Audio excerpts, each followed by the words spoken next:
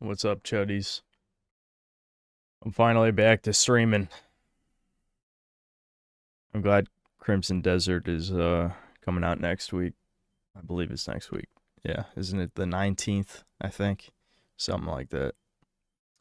Cuz I'm ready to chill, just stream for a while, you know. Time to go back to normal. That video took too long to come out, which was kind of my fault.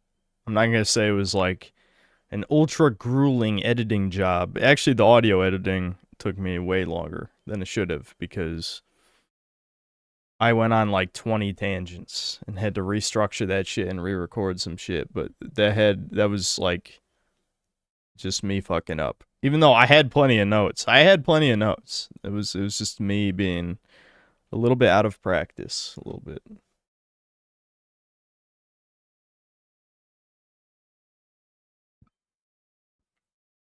Too slow, it's over. Nah, the views are fine so far. Too late in the sense that well, actually, if we do Chudcast tomorrow, which we probably will, Capcom got caught. Well, I don't know. I guess technically, I don't think it was traced back to Capcom, but there were AI reviews on Metacritic for Resident Evil Requiem, which I wish I had caught earlier so I could mention it in the review. I was thinking I might do a Gaming is Dying type video for the first time in a while next week, depending on how I feel. And if I do, it'll be about toxic positivity and dead internet theory. Because the fact that there are AI reviews for Resident Evil Requiem on Metacritic really just fucking speaks volumes, doesn't it?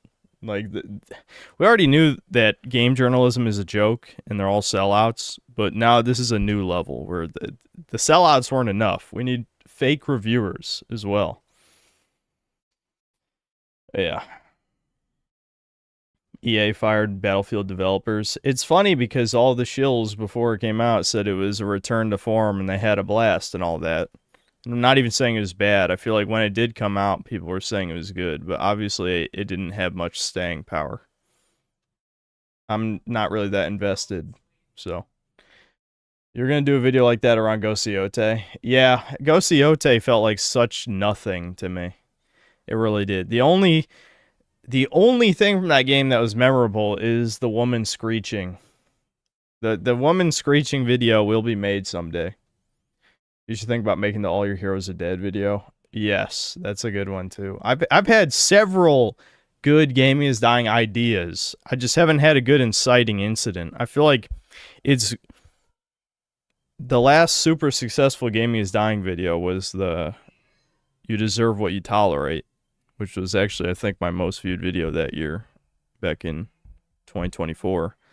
Because that was not really about Dragon Age Veilguard. I just piggybacked off of it. I talked about it in the video, but that's not what the video was actually about, you know? So it's a lot easier to make videos like that when you can capitalize off of a trending topic. Oh, did the Real Grift Awards thing come out? Yeah, we can watch that. I didn't even know, because I was actually doing work, for once, not just streaming. So it's out.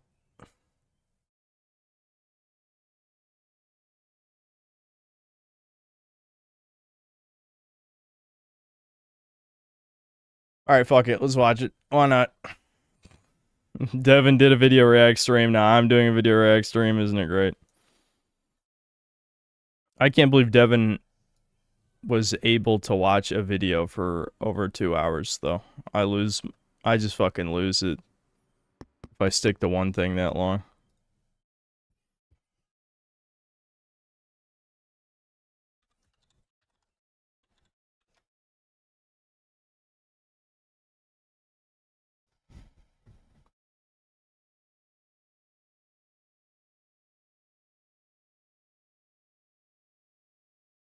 Um, am I seeing this right? I haven't even watched it. Let me pull this up before I click on it.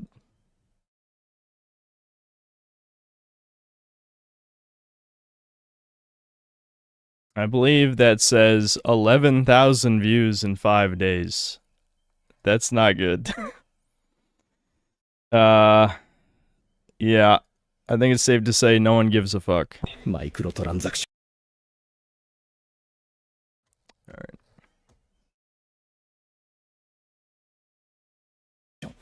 150ドルの限定版。魅力のないキャラに破綻したシナリオ。それでも奴らが勝者として迎えられる。Alright, I think I might just skip this. I'm already cringing. Dude, I don't even want to talk about microtransactions anymore.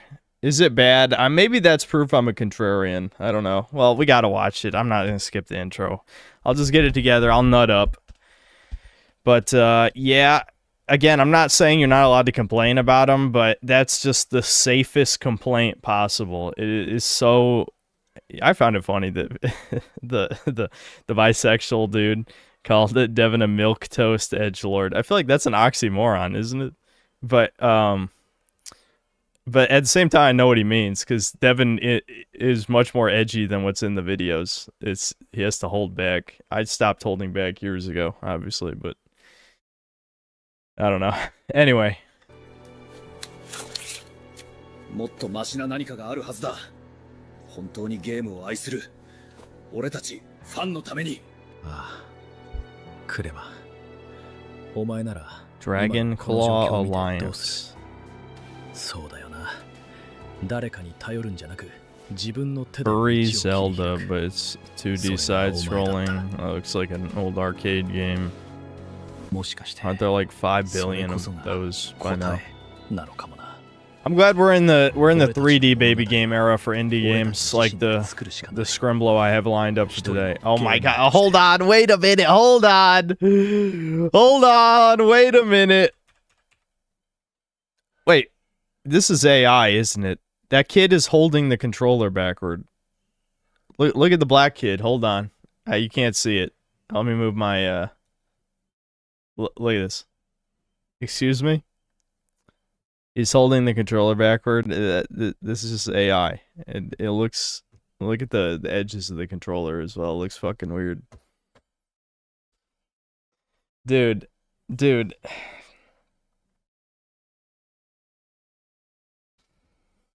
Come on, Craig. Come on. Come on, Craig, dude. Come the fuck on, man. It must be hard times these days, you know? You go from Screw Attack... It's like being owned by Rooster Teeth, which was a sinking ship at that point. Like starting Game Attack, which was just like a very mediocre Let's Play channel, to now this shit. I don't know.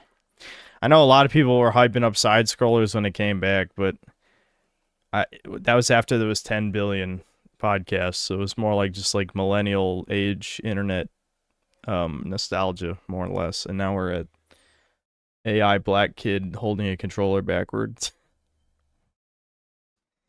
Again, I don't feel like ultra strongly about AI. I love how the Asian kid, if it's supposed to be Asian girl, I don't fucking know, has like obviously is also holding it backward because there's like a screen on the back of, I don't know if that's supposed to be like a Game Gear or like it looks almost halfway between a Game Gear and a Switch. It just is nondescript handheld gaming thing. I mean, they're not playing the same game, obviously, because whatever blob of controller the black kid's holding, I don't know, looks like aesthetically similar to like a Super Nintendo era thing. And then the kid's playing, the chick is playing a handheld game. This is just such a bizarre image. Like, I feel like no one looked at this for more than 2 seconds. But this is not good, dude. This is not good. Like, I've seen this 1 second scene doesn't need this intensive breakdown, but it's one of those, it's a train wreck. The more I look at it, the more I'm baffled that it made it through any basic level of, you know, editing, you know? Like, I'm a lazy ass editor, right? But if I saw something like this in my video, I'd be like, okay, even I can't leave this in. You know what I'm saying? That's basically my point. Oh, I'm clicked off. 一人のゲーマーとして俺たちの物語は俺たち自身で作るしかない。始めようとしてザ・リアルゲームアワード。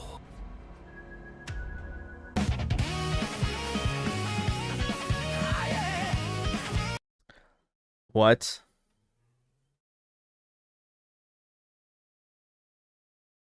These guys look like they got shot. Come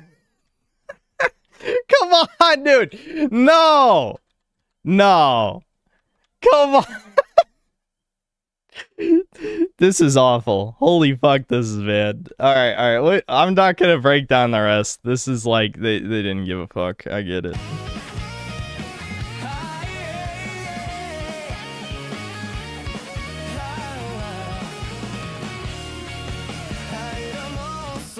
All right, this is a whole fucking AI anime opening. All right, I'm skipping. I don't give a fuck. I'm sure it's dog shit. Yeah, we can see multiple art styles over the course of a few seconds. That's definitely good. There's a lot of effort put into this. I mean, come on. This doesn't even have consistency on any level.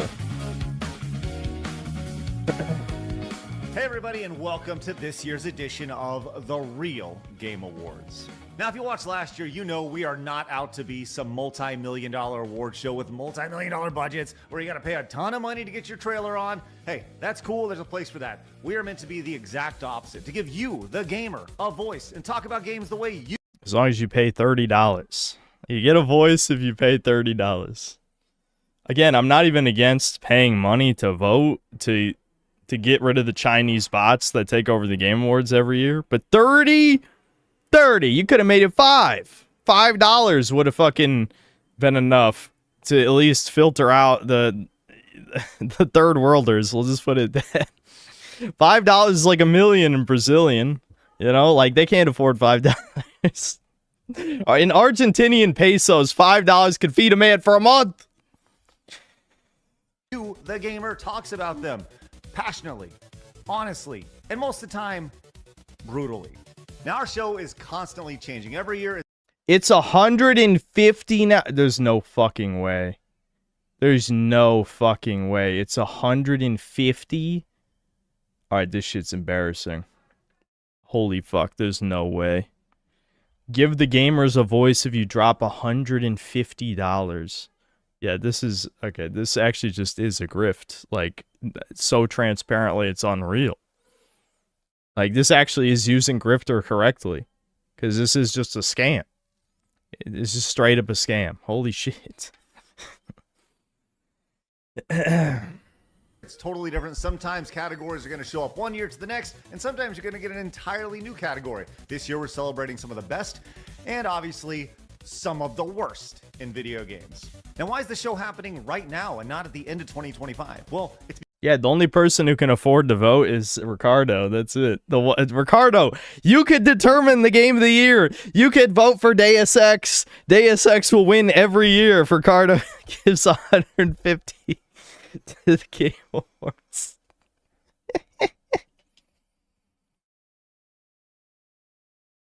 Because we actually accounted for literally every single game that was released in 2025.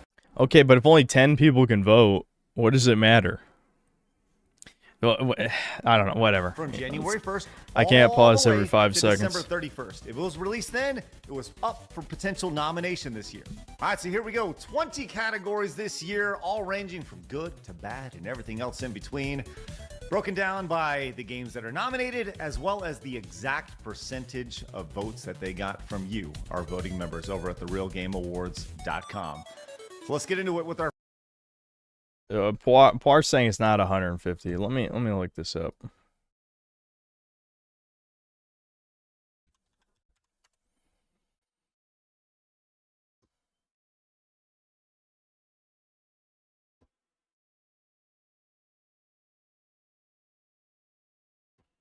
What? Who? Wait, were you guys lying to me? It says right here, $30 nominate and vote. Wait, who the fuck started this lie? Who would go on the internet and tell a lie?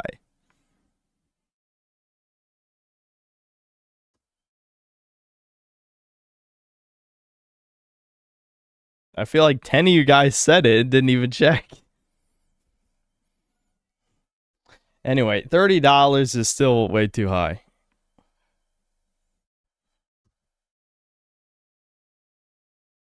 They were talking about the next year. I don't care about what chat was talking about. I'm talking about what the streamer, Synthetic God, is talking about.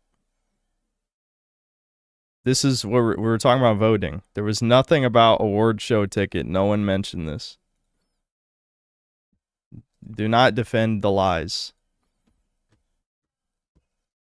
Our first category, Best Gaming Mod, community category, presented by our friends over at Melee Games, James and Kay.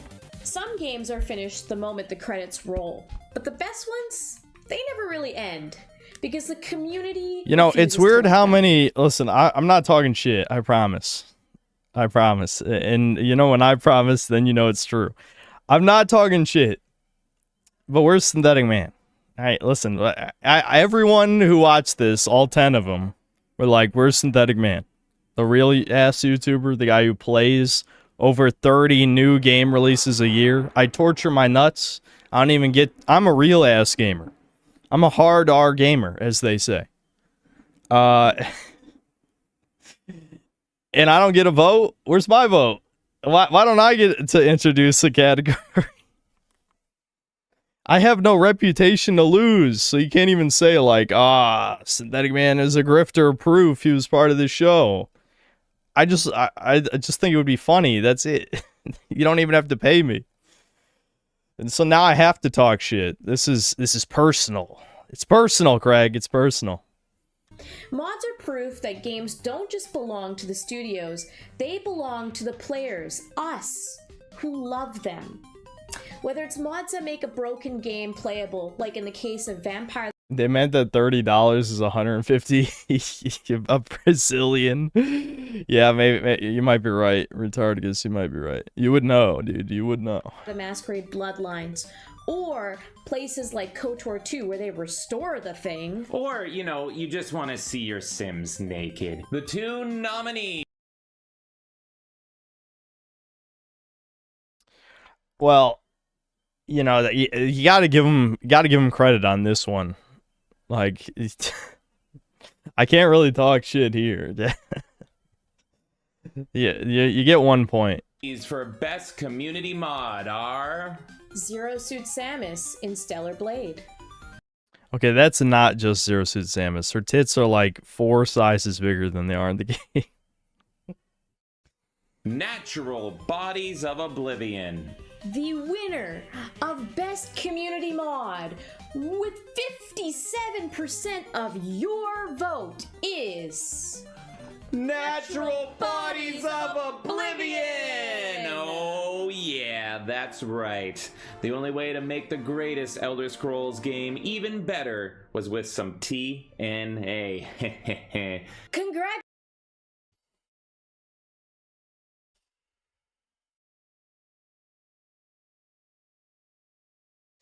Come the fuck on, dude. Come the fuck on, dude. That's like something I would have said in a video like 5 years ago before I had, you know, kind of figured out my style. Congratulations, Natural Bodies of Oblivion, and to all those Hero of Kvatch hotties, here's to you. If teenage me sees a Khajiit with double D's, would I become a furry or... Scaly. Argonians. All right, thanks, guys. Appreciate you as always. Now, look, I am told, according to... What the fuck was that?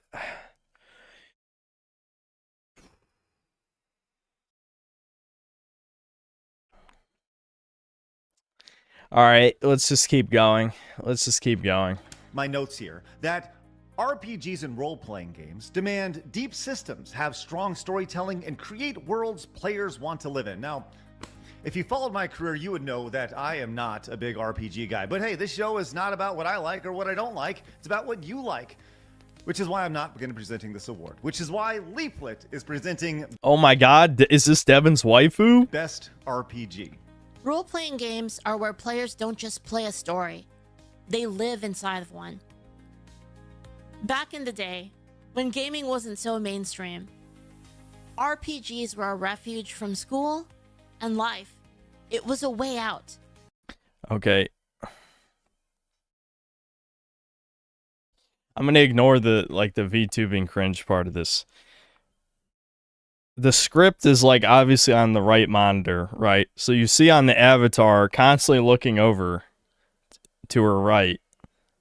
Why can't you just have it on the main monitor? Like, this just looks weird, especially with all of the pauses in between every sentence.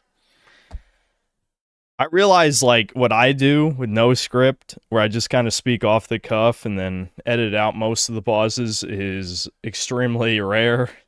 And, you know, that kind of talk is a skill, you could say, maybe.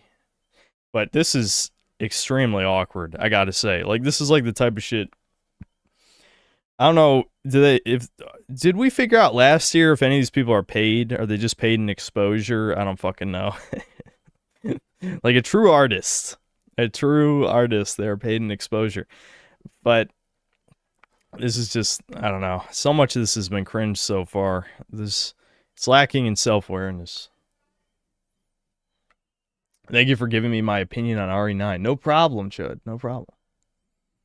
They took us on grand adventures where our creativity thrived, worlds that encouraged our curiosity with characters that grew with us, in trials where our choices mattered. Freedom, consequence, seeing the impact. This is real bad, dude. That we've made on these worlds. It was a home only for us. Whether You it's can really open hear the world, passion in her voice. party-based epic, or connecting with characters that truly made you feel like you lived a life with them. That feeling of heartache when the credits rolled, we asked ourselves, wow, it's actually over. Like we had woken up from a daydream. These are games that become deeply personal to us and stick with us our entire lives. And this is why this category means so much to so many gamers. To so many of you. This year's nominees are Octopath Traveler 0. Kingdom Come 2's on here. Interesting. Kingdom Come Deliverance 2. Tainted Grail, The Fall of Avalon. And Claire Obscure Expedition 33. And the winner of Best RPG with 72% Expedition 33, of your obviously. vote Yeah. is Claire Obscure Expedition 33. Oh, I'm glad to see that Tainted Grail beat Kingdom Come 2. So at least the voters probably also knew about the gay shit. So that's good. Maybe my video, again, where am I? Why am I not in this show? I informed people. I informed their purchase, and so they knew. They fucking knew. Tainted Grail is, you know, it's decent. It's Slav jank for sure, but if you can get past the Slav jank, I enjoyed it. I haven't had a chance to experience the world of Claire Obscure yet, but it has been recommended to me more than She didn't any even other play it. She didn't even fucking play it.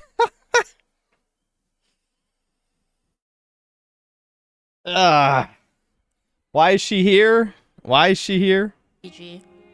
With its roots in classic JRPGs brought to life with innovative game design by a debut studio of gamers for gamers. I am looking forward to my journey with them and hopefully many more to come. Okay, Leaflet, thank you very much, but we have to stop down and just talk about this for a second. Not only did Expedition 33 win Best RPG with 72% of the vote, it dominated... Okay, here's the question. How many people voted? Since it costs $30 to vote, how many people? I want to know. How many people paid for this? In fact, I want to know all their names. Dox them. Say their addresses, too.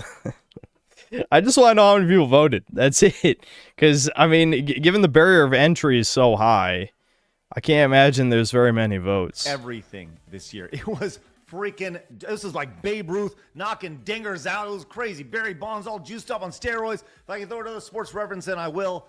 But all you need to know is that those Frenchies freaking dominated. And so I figured instead of just going through and all pomp and circumstance of showing you all the different categories, how about I just list everything that it won right now, including Best In-Game Moment, Best... Wait, hold on. What was the moment? You're just gonna name this category and not even say what the moment was? Well, maybe they'll go over it later, but I'm just curious. What's the moment that normies thought was really awesome in the game? I don't know. I mean, maybe I'll agree. I don't know. I could. Best indie game. Okay, you call yourself the Real Game Awards because you're representing the gamer, and then you validated Expedition 33 as an indie game. Are you fucking kidding? Oh my god. This is embarrassing. I'm gonna be honest, this is awful. This is unbelievably bad. This is worse than last year. Yeah, this is... I should have my own Game Awards. I'll call it the Real Game Awards, and it'll be even lazier than Chudcast. I'll find a way. Best new IP. Best action adventure game. And best value. Now, with that said, See, the reason... You want to know the real reason it won all those categories other than it being jerked off by everyone for every reason? It's because it's one of the only games people even played last year. I mean, nothing came out last year. So, I'm not even saying it's bad. Like, I thought it was pretty good. But that's it. Pretty good. Again, it's kind of like Resident Evil Requiem. Except I think Expedition 33 is probably a little better than Resident Evil Requiem. Honestly, Resident Evil Requiem is so fucking mid for Resident Evil. Holy shit. People jerking off is genuinely depressing to me. I love Resident Evil, and that was the most mid Resident Evil of all time. Like, it couldn't be more mid if it tried. I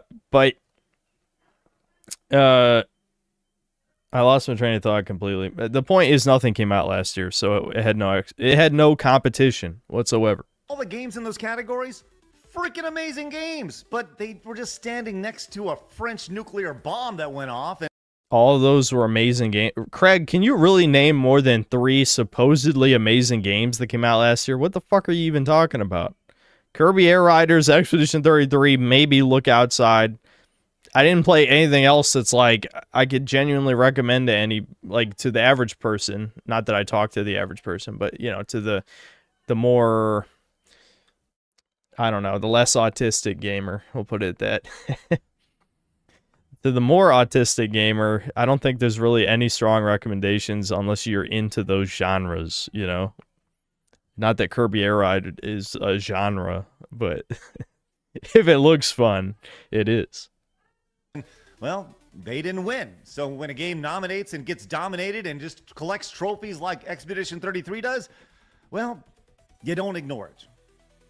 Okay, I keep seeing people say Chronos is good. Play Dead Space. Dead Space is literally like 30 times better than Chronos. 500 times maybe. 5 billion times. Every minute I spent playing Chronos, I was like, I could just play Dead Space 1 or 2 again. And have 10 times more fun. Like, I'm actually baffled why so many people keep saying Chronos was great. I'm like, Chronos was, if Dead Space was mid, basically. I don't know. Now, with that said, let's go and move on. Because some games didn't get the recognition that Expedition 33 did when it launched. So here to talk about that with our best hidden gem category is Cecil. Hey, Cecil. Not every great game gets a massive marketing push or a spot on the front page. Some of the best experiences in gaming are ones that you stumble upon by accident. A recommendation from a friend, a late-night download, or a game you take a chance on with zero expectations. Hidden gems are special because they don't succeed on hype. They succeed on heart. They're games that earn their audience one player at a time through... This looks like the most generic side-scrolling shoot-'em-up ever of all time. I mean, I guess... See, the thing with the hidden gem category is there's 1,000 indie games that come out every year that if they fit your very specific taste, you could argue are hidden gems. So I'm curious to see what's up for this category. strong ideas, smart design, and the kind of passion you can feel the moment you pick up the controller. Some of my favorite games of all time are ones that aren't as well known. This category exists to spotlight games that deserve more attention and the players who found them anyway. The nominees for Best Hidden Gem are Guns of Fury, Shinobi: The Art of Vengeance, Split Fiction, Split Fiction, the game that was the 4th or 5th game by a guy who's appeared on the Game Awards several times, had a budget of millions of dollars. Didn't Split Fiction sell at least 1 million copies as well?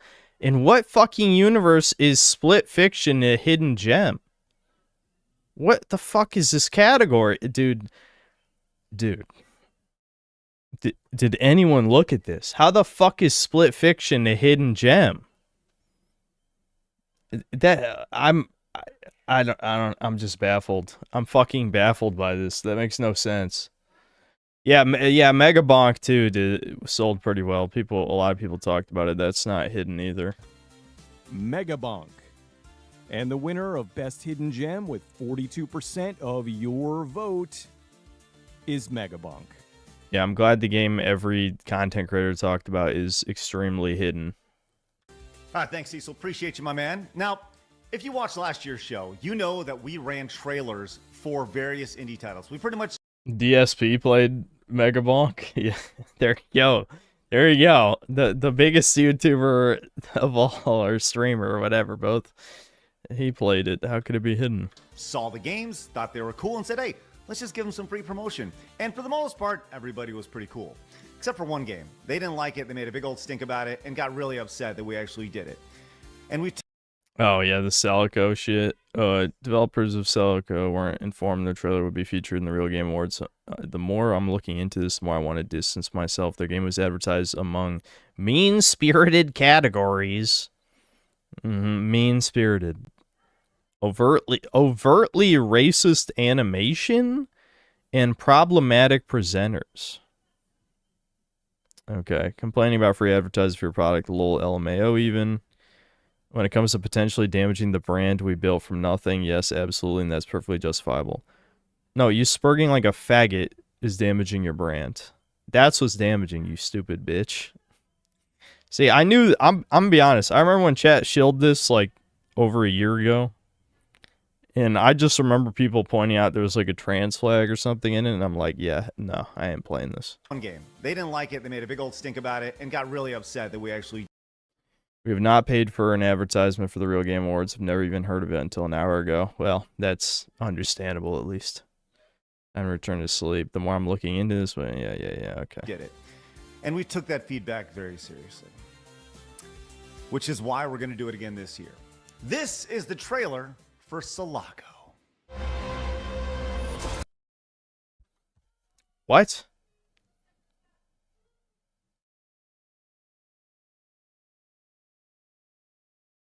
What?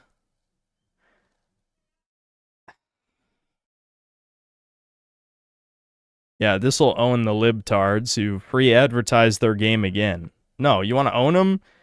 Celico, you guys are faggots. All of you. All of you. I think that says it all. Let's move on.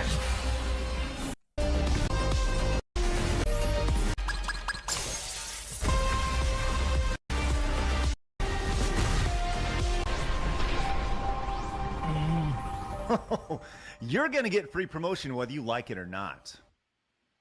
Anyways, moving on. Classic gaming never dies. It just evolves. Here to present Best Retro and... I know you're watching this slot, but I have a theory on Hunk one here. Yeah, why not? Go ahead, throw it at me. Inspired game. I'd like to introduce the man who has quite possibly the longest title tonight. The #1 Amazon charting metal singer, composer, YouTuber, and retro game enthusiast, Dan Vasc. Like many of you, I grew up under the soft glow of a CRT screen. Bouillon cartoons.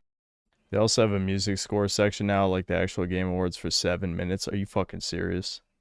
Is the Real Game Awards created by Nerdrotic? No, shockingly, I don't think he's involved in this. No, this is Stuttering Craig from Screw Attack. For all of you, you know, early internet chuddies like me who watched that shit back in the day. Just to make them work. And playing games that had to hook me in the first 5 minutes. And like many of you, I'm always kind of skeptical when I hear the words retro inspired because I have a funny feeling one of the testers really didn't like killing Hunk, so they went, oh shit, what we gonna do?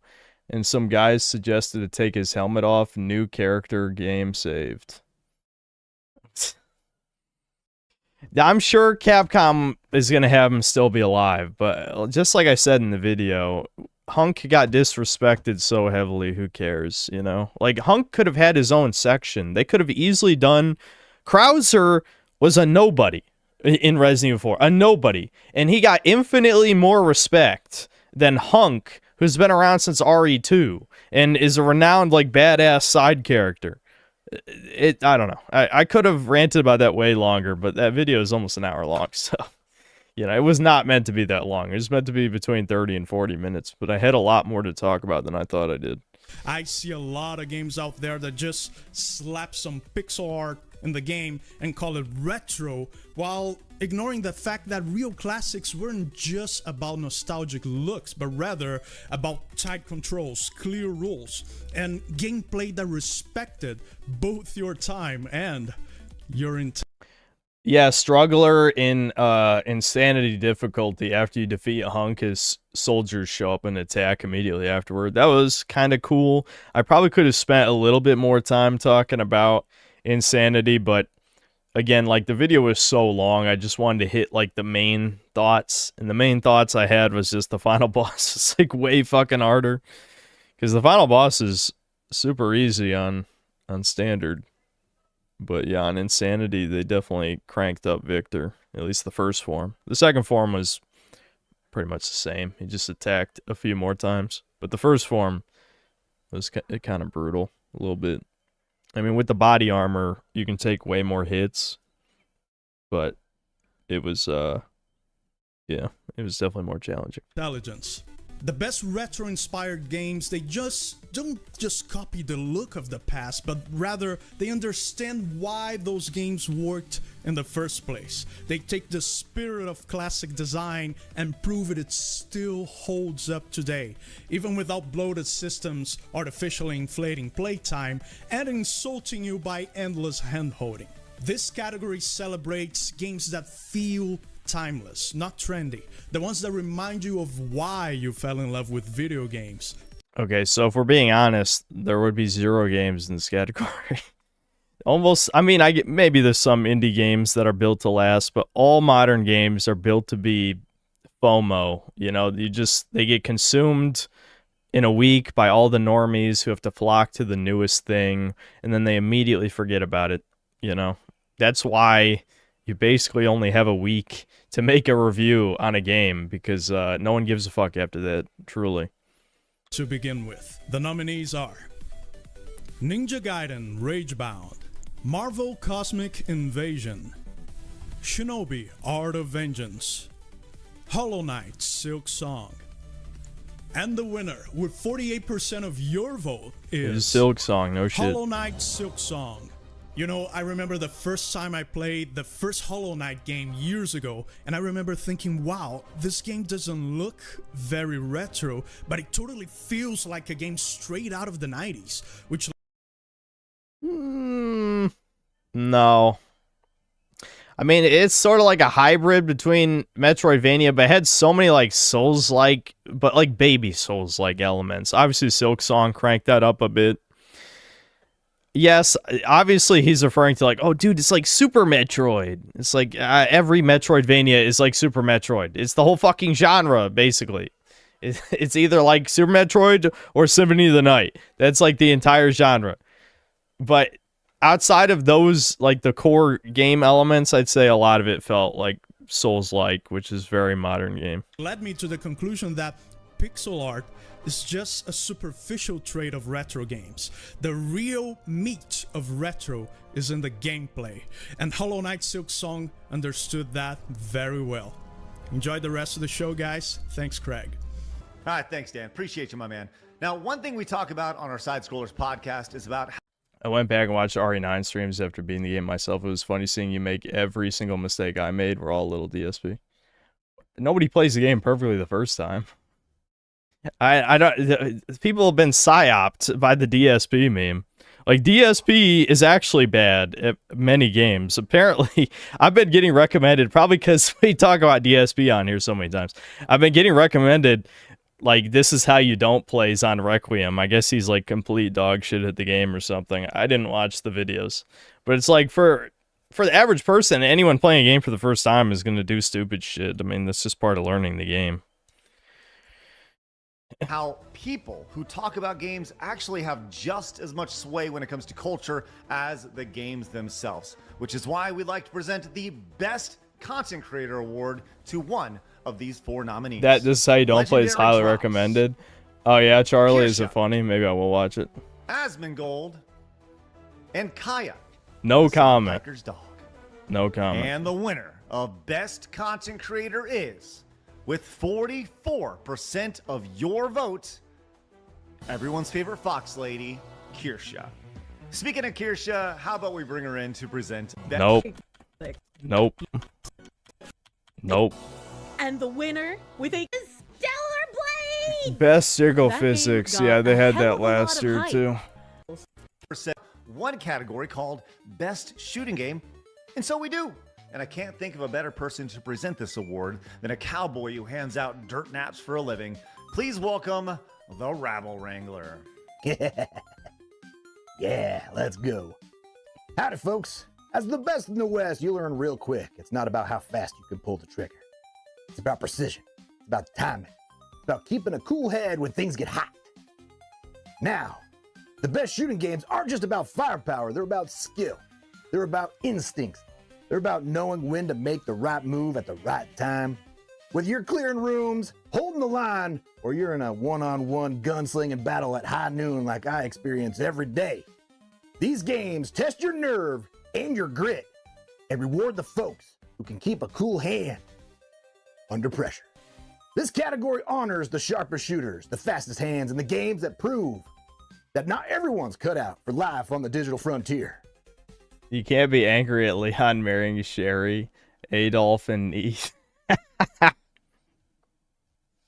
Well, I wasn't mad. I just thought it was a very strange choice if that's what they decide to commit to. I love that you compared to Hitler, though. That is funny. The nominees for Best Shooter are Doom, The Dark Ages, Escape from Duckov, Battlefield I didn't even know there was an escape from Duckov. Okay. 6, and Arc Raiders. And the winner of Best Shooter with 34% of your vote, that's right, you, the voter, your vote, 34%, the winner is Arc Raiders. I am blown away how successfully that PSYOP people. I mean, on the one hand, I understand that gameplay is obviously the most important thing. But again, literally they advertised it with black women. And people are still like, yes, I will spend my money on this. It's like, okay, so we're just going to have dog shit for the rest of the time because you fuckers don't learn then. I lost a lot of respect for the so-called PC Master Race crowd a long time ago, though, because the most popular PC games are almost always dog shit. Like, it's actually mind-blowing how often it is something just not good. I can't wait till Deadlock's out. I mean, I'm not going to review it, Devin is, but that'll probably be the most hated video Devin ever makes is on Deadlock, because the shit, even in a closed alpha, is extremely popular. And it just looks like complete shit. Legitimately, I'm blown away. Now, I've played Arc Raiders. It's a lot of fun. It's got a great atmosphere. It's got a great score. It makes you feel like you're out there in the post-apocalyptic AI. Am I trying to plat RE9? Yeah, I'm only missing 2 achievements. I'll go back and do them later. I just need to load a save during Grace's section for making the zombies attack each other. And I think the last achievement is that the Easter egg thing I mentioned. I kind of fucked it up because not only do you have to wait 15 minutes for bodies to fall into a meat grinder, but you can't kill any of the zombies in the meat grinder section either. And on Insanity, that's really hard because the zombies have extremely high stagger. So you usually just kill them with bullets before they'll fall in the grinder. So I'll get the last 2 achievements later. I don't feel like it at the moment, but I will be doing that, yes. Apocalypse, you gotta survive. The robots have taken over, but you also gotta look out for our other raiders. They'll steal your goop. It's a lot of fun. You should check it out. And congratulations to Arc Raiders for winning Best Shooter of the Year. Yeehaw! Let's go! Thank you, Wrangler, as always. Now, as we do our best to let you know Final that you are Puzzle's really... not an achievement. Okay, I'm not sure what the other achievement I'm missing is, but I'll check it. Because I think the only 2 in-game challenges I'm missing are Final Puzzle and Make Zombies Attack Each Other. Maybe the last achievement is just get every achievement. Yeah, it might be. So maybe it's just make the zombies attack each other. That could be it. Freaking old. We want to let you know that this past year, the Xbox 360 turned 20.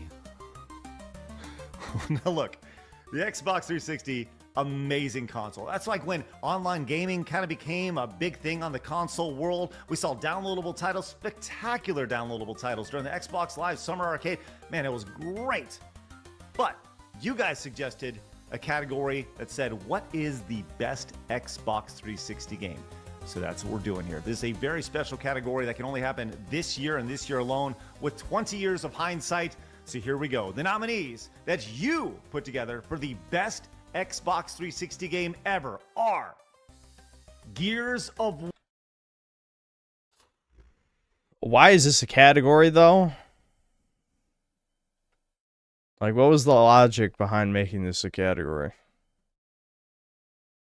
I don't understand. Like, is this just supposed to be trying to cater to, like... This is the fence-sitting equivalent of, I don't know, being like...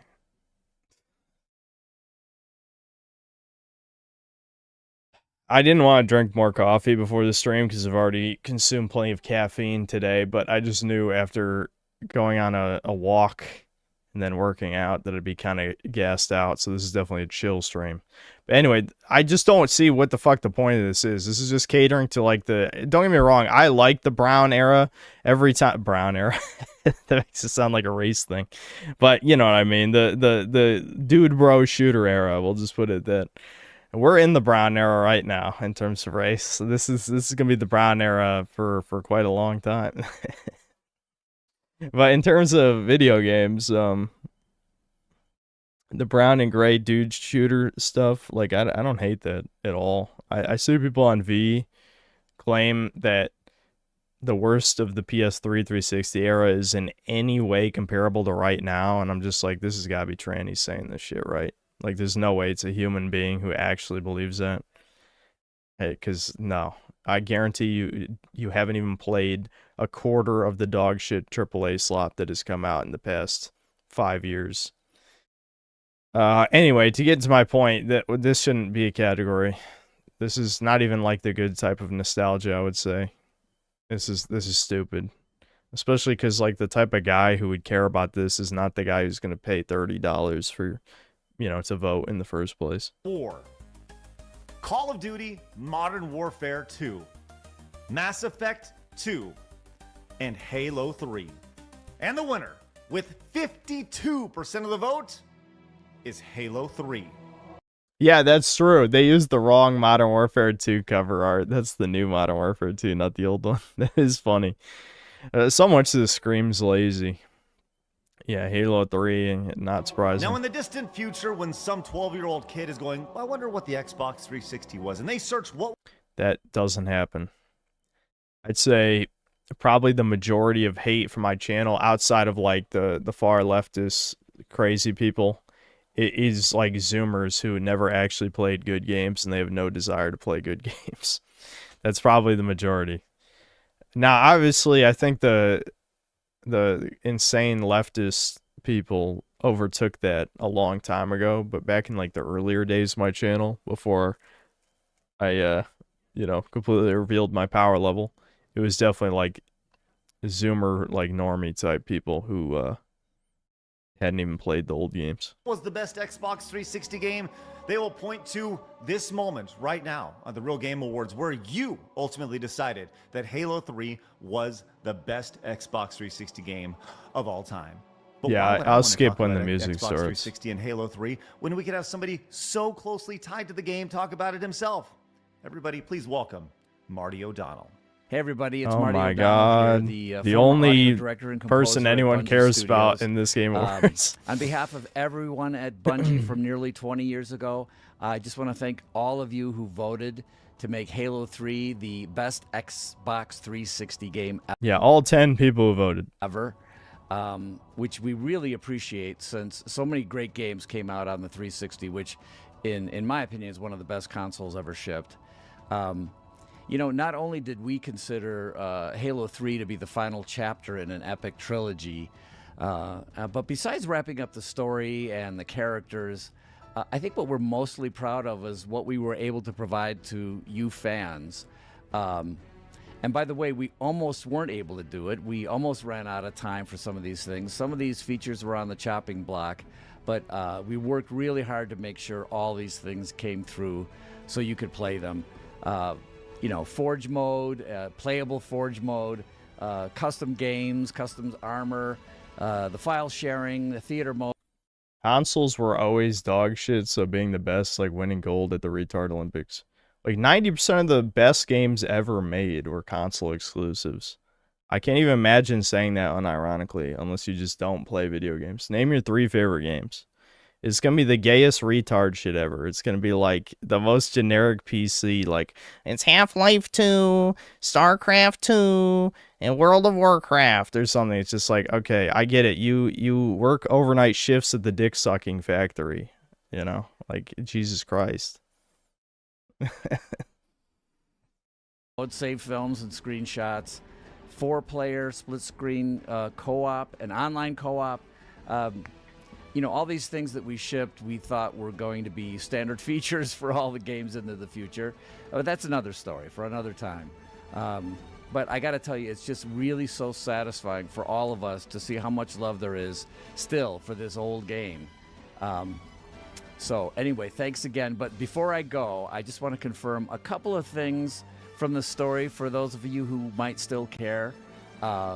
Number 1, Forerunners are human. Number 2, okay, yeah, Sergeant Johnson lives. So thanks again, and finish the fight. Well, I don't know what the Sergeant Johnson lives has to do with anything, but Forerunners are human, yes, obviously. 343 is just a bunch of retards, obviously, who hate Halo openly. They openly hate Halo and destroyed it. So, yeah. Continue our celebration of Halo 3 being officially named the best Xbox 360 officially game ever by you, our voting members. We thought we'd do something extra special. Please welcome. All right, this is the music part, right? Yeah, I'll just skip. Don't worry. Is that a woman? Hold on. That is indeed a woman, I think. Is it? I don't know. That's an interesting side profile. It might be a woman. Definitely skipping that shit. Absolutely beautiful. Now, as we move on, some games just won't die. You won't let them die.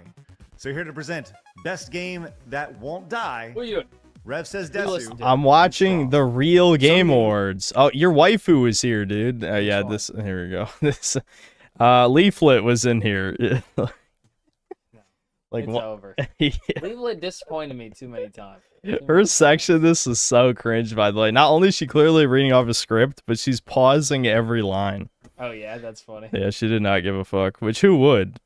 Why am I not a part of this? Why is the Real Game Awards happening in March? I don't know. This is the opening is AI, by the way. They have an AI anime opening for this. Devin, hold on. Look at this. I want you to see one shot in particular. Where was it? Yeah, this one. Okay, so shit. Why is this game back? There's a screen on the back. Yes, I know. But wait, I need you to see the black kid.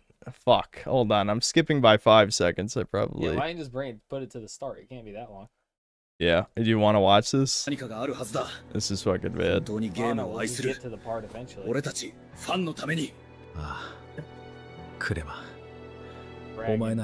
Yeah, Dragon Claw Alliance. So,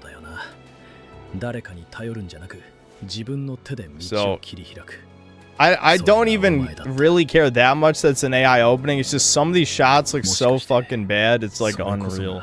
You already noticed the backwards screen, but you need to look at the black kid's controller in a second here. Like it's okay. Look at that. Oh what is that? What is that? Dude, why can't the AI do controllers? Like, what is that even supposed to be? I know he's holding the controller backward, and it's just a blob. Like, dude, I think they fucked up and were like, make a controller that can't be identified as Sony, Nintendo, or Xbox. Yeah, you know, yeah. It's like specifically make a third-party. Why is it backward? The What? AI They're doesn't all know. backwards. I know. You know, and that one. Yeah, isn't the screen real. is backward, It's but there's all- nothing on the screen. Also, why are they like, I need my AI generated black kid for my video game award? Because they're not chuds, Devin. They're not. They're not chuds. His hair is piercing the hat. They do have Piercing best it. jiggle physics and best mods as a category that are just Coomer shit, but they're definitely not chuds, Devin.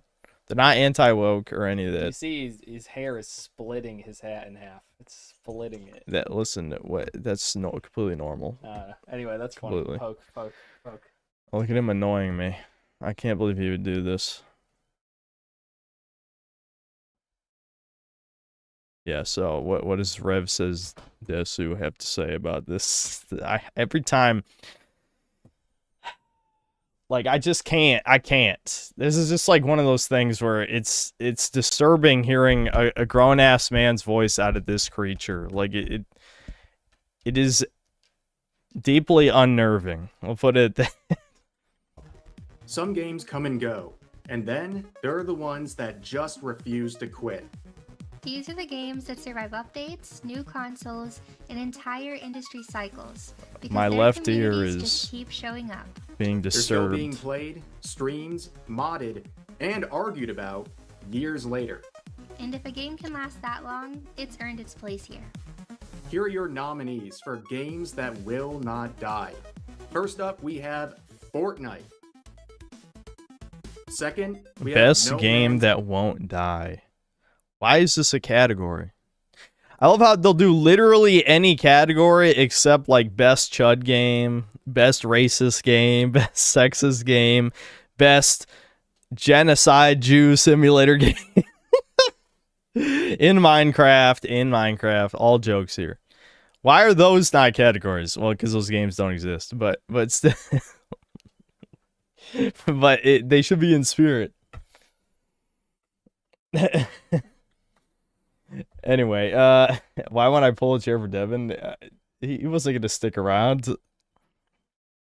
Plus, he has the other chair in there. He could pull it in here if he wants from whatever sponsorship that was.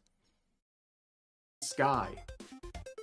And the final nominee is Skyrim.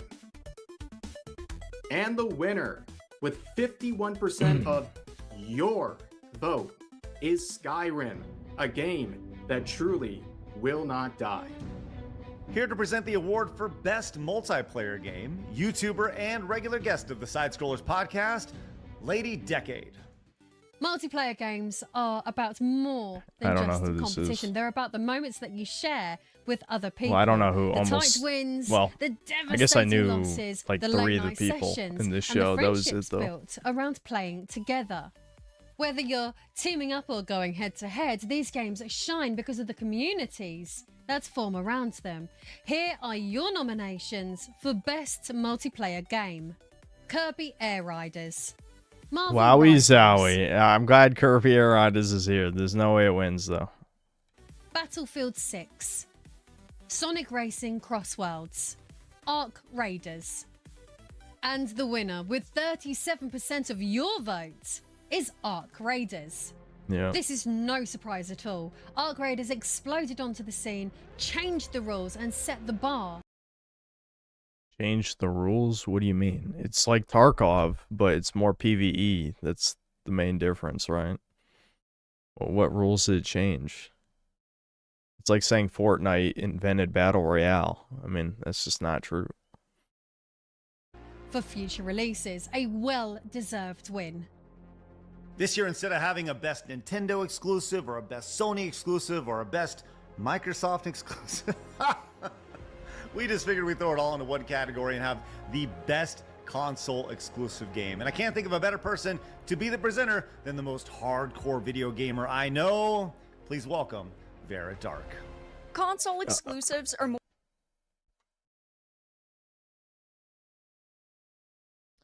You gotta be fucking kidding. Vera Dark that's the most hardcore gamer you know. Alright. See, this is why I don't feel bad about shitting on this show. more than just great games. They are the reason that people buy the hardware in the first place. These Yeah, are the where's titles that can DSP? sell It consoles, should- you're right, it spark should have been debate, DSP. and make players say, I need that system. They're built to show off what a console can really do, and they define entire generations of gaming. Whether it was a launch title or a game that came later and reignited excitement, these exclusives didn't just live on a platform, they moved it. So here are your nominees for Best Console Exclusive. Ghost of Yotei, Metroid Prime 4. See, the problem with this show is that they take it seriously, and it becomes extremely cringe. Like, imagine if I hosted this category, and I said, there wasn't a single good fucking game, they're all dog shit, so what's your shitty-ass opinion I'm about to read right now? Oh, you guys voted for, I don't know, what. I'm assuming it's going to be Donkey Kong or something. If it's Ghost of Yotei, these are some mega fags who are voting in this shit. But I'm gonna be like, God damn, you guys have shit taste. You're an embarrassment to the human race. That's what I would say. And it would be funny. And it would be funny. Beyond, Donkey Kong Bonanza, Mario Kart World. And the winner, with 47% of your vote, is Donkey Kong Bonanza. Aha, I predicted correctly. It was a fan favorite release in 2025 with really great boss fights, fun gameplay, and it is fantastic to see that so many people enjoyed it. Now let's move on from biggest console exclusive to biggest letdown. Please welcome somebody who I know is not afraid to call it like he sees it, Smash JT. What's going on, guys? The fucking used car salesman is here. All right. Where's me? Why am I not in this Smash Jake?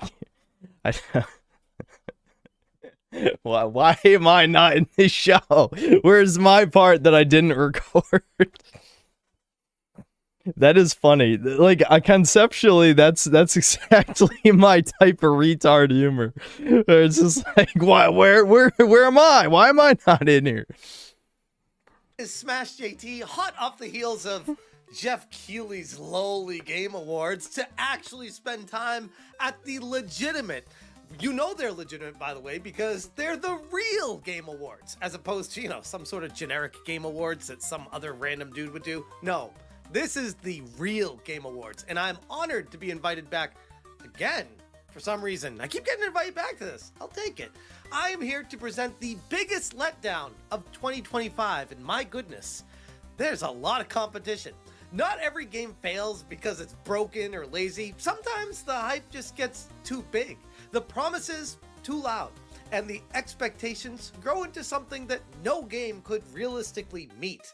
And sometimes, yeah, they just don't deliver. The biggest letdown is about those moments where excitement turned into disappointment, rightfully or wrongly, and players were left wanting more. These are the games that didn't quite live up to the promise or the anticipation surrounding them. Here are your nominees for the biggest letdown. Silent Hill F. Okay, that's Pokemon good. Legends ZA. Assassin's Creed Shadows. Okay, come on. Assassin's Creed Shadows shouldn't be on here. Who the fuck was let down? This is like Assassin's Creed 25? What were your expectations? The only thing I'll say is, like, if you stretch the meaning of the category, you could say you were let down when it was first announced and they showed Yasuke. But there's not a single motherfucker who bought the game and was disappointed. Because you would have to be full-blown, like, mega ultra retard to fall for that. How? Literally, how could you fall for that? But yeah, if you're saying I was disappointed when I saw the trailer and saw Yasuke, okay, fair. But I don't think so. I don't think that should qualify. Oh boy.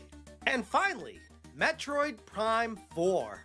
And the winner with 35% of your vote is Metroid Prime 4. And you know what?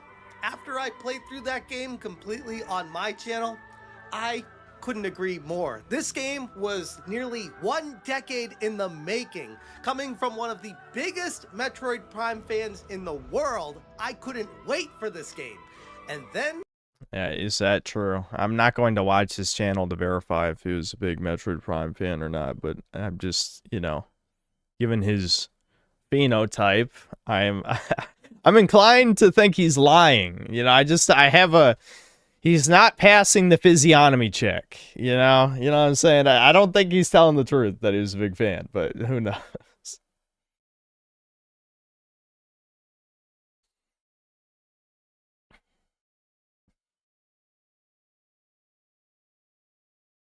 Smash JT is a $1,337 support of this. Is he really? What the fuck?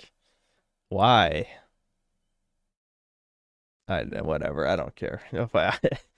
I see absolutely no tangible benefit to, you know, being the you know, biggest supporter of this. There's no way you're making a return on that investment. all it turned out to be was Samus riding around on a motorcycle running into crystals for hours on end. Who thought that would be a good idea? Come on, Nintendo. That's the best you could do? Okay, you know, I know I'm being pedantic, but no. I mean, yes, that part of the game was dog shit, don't get me wrong. But, like, you do it one time for, like, 20 to 30 minutes, and that's it. Which is still a really long time. I mean, 30... it's not like... Are we playing fucking RuneScape? I'm gonna go drive into crystals for 30 minutes? That's gonna be the new skill in RuneScape. You ride a horse, and you crash into crystals. But RuneScape would make it fun. That's the difference. RuneScape would figure out a way to make that enjoyable. But it was not fun in Metroid Prime 4. Oh, God. Man, we are flying by here. This is called efficiency, folks. This is how you do it. Get right to the point. Hey, let's get right to the point with this one. Our next to last award tonight. And if I can't... I was trying to write a description for this, but... if you don't know what shitty-ass game of the year is, I don't know what to tell you. Crash I've been presenting this award for almost 20 years. It has a long lineage of suck. And this year is no exception. The nominees for this year's SAGI are Ghost of Yote. Shitty-ass game of the year. Now this, I know it's an AVGN reference, obviously, but this is a real-ass category. Now this... best, only good category in the show right here. Shitty ass game of the year. Call of Duty Black Ops 7 and Assassin's Creed Shadows. And the winner with 55% of your vote is Assassin's Creed. Damn. See, because no one played Mind's Eye. Mind's Eye is the real winner of this. Like, Assassin's Creed Shadows is definitely a better game than Mind's Eye. But no one played Mind's Eye, so no one would vote for it. Oh well. Shadows.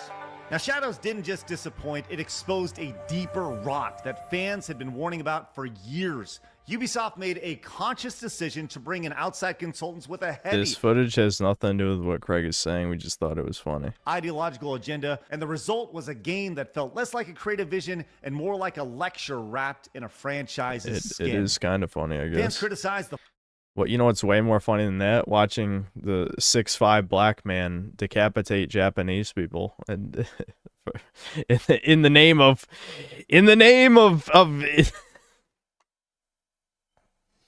we have to defeat all the Japs who oppressed all those black slaves. The one black slave. Forced themes, tone-deaf messaging, and design choices that prioritized ideology over immersion, history, and fun. And sure, some will cope and insist, hey, it was actually a really great game. Fine. Now imagine how much better it would have sold and how much less damage it would have done if all that baggage wasn't just shoved right into it. Instead, Shadows became a breaking point, a public reminder of how far... Yeah, that is definitely bad, for sure. That's a decent clip. Yeah. In the first place. Congratulations, Shadows. You won, I guess, by having Ubisoft effectively go bankrupt and have to get a big old investment from a Chinese company, further pushing it. Yeah, okay, whatever. It is what it is. All right, after celebrating the worst, now we get to the thoroughbreds. If I can quote Billy Zane from Zoolander, we absolutely will. It's time for the game of the year. No descriptor needed for this one, just quality games that you love, that you nominated. So let's find out which one is the GOAT of 2025. The nominees for Best Game of the Year are Thanks, Ninja Shirka. Gaiden 4, Donkey Kong Bonanza, Arc Raiders, Tainted Grail, The Fall of Avalon. I mean, this guy just says it all, doesn't it? Like, I didn't play Ninja Gaiden 4, and I definitely have no desire to play Arc Raiders. I guess I could have tried Mega Bonk, but you know me, I'm a contrarian when it comes to streamer bait games. Like, if a bunch of streamers play a game, I'm like, nah, and I'll do something else. I don't even really remember when it came out, but yeah, there's really just like 2 games here that actually anyone gave a fuck about for more than 5 minutes. Well, I guess you could say Arc Raiders, but again, this liquid sewage tier like PC slop. I'm sure it's a great game. I'll never know. I'm going to continue to say it's liquid sewage because I just think, you know, that genre is pure time wasting, but not the good kind. Like RuneScape, always progressing. Always, the numbers are always going up. A game where you can lose all your shit. Fuck you. Fuck you. Fuck you. You're going to tie me up and send me into the wilderness? No. No. Anyway. Hollow Knight, Silk Song, Mega Bonk, Claire Obscure, Expedition 33. And the winner, with 73% of the vote, is Expedition 33. Mega Now, if you Bonk do the got math- 0. See, this is how you know there's only like 10 people. I know the math doesn't come out to 10 people, obviously, but the point is there were not very many voters because, you know, just statistically, if a lot of people voted, Mega Bonk would have got at least 1%. But no, since it was maybe 100 people, maybe. No, look at these percentages. This is just kind of ridiculous. That being said, you know, there was very little competition. Very little. That's crazy. Donkey Kong got more votes than Silk Song, though. That's hilarious. I don't even think Donkey Kong's a bad game, but it is just okay. You know, very okay game. Very stupid as well. Like, definitely for babies. Or fetuses, even. Because I like baby games. It's a fetus game, though. 33. Now, if you're doing the math, Expedition 33 won all of the awards. They won all the awards for this year's The Real Game. Okay, so again, I'm not saying that you should vote something else just to be contrarian, but if the whole point of this show is to be the real Game Awards, as in the gamers determine everything that wins, you know, gamers willing to drop $30 on a scam, why the hell are all the winners of the categories basically the same shit? The only way that this is a for the gamers thing is like best jiggle physics and best mod being, you know, big booby mods, I guess. That is amusing. But in no other way is this really like, yes, this is for the real gamers. No. No. How? How the fuck is this for real gamers? Especially, I think this only got, what, 11,000 views or something? It was like absurdly low. Yeah, 11,000 views in 5 days. No one even watched this. Game Awards.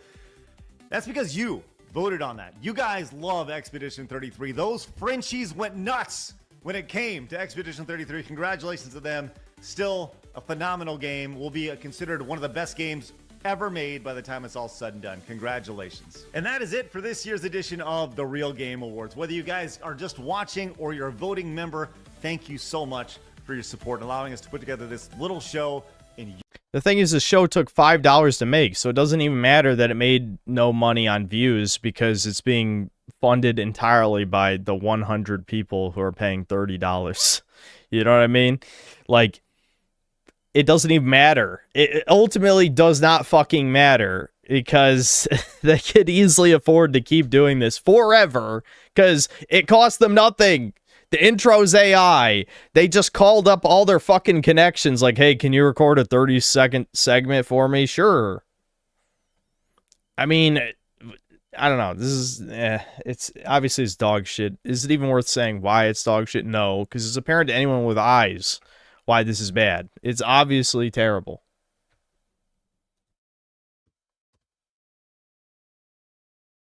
Let's check out the comments, I guess.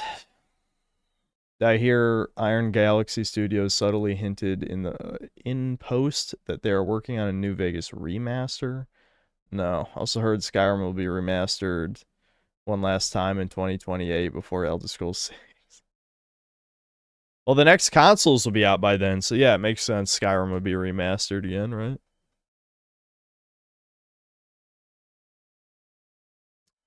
Anyway. Imagine paying $150 for the live event and just seeing this. God, that's the top comment! That's the top comment! Oh my god. Holy fuck. Holy... That's the top comment, dude. I don't even have to fucking say shit. Yeah, that's a... This is a serious step back from the first one. You should honestly refund people for this. True. If this is to continue, you're going to have to really step it up this year. Last year's was better. This felt like a step back. Yep. Next year will be Craig doing the show from his car with guests like DSP. DSP should have been in this. It was like a step down from last year. One of the things you need to make sure of is that for each category you show clips from me. I know, they were so fucking lazy. I remember we watched that one edgy guy review last year's Game Awards. I can't remember the channel. I think he's just straight up dropped N-bombs in the video. But, yeah, the dude's like, how the fuck can you not even include clips of the games? I mean, genuinely. How? Like, that it takes 5 fucking seconds. They should have just hired Leaflet for One Punch Man Season 3. Is there a bit I'm missing? I get the low animation, like it had no animation in it, but is that like a voice acting joke too? Because she had no fucking energy.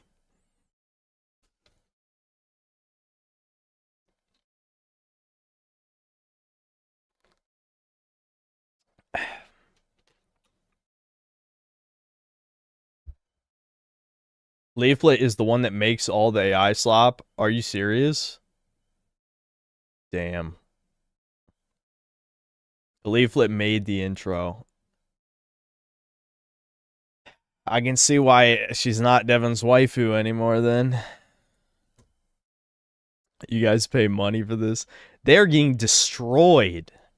Fucking, like, I was kind of expecting there to be, like, some shill positive comments or something, because I think last year was mostly positive, but there needs to be a best soundtrack category next year. That's just going to be another category Expedition 33 would have won, though, and I would agree as well, because I think it has a great soundtrack, actually, but my point is, what's the point of having a soundtrack category for this year, at least? I mean, next year, next year, you know, 2026, maybe, there'll be more variety, but for this show, it would just be another Expedition 33 award.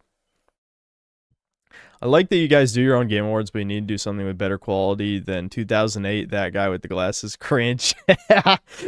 No, that actually would have been Soul. This is way worse. If Nostalgia Critic was in here being like, why does it look like Vegas? Then I would have been like 11 out of 10. Like, favorite, subscribe, donate $30 next year. No, this is shit. This is way worse than that. Anyway, especially with people paying to vote, here's the next year maybe being a huge improvement. Yeah, this is like saying they should be held accountable. What do you mean?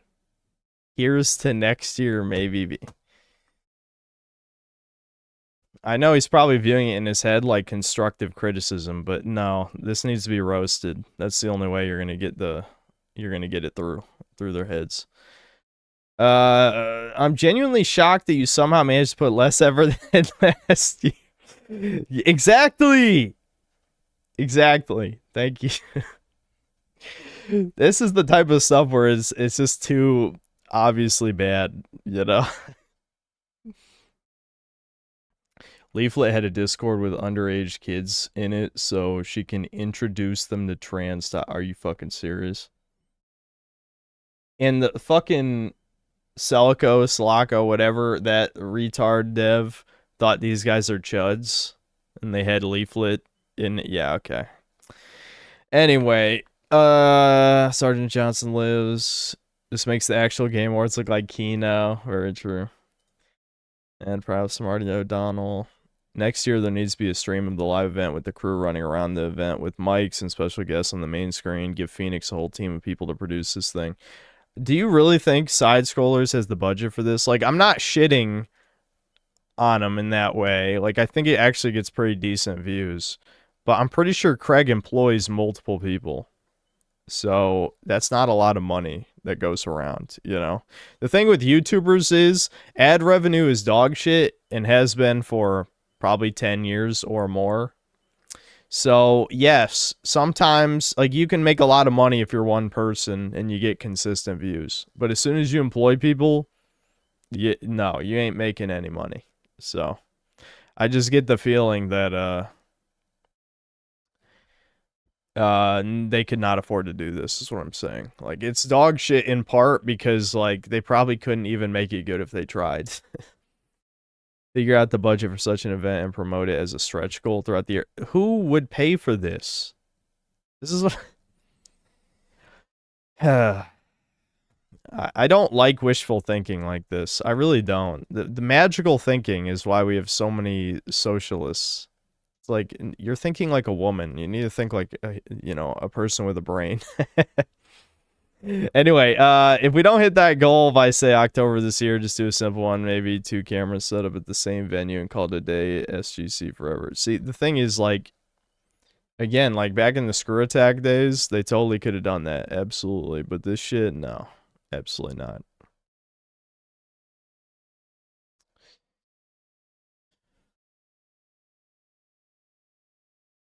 This sounds like a shill comment. Anyway, that ending. What was the ending? Fuck it. Your voice. It is such an honor to do so. Now, those of you guys watching in Dallas, we got more fun on the way as Video Armageddon is starting immediately after this. It's about to go down. And for those of you guys who stuck around all the way to the end here for the Real Game Awards, we do have one more special treat for you. A game that is so revolutionary, so hype, so one of one, we had to unveil it right now. Ladies and gentlemen, this is High Guard.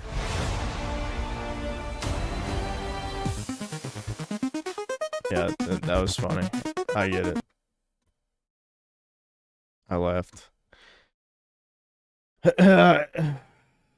Let's see. Bring back Celico is pure genius. You're a tard. This could have been an email. This could have been an email. Yeah. Now that's good, dude. That's how you get around the filters. That's a great roast that is not offensive. Oh shit.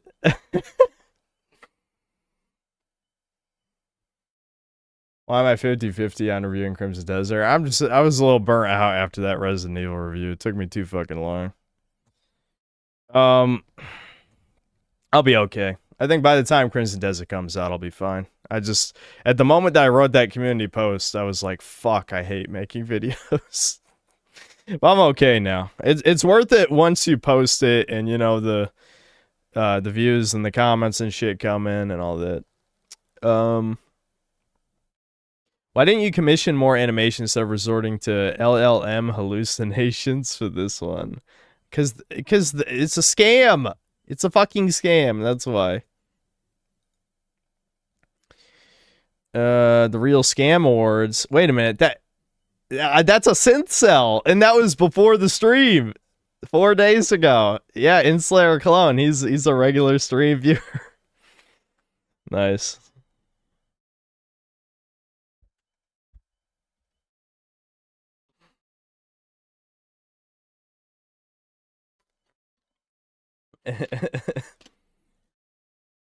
Yeah, that's pretty funny. Yep, Synth Cell in the wild.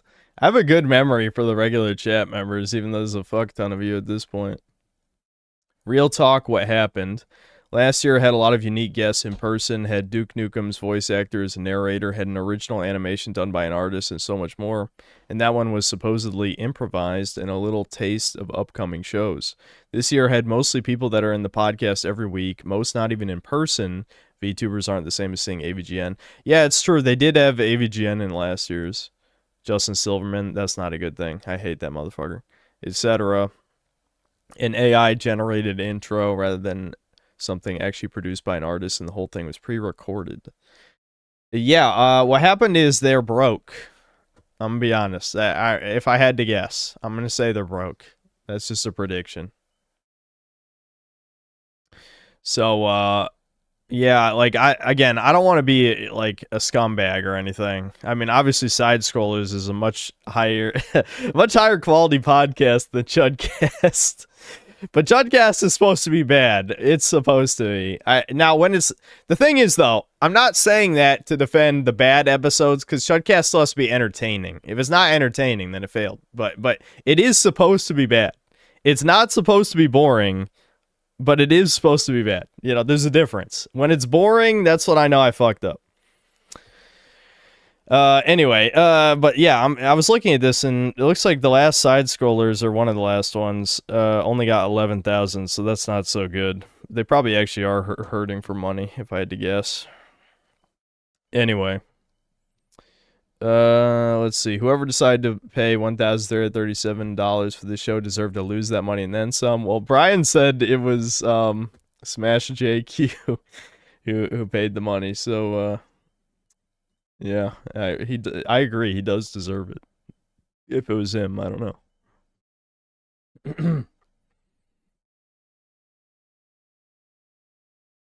The Real Game Awards 2025 was hosted at Dave & Buster's in Texas. That's kind of funny, actually. Type 2 Productions made a new video about Megamind. I think I watched it, actually. It was good. I'm pretty sure.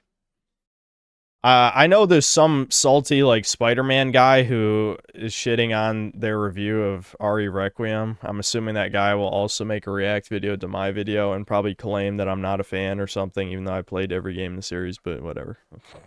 You just expect it already. I guess that technically I have not played a few of the side games, but I played every game that matters in the canon, basically. I mean, I even played fucking, what was it called? Not Resistance. What's the asymmetrical multiplayer game one where you could control, like, you controlled cameras and could summon zombies and shit, and you could play as, like, Nemesis. I actually played that for like 10 hours. It was not good, but I played it. Reverse. No, is that it? Or maybe it was Resistance. Or yeah, was it Reverse? I don't know. Whichever one is the one where you controlled the cam. It came with Resident Evil 3 Remake, I'm pretty sure. And you were like the director. It was an asymmetrical multiplayer game. And you played as like cameras, basically. I played as a survivor a few times, I think, but mostly I just wanted to play as, you know, the bad guy, of course. That's Resistance. Okay. Yeah, so I played Resistance. I did play Resistance a little bit. It was not good. It was not good. Okay, I'm going to give some feedback and suggestions that I feel could actually help improve this show for next year, along with... I'm going to read this, but I just feel like... I feel bad. I'm not even shitting on people like this. I feel bad when people write like 10 paragraphs, because you just know no one's reading this. No one's reading it. I read it, buddy, even though you probably wouldn't even like me if you watched my channel. But yeah. One, no AI opening next year. Yeah, no shit. Last year you got an actual animator to make your opening, and this year you just had Leaflet generate you an opening. Yeah, that's pretty bad. Objectively, that's just cheap with how much you're getting from the voters. Well, here's the thing, though. They didn't say how many people voted. Like, I don't know the percentage ratios off the top of my head, but people could probably make a good estimate based on the percentages in this video. I would really be shocked if it was significantly more than 100 people. And so, like, $3,000 budget is not a lot. You know, that's just not...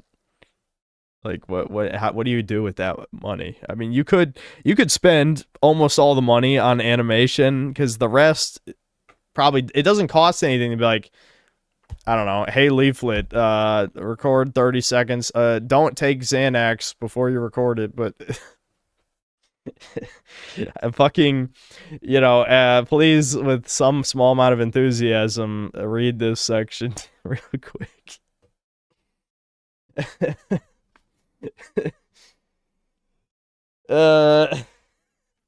So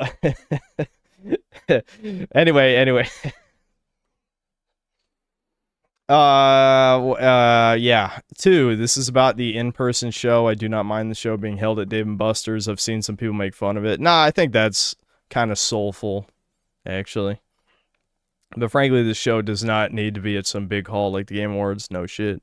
And doing it at Dave & Buster's, people can actually game and chat afterwards. However, doing the same format from last year for the in-person event and just showing a pre-recorded video is lazy and cheap. There should be more incentive for people to actually buy tickets for the live show, because as it is now, it appears they had the same experience as those that did buy tickets only for My Computer Chair. Yeah, you got scammed, motherfucker. Everyone who bought the live ticket tier, that was what, the $150 one or whatever it is? Yeah, $150. Yeah, that's all you motherfuckers got scammed. I hope you learned a valuable lesson. There is a grain of truth to the constant grifter comments that the leftists talk about. It's probably more than a grain of truth. I mean, genuinely, I feel like for most of the people here, you could usually tell very quickly if someone actually means what they say. And even if you can't tell, they usually get exposed for being inconsistent eventually. Me, the only thing that changed with me is I stopped holding back. That was it. That was it. You should have some awards be presented live and in person. Have those segments filmed and edited into the video. They'll be uploaded online to make it feel more like an actual show. Yeah, sure. For me, it's, believe it or not, I don't care about the production quality that much. What I do care about is clearly no one gives a fuck. That's what I care about. Like, you can put in a lot of effort into something shit and make something kino. You know, that, again, that's, I think of the early internet shit. And that's what a lot of that stuff was. I think back to the early Nostalgia Critic videos and I'm like, all right, yeah, this is awesome. I love it. Even though a lot of it's cringe. A lot of it's cringe, but sometimes you gotta be cringe. That's what a lot of Zoomers don't get. You gotta be cringe to make something base sometimes. The show should be a mix of half in-person presenters and half pre-recorded presents. The VTubers are people that can't be bothered to fly out. Overall takeaway, last year being the way it was, I could understand it was the first one, so it's not going to be the best. And with the promise that funds would go towards the in-person event, I was optimistic for this year. Well, they made $5, so how are they going to make an in-person event? With 2 years worth of funding built up from 2024 and 2025, again, I just don't think they made that much money. And I think really that is the most charitable way to look at it. You could look at it in the way that actually they made millions and they hate you. But I honestly don't think it is that. I think they didn't make that much money. But with this year essentially being the same as last year, with just with an in-person event and a lackluster one, in my opinion, I'm once again left asking what others have been asking, and that is, where is this money going? It's clearly not being spent on hiring an animator for your opening. You're clearly not spending on getting famous voice actors to do lines for the show. Seriously, where was Duke Nukem, and for that matter, AVGN? It's not being spent on presenters, since most of the presenters are cast/friends of your podcast, or in some cases, sponsors of the awards, Smash JT. Okay, yeah, I guess it was... Yeah, I'll take that as confirmation enough that Smash JT did, in fact, buy the elite amount of money tier. Where is the money going? Because as it stands right now, it does not appear to be spent on the show, and you don't have the excuse like last year that you're building up funds. You have 2 years worth of funds from voting members. There's no excuse for it being the way it is. Yeah, hold on. I'll see that in a second. Or I'll just read it right now. Fuck it. Sincere Hypocrite, thanks to the 100 Australians, stop watching Fuda. That is probably good advice. Thanks. Appreciate it. Let's see. Where was I? I hope that next year's event is improved, because as it is right now, it's just the same thing like last year. There's no reason for this to be an in-person event if all you're going to do is show a pre-recorded video. There you go. So for all these people that are worried no one will ever read their 5 paragraphs, I did read it. I know I say I don't know how to read, but I used all my power on that one to be able to read. It really took it out of me, so you can't ask too much from me for the rest of the stream.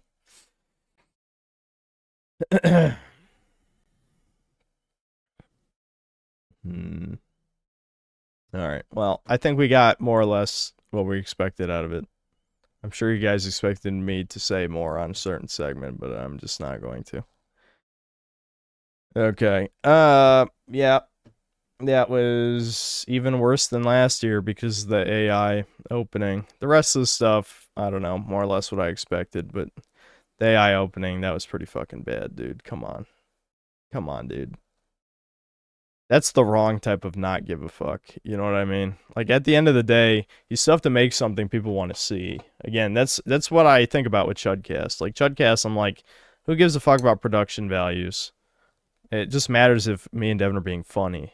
And if me and Devin are not being funny, then we failed. That's it, you know?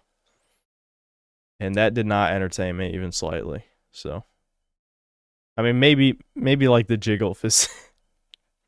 The best mod in the jiggle physics categories. The fact that those exist, that's mildly amusing.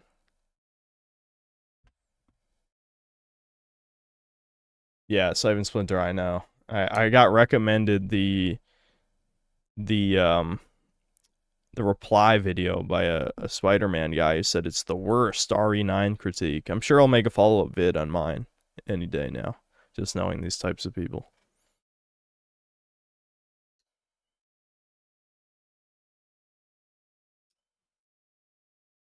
Devin yawning and getting you annoyed is funny as fuck. How is Devin yawning funny? Okay, yeah, me being annoyed, sure, whatever. But you guys see me annoyed all the time. I'm annoyed every 5 seconds.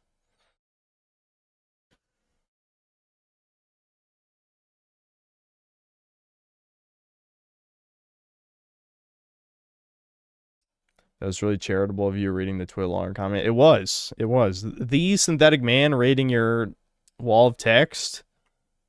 I mean, shit. Alright, we gotta play this baby game. That probably isn't even good, but you know me, guys. I saw a 3D platformer, and I'm like, fuck it, we'll give it a shot.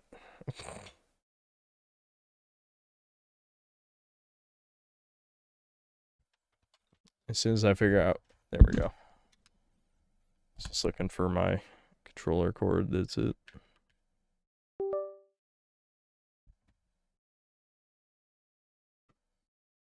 Hey dude, I caught that marathon stream. It was nice to see the Hasidic Jew and the Ashkenazi Jew set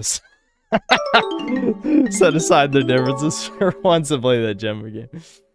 I genuinely do not understand the appeal of that genre. I don't.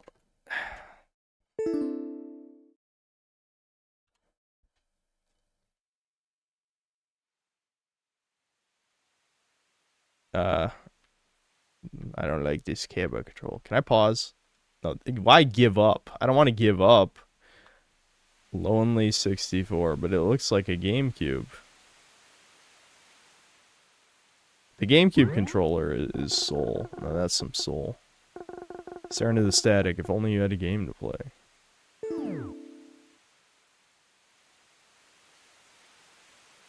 Mr. Sleepy Man.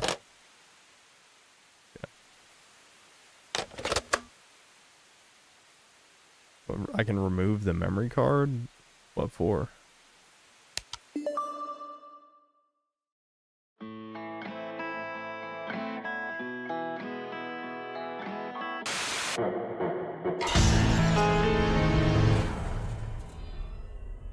I'll turn it down as soon as it lets me actually get into the menu. Hello? Oh, okay, this is voice acting? I'm shocked. You were asleep for a long time. I thought you were never gonna wake up. Oh, wait, never. Alright, hold on. There we go. Hear my gameplay audio. Okay.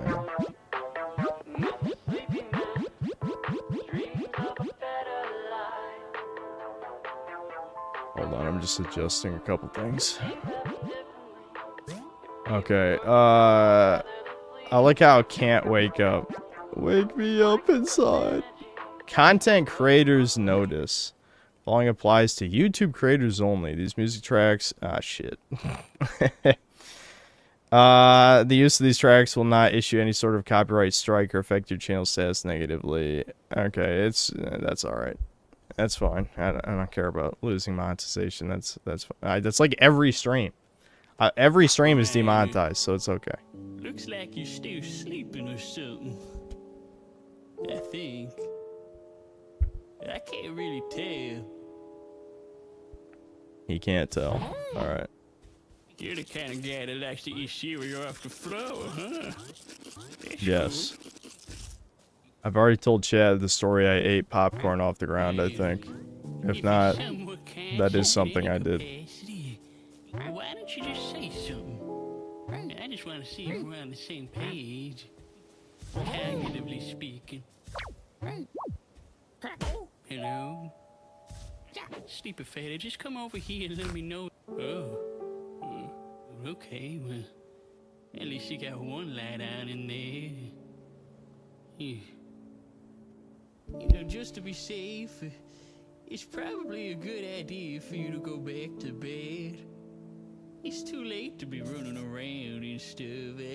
I don't want you to accidentally fall and hit your head or something. A concussion is no laughing matter.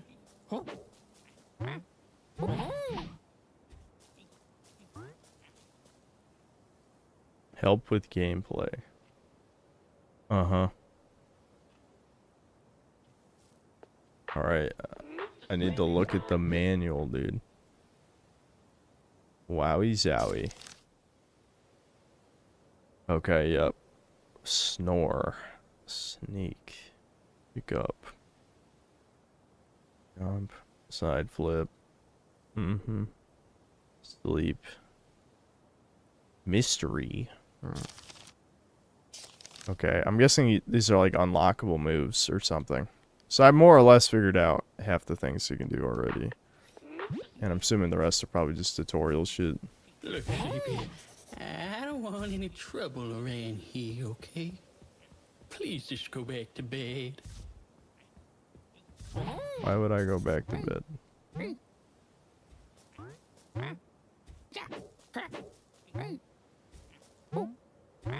That window's pretty much unbreakable, so I really wouldn't mess with it.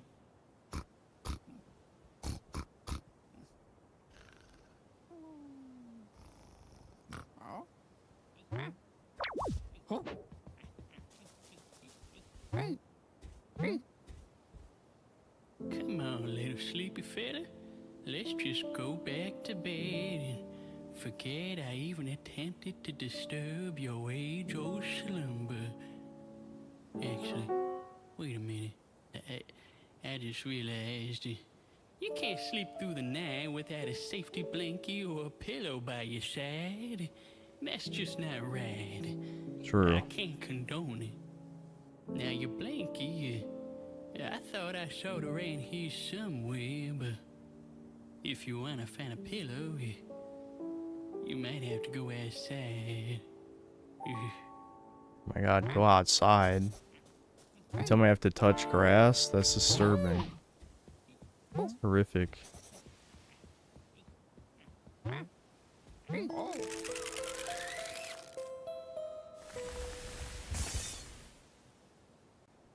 Kind of sounded like a Luigi's Mansion sound.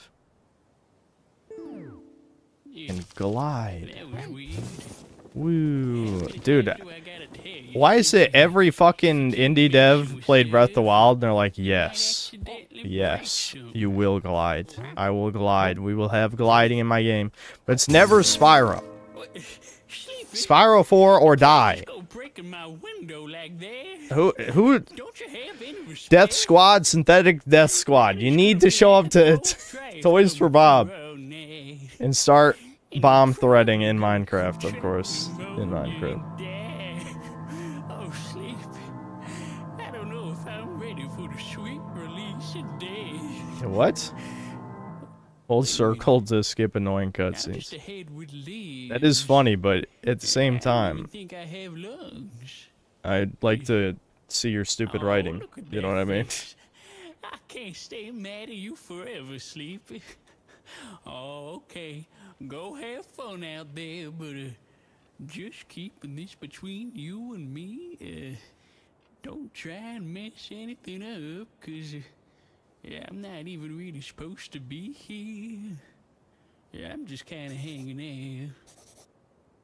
So I guess I'll see you later. Alright, time to mess everything up then. Sounds good. Now I'm all alone again. Alright, well, that was kind of bizarre.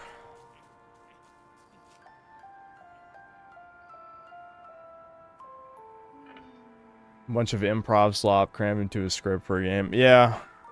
It's hard to do like realistic dialogue and not have it be kind of like millennial humor type shit.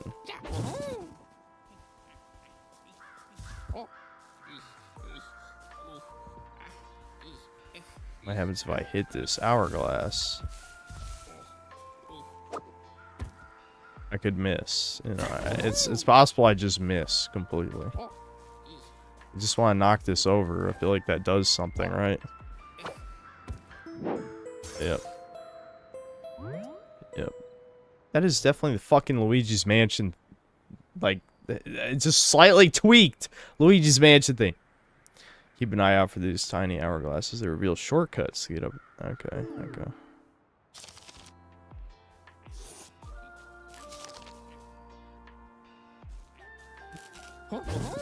Nintendo soothes, man. You know you're playing slop instead of Voodoo, Vince. Listen, this is a new video game. I thought we all came to this channel to watch me play new video game and then complain.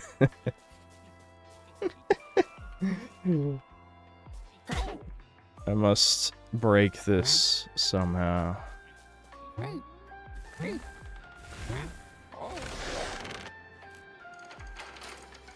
Oh.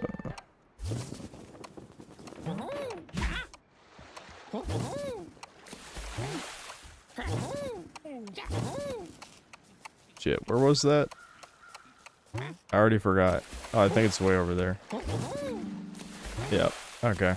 I gotta go fast. Sonic speed. Hey, you. Yeah? What's up? Please, sir, my son. Have you seen my... Oh, he actually is kind of talking. Kind of like Animal Crossing speak a little bit. Yeah, like that. Haha, I keep telling my boy the same thing. Blah, blah, blah, blah, blah. Chunk. So if you decide to open one of those eyes. Okay, we have to look for Chunky Bear.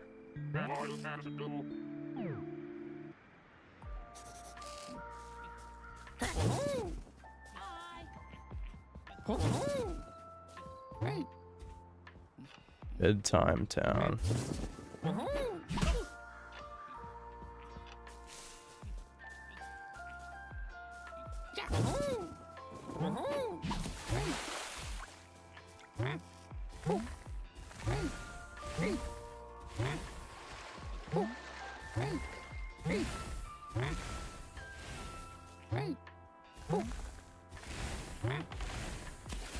Wow. I just straight up fucked it up.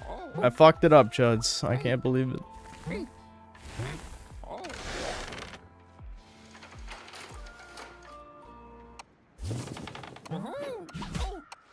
I gotta not do that. Yeah, I don't know why, but it's so tempting to do it that way. No! Alright, well, maybe I'll just get more used to the controls first. Is there a way to cancel this and maintain momentum?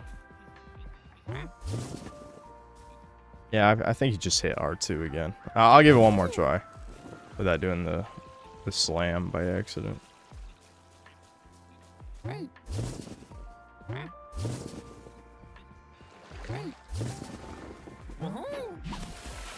I don't know why.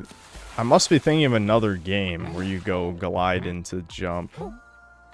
Problem is, like, my muscle memory is fucked from playing 5 billion video games.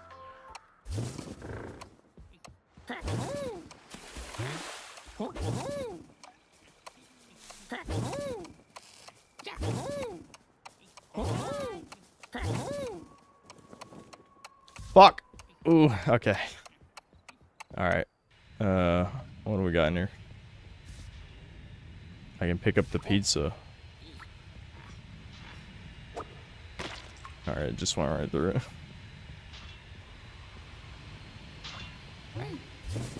I did not. My depth perception was kind of fucky right there. Alright.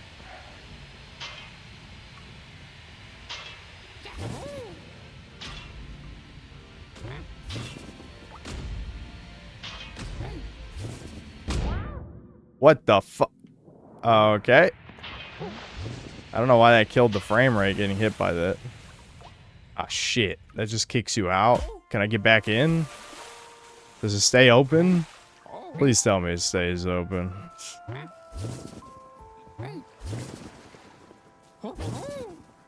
What's that thing?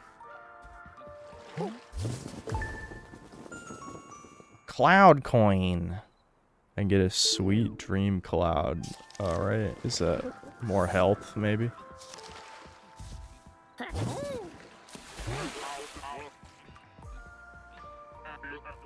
Yeah, I should probably read... I forgot to read Super Chats after we were reacting to the Real Game Awards, which was definitely the greatest show I've ever seen, for sure. I want to know if they address the controversy or if they just ignore it.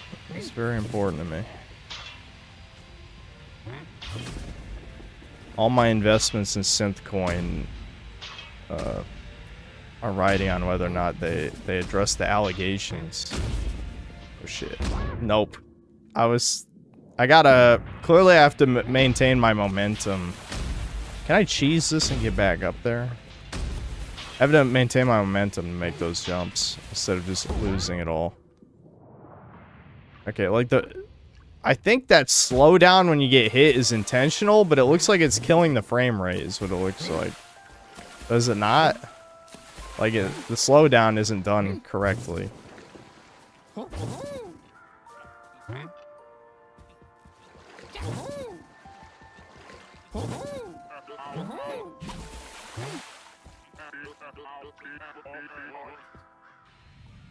Yeah, it does look bad for sure. Okay, so I gotta run through this basically. I gotta go super speed. Sonic time.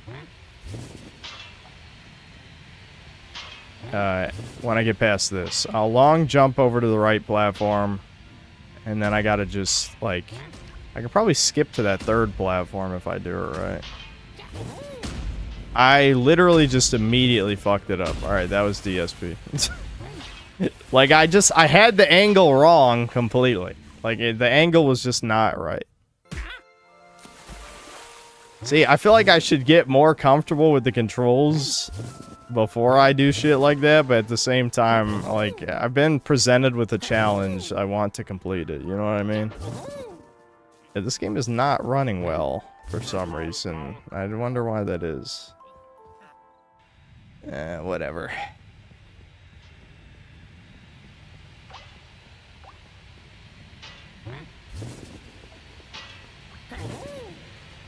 Okay, the long jump nightmare. What does that mean? What does nightmare mean? As you can tell, I'm getting impatient. I just did that long jump. I don't even know how to get health back.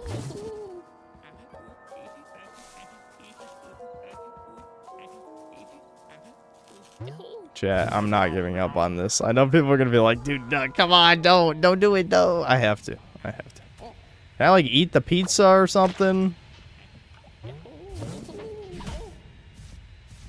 Shit! Look at that! Look at the shadows. They want to kill me.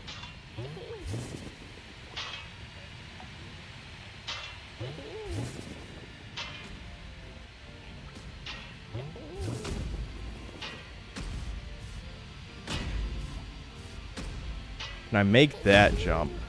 Yep. Oh my god. Shit! I'm kind of getting the vibe behind this game though. So I lost all my, I don't even know what those are. The cereal. That's what it is.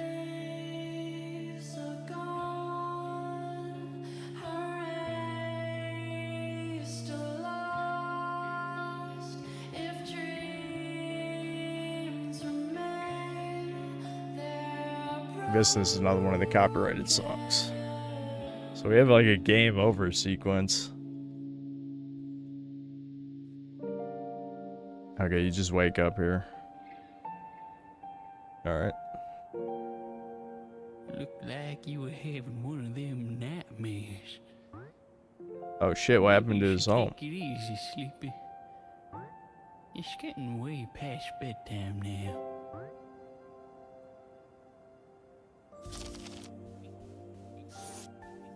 His dreams remain, they're broken.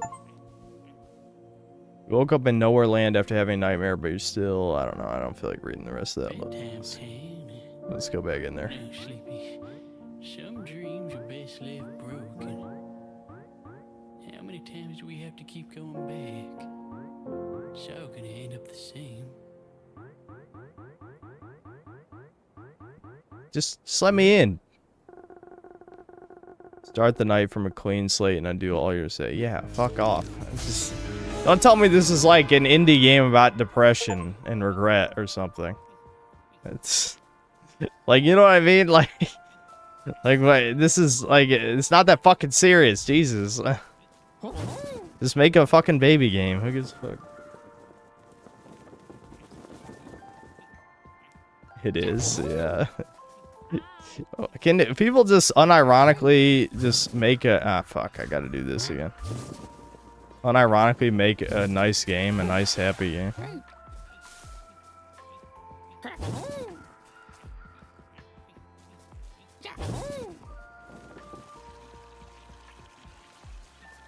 Mr. Sleepy was sad.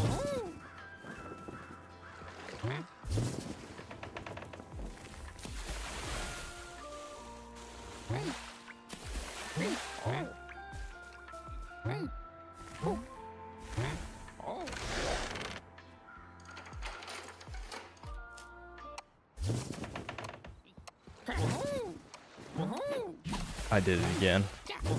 It's very weird that that jump is I'm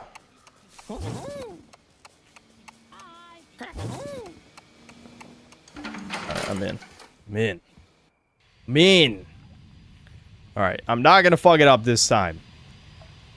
Like, I understand the general idea behind the controls. It seems like a lot of this game is built around momentum, because I don't think there's a run button.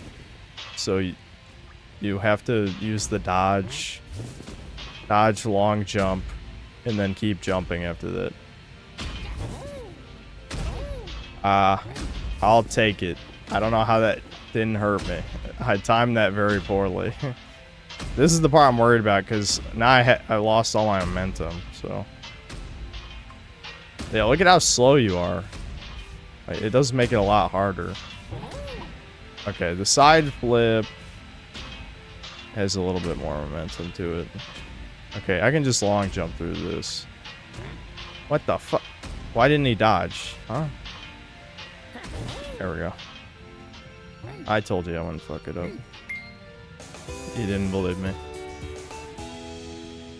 Found something shiny. Indeed I did. A hammer. Cool. What do I do with the hammer other than squish things? Of course.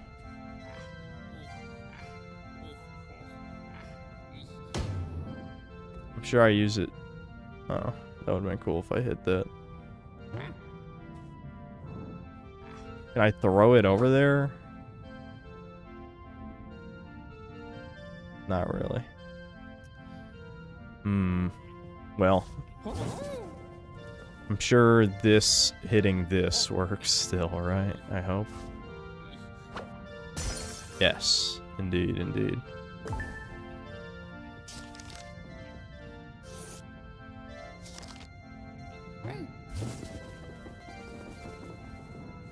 Looks like I was supposed to use the hammer right here to hit this.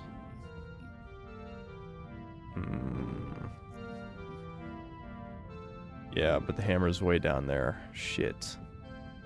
It didn't even respawn back. Or I guess it's possible that it did, but I doubt it. Let's check. Maybe another one spawns eventually.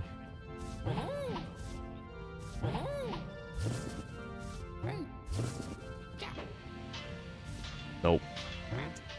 Alright.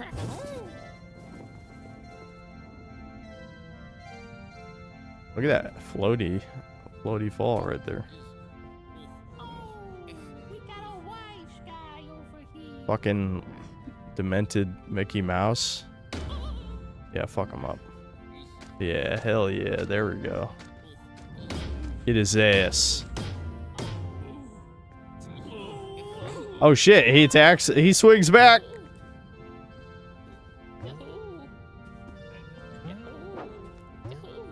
Wow, they actually attack. They actually attack you. I'm a little surprised by this. Fuck, really? Oh my god. Maybe I can you side flip still like this? No, shit. Oh, yes you can, I just fucked it up. Alright, that's clearly how you're supposed to do it then. Or, I don't know. Is it? Fuck. Chat, I'm fucking up. Chat, I can't believe it. I'm fucking up the baby game. Alright, what does that do? Ayo! Mousetrap! Did you guys ever play Mousetrap, chuds? Shows Smash Mouse that freedom is only temporary. Mousetrap, chud. Here, I should get that thing really quick over here. Yes, indeed. The perfect family game, Mousetrap. I guess I'll check out what's over here real quick. Is hitting all these mice do anything?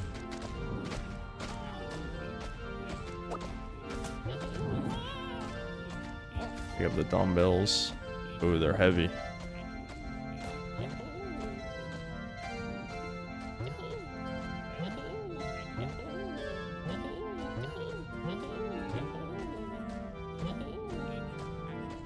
Okay, I guess fucking it up doesn't matter.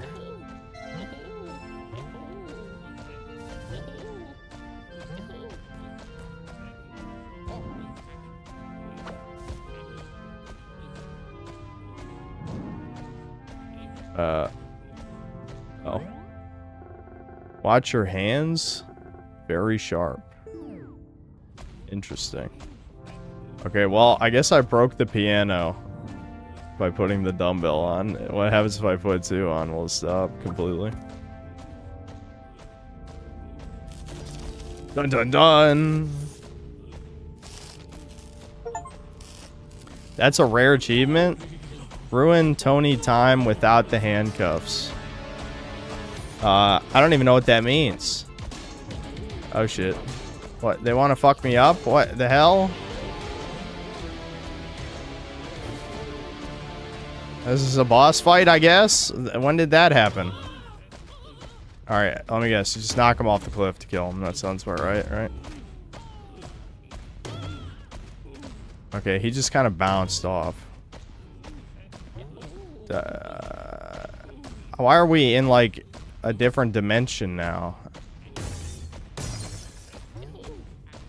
This game is schizo.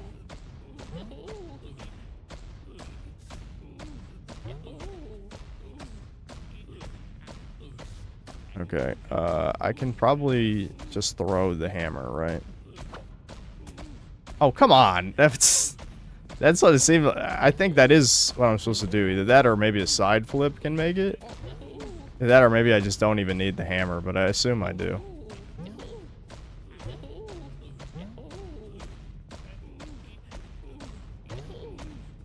Okay, I had more momentum there.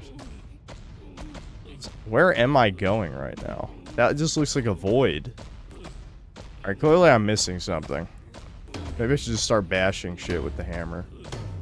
Because before this led into a pipe that led out of here, but now that we're in like the I fucked up shit dimension, this leads nowhere. So I guess I gotta kill the mice somehow.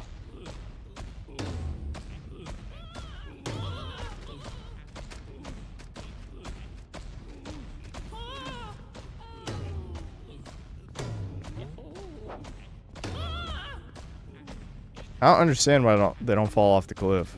Maybe do I just jump, chat? I just jump off? I'm just gonna jump off. Fuck it. Let's see what happens. Oh, I can't jump off? There's no way. Am I fucking trapped in this dimension? The hell? I hope something didn't bug out.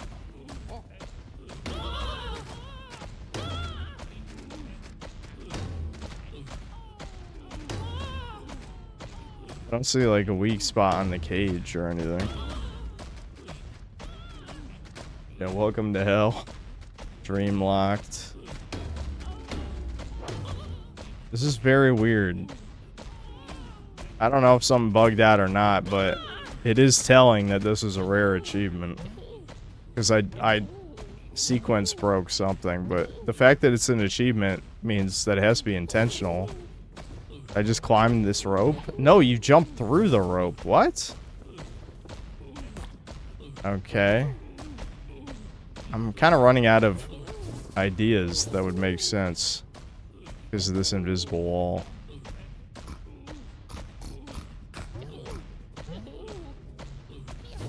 I'd prefer not to die on purpose. That feels like a last resort. What happens if I fall asleep?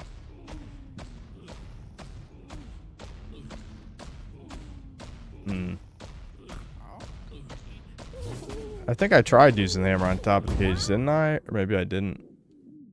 Yeah, the frame drop when you get hit it looks really fucking jank.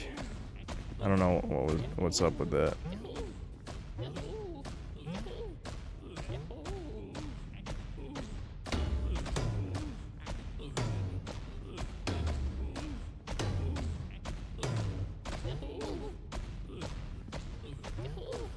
Oh, I didn't even know you could dive in midair. That would have made some of those jumps way easier. Holy shit.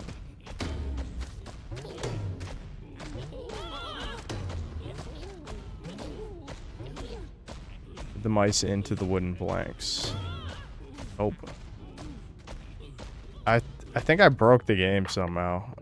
That's kind of what it feels like. I don't know.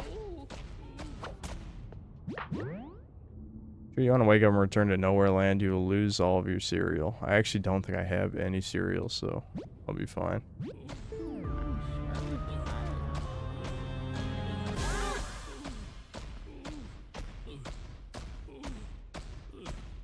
It blinked white after hit. Dude, I hit them 10 times already. Alright, did you just join the stream? Do you think they have more than 10 health? I mean, genuinely, you can count back how many times I hit them during that sequence. They clearly don't die.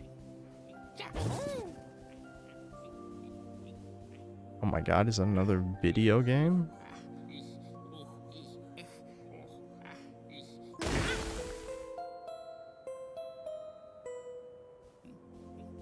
This guy really liked Luigi's Mansion. Someone call Nintendo's lawyers. Alright, let me just go back into that level, I guess. I don't know. I don't know. Whatever. Just let me in there.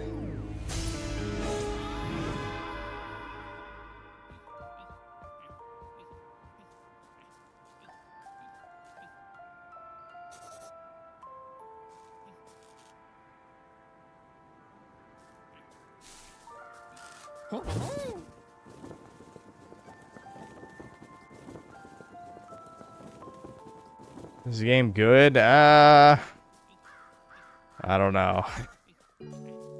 It feels like another Schizo game, kind of like that weird, almost Ratchet and Clank like that we played during the Next Fest. You want Chunky Bear's little pals? Well, I don't talk. Think it may be past your bedtime, little one. Oh yeah. Suck on this, bitch.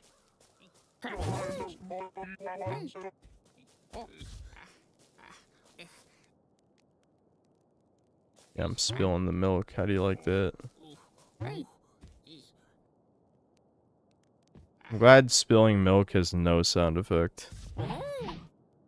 That's good. It's pretty polished.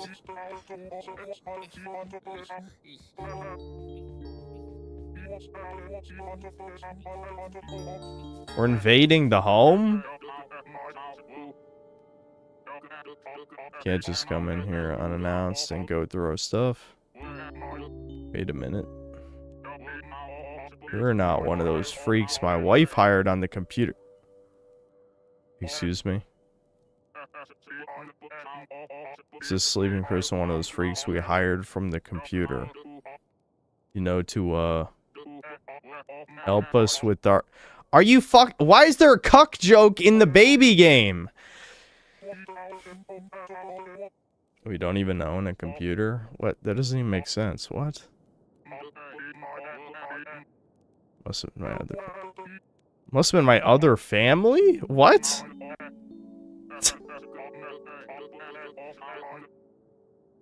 I think this guy might have just farted. That's probably what you heard. Look sleepy, buddy. I know you probably came up here trying to help look for my son.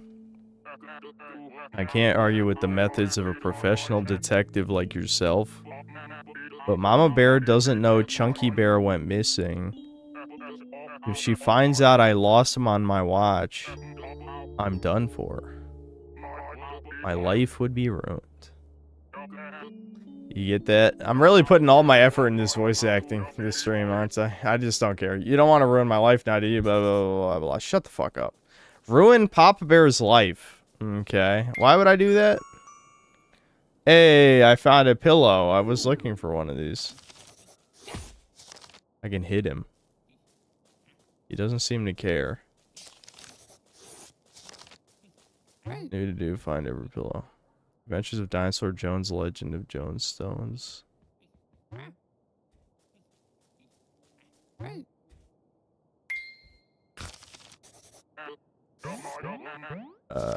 Sorry, I'm just skipping all the dialogue. You're in no position to criticize someone else's sleeping habits, buddy. I didn't even... I skipped. Oh, is it because they sleep in separate beds? Is that what that was about? I bet it was. Hold on. I see something on the ceiling.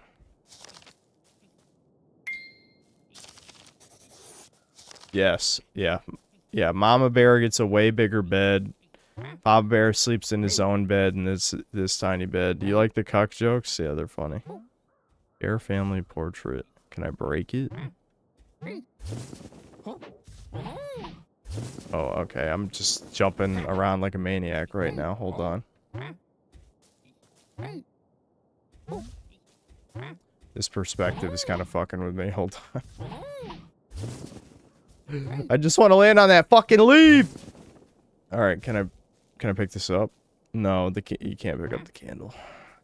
There's gotta be a way to destroy the family portrait, right? I mean, they did kind of just identify it. I was hoping you could burn it or something.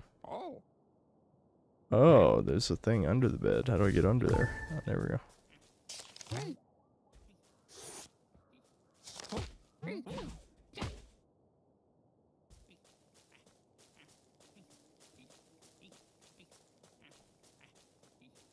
I never even found out what you're supposed to do with the milk. Can I pour the milk on the family portrait?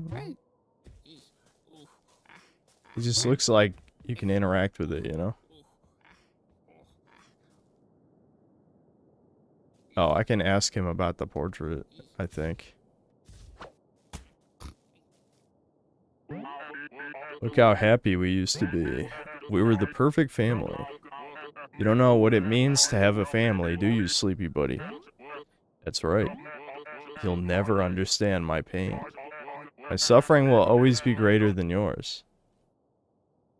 Alright, well, dude, how many indie devs are fucking mentally ill? Is it all of them? Like, this is not funny, dude. This is, like, what the...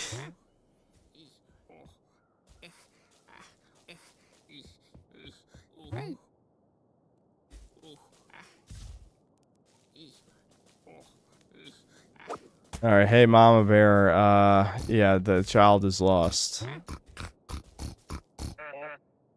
Hey honey. Dude, look at how huge that bitch is. Holy fuck. Oh, just past time before bed, blah blah blah. Oh yeah, I'll get right on there. I must have lost track of the time myself, haha. Well, how do I rat him out if... Do I have to somehow get rid of Papa Bear? Because I don't, like, see an option. Oh, here we go. Honey, what's the deal with this sleepy guy? I don't think I've seen him open his eyes once. Oh, this fella here. It's nothing to worry about. I already gave him a good talk and get a load of this. He's like one of Chunky Bear's best pals. I think they're in the middle of like an intense game of hide and seek or something. This sleepy dude is like a pro. He takes the game super seriously. So I think he just ran in here before trying to look for the little fella. Honey, I don't care about their silly game and her blah blah blah blah. Stop being a lazy oaf and go find Chunky Bear. Okay. I mean, my character doesn't talk. How am I supposed to rat him out?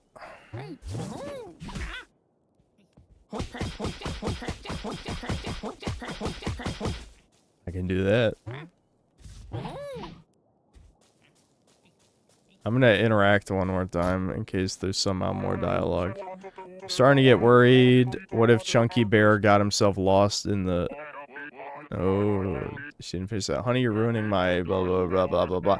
Enjoy this evening. I'm sure this sleepy guy is gonna take care of that whole Chunky Bear thing in no time.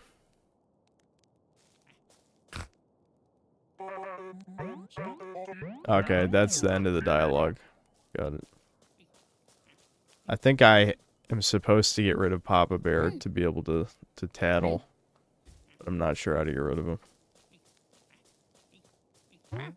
Yeah, I know everyone wants me to drop this game. Don't get me wrong. I know. I understand. I'm reading the room. But I'm also curious to see if there's anything else to see. You know what I mean?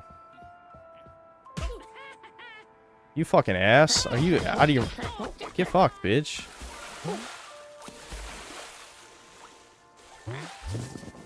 Can I throw a boulder at this bitch? Yeah, get fucked. I knocked him out. Like, actually knocked him out.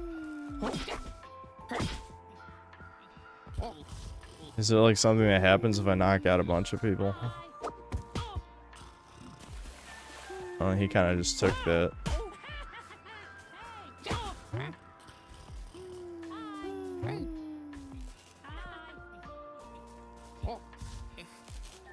Okay, they wake back up.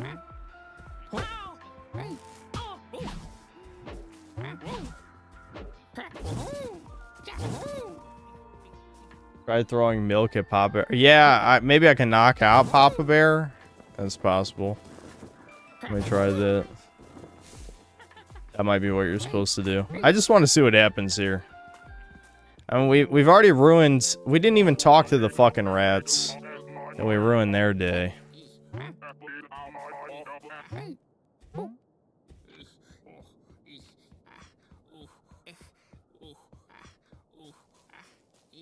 Oh, is Pop Bear not gonna follow me up here anymore?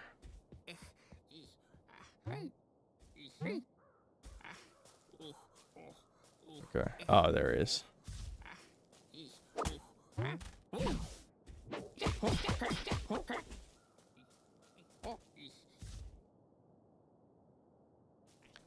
Does spilling milk really not do anything?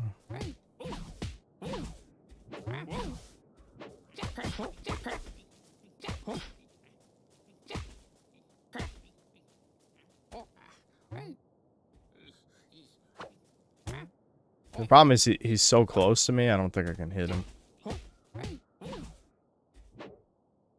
The bowl? Hold on. I don't know. I didn't even see a bowl. But let's pour the milk in the bowl, I guess.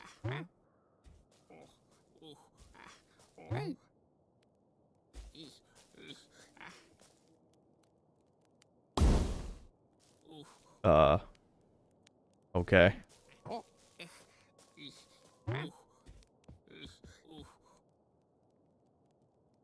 I just want to put out that fire. I don't know why.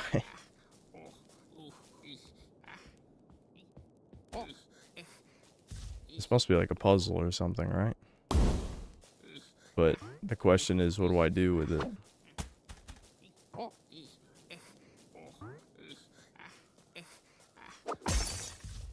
Well, that broke it. I broke it, chat. I'm sorry. Like many things in this world, I broke it.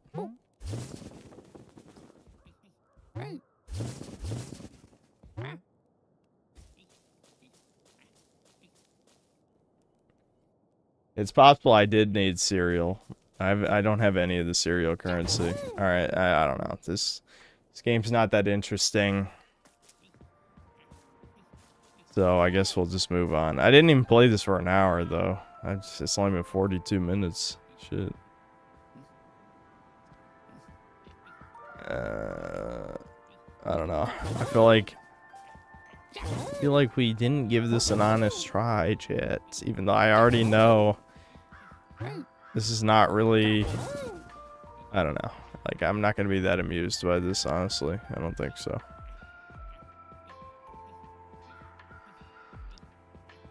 I think I was supposed to get some kind of vehicle or something.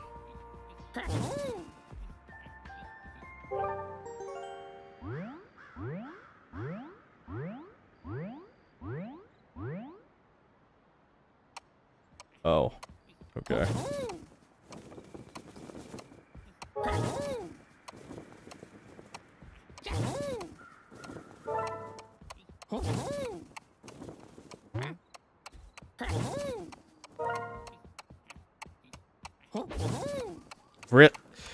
Are you fucking kidding? Press square while rolling to slide. Okay, I did not know you could do that. So you're just supposed to slide. Got it. Oh, I see. You can slide on the pillow. So when I got the pillow, I did get a bunch of moves. I just wasn't aware. Wowie zowie. Look at this. Look at this. That's kind of fun, actually.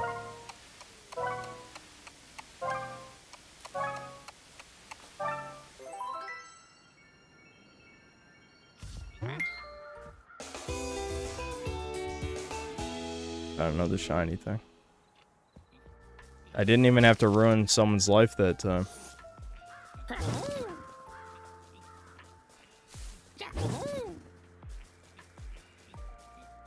Wowie zowie. Check the video walkthrough for the pizza part. You were right, it was a bug. The tunnel should still be there when it becomes a nightmare. The player trapped the mouse during nightmare. Oh, okay. So the sequence break actually broke the game, even though I got an achievement for it. So it definitely was a bug for sure.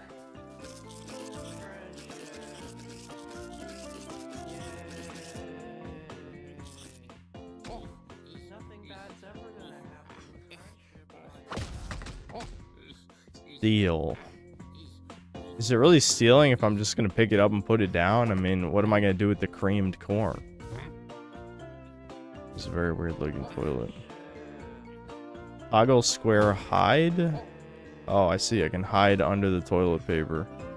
I'm guessing I'm gonna need that. It's gonna be a demon.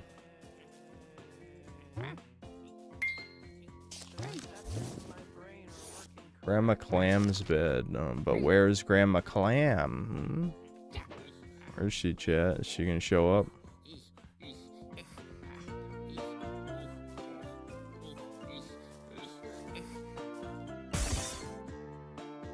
Well, I mean, I'm glad you can do that. I did want to break the TV, it's true. And swim in creamed corn. Looks like someone got all slippery. People are gonna have a hard time catching you now. Oh, that actually helped me, I guess. But no one's tried to actually catch me yet.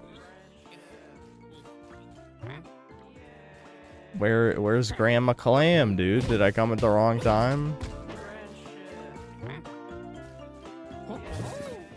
I mean, clearly there's a hide mechanic, so Grandma Clam is supposed to be here, but maybe it's only after a certain event.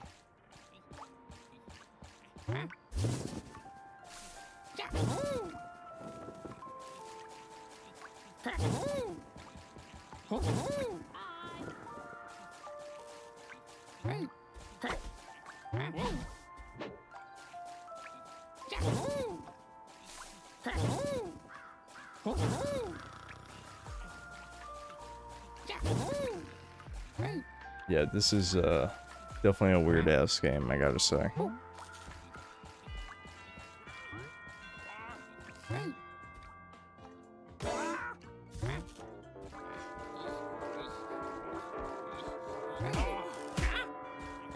Why'd he hit me? You can't fucking hit me, you bitch.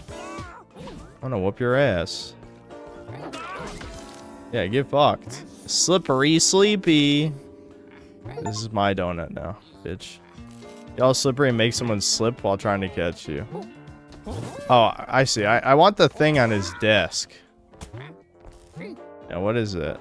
Oh, it's a pillow. I see. Yeah, I have your pillow, bitch. Yeah, try and get it. No! He did get me. Fuck. You ass.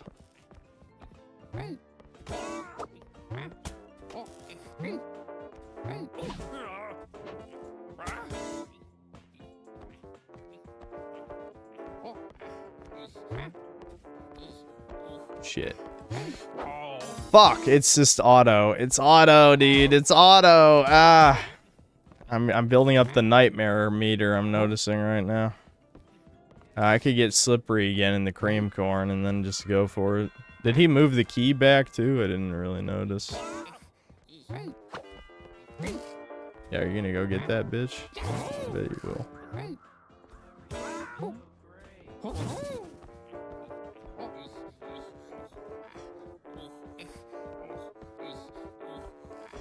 Fuck. He's catching up, chat. No. No. Fuck. Ah. This is no fall damage.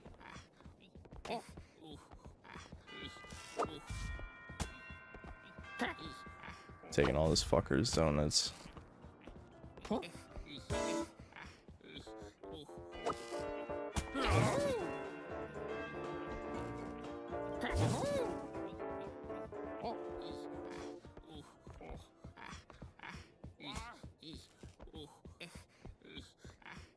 Oh shit, did he not see me? I think I might be good. Because he didn't see me. Oh, never mind, he's still coming. I just slowed him down a little bit more, that was it. Where the fuck do I take this key? He's gonna get me again.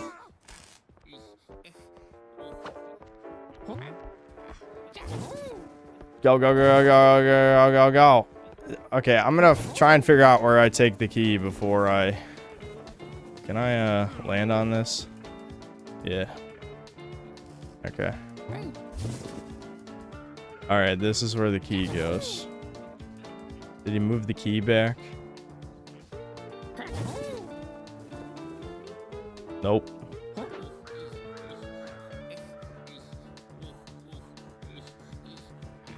I hear him coming back though.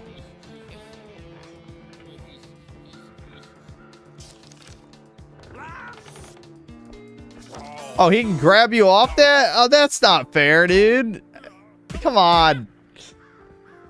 Come on. I stole all this motherfucker's donuts. He doesn't even care anymore.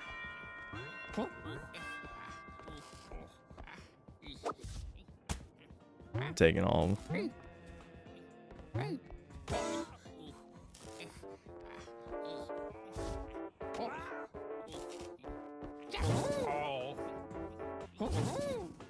I'll take him like a... Oh my... What the... Or so you can get caught behind the stairs. Wait, does it relock the spotlight? Dude, this is fucked. Am I supposed to actually get rid of him somehow? I'm glad that happened. I'm just curious to see what this is gonna do, and then we'll switch games after this. Yeah, haha, you thought you got me. You didn't. Asshole.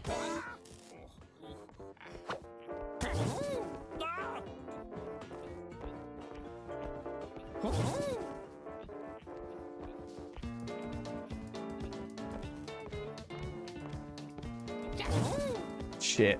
I should have fucking known. God damn it, dude. I should just go for the slippery buff, but I'm too lazy. This guy's taking fucking forever. Get over here. Oh, come on. I thought I could side flip over his head. It did not work.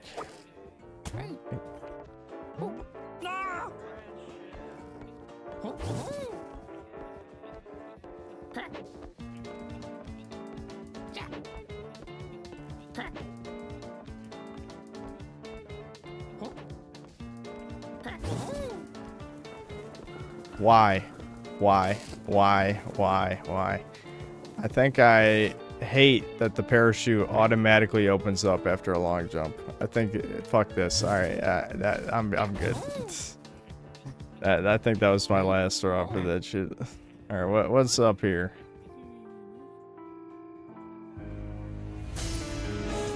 Alright, I guess we can see what this is. Yeah, the every time you long jump, it just auto opens your blanky parachute. Oh, I actually can't parachute here. That's interesting. Did they take my blanky? My blanky, dude? I can swing a flower.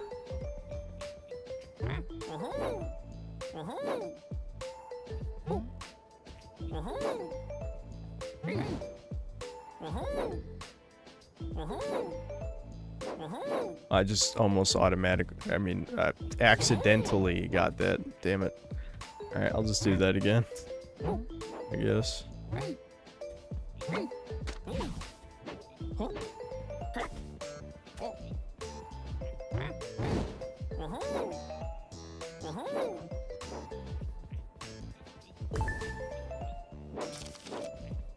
What the hell is even going on here? I can have a bowl of tears instead of a bowl of milk. Nice. Somehow I don't think that's what we wanted. I think we wanted a bowl of cereal. Yeah. Do you like balls? Wow. That's profound. So I don't actually have cereal for the bowl of milk, though. I'm guessing I need to put this somewhere. How do I, yeah, I can just tap R2. Oh my god. I did it. I made bowl of cereal. What do I do with it? What? That's an achievement? Okay. I did in fact make a bowl of cereal. What now? What? It just gives me a new bowl.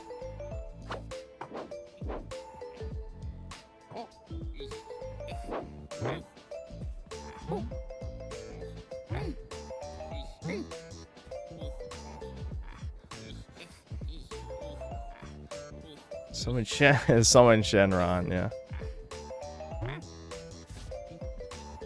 Hello, flower, what do you want?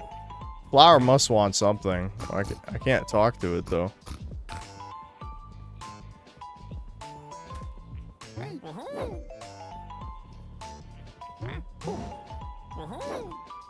Oh, whoops. Alright, there we go.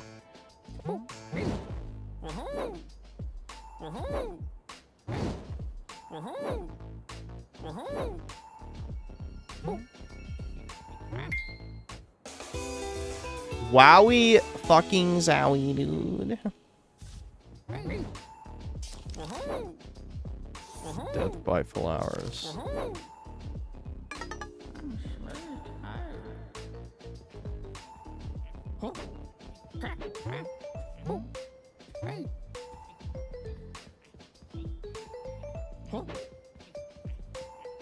Yeah, okay, right there it shows no blankie. Got it. Just wasn't paying attention. Okay, well, that's it for whatever this game was called. I actually forgot. Mr. Sleepy or something? I think it's Mr. Sleepy. Maybe I'll get that cloud real quick. Reminder, go back to bed. Oh yeah, because I have a... Glad I fucked up the side flip again. I'm really good at this, if you couldn't tell.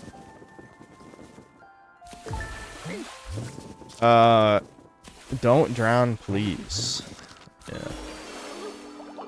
Oh, you actually do drown if you run out of... Okay, that was interesting. What just flashed on the screen there. Okay, we can try going back to bed because we have a pillow now. Is there going to be a... whoops. My bad.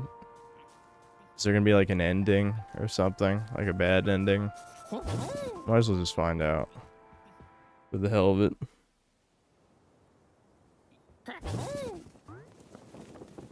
Look, Sleepy, I don't want any trouble around here, okay? Well, you finally got your pillow and your blanket, so come on, Sleepy. Let's just go back to bed and forget I woke you up. I've seen Juice WRLD, I think, on Oni Plays. Ambiguity of your state of consciousness is something I don't really want to think about that much. Honestly, I'm still confused about the whole situation. Yeah.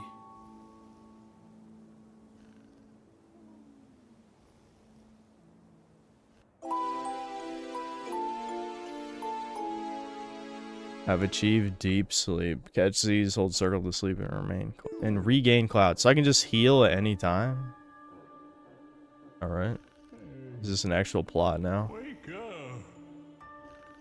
Big Kitty don't like this place. Too spooky here. Okay, so it's nightmare mode now. Oh. Shit, what'd he say? Come on. Big Kitty scared. I skipped the important line of dialogue. I need to find something, but I'm sure it'll be obvious. Look around or sleep to find secret sleeping spots. Okay. Alright, well, here's the nightmare shit, I guess. Get some clouds back through deep sleep ability. Whatever. I thought it was going to teach me something important about what's happening. You can lock on to spooky guys when you see an arrow above their head. When locked in, you will automatically move around them, making roll dodging a breeze. Dude, we've got lock on, dude. Oh my god. Dude, I don't know what... I don't know if, like, that slowdown is just not supposed to be happening, but it definitely looks horrific.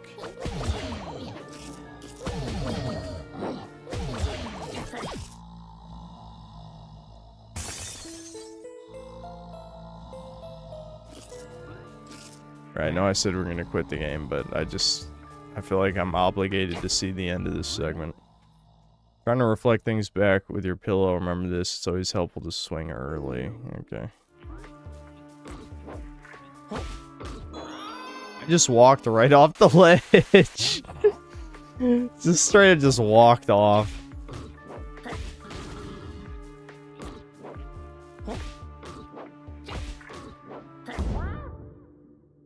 Okay, well, that time I swung too late.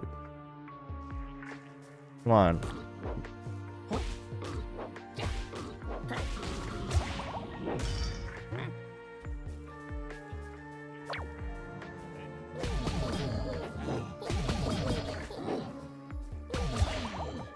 I love how the enemies have obligatory invulnerability phases so that you can't just spam swear.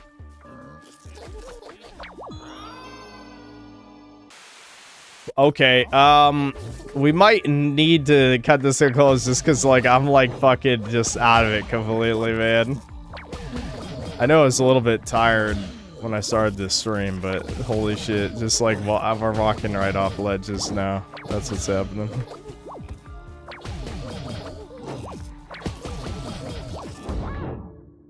Oh, hit me, John.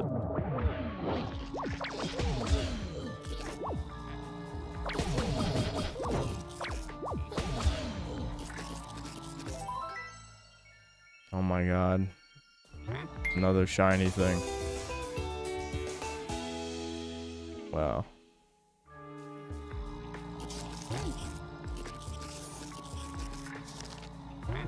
I don't even know what cereal does. Did they actually explain what cereal does? Oh, I'm supposed to... I get it. I get the rock, I throw it against the bell. Duh. Yeah. Makes perfect sense.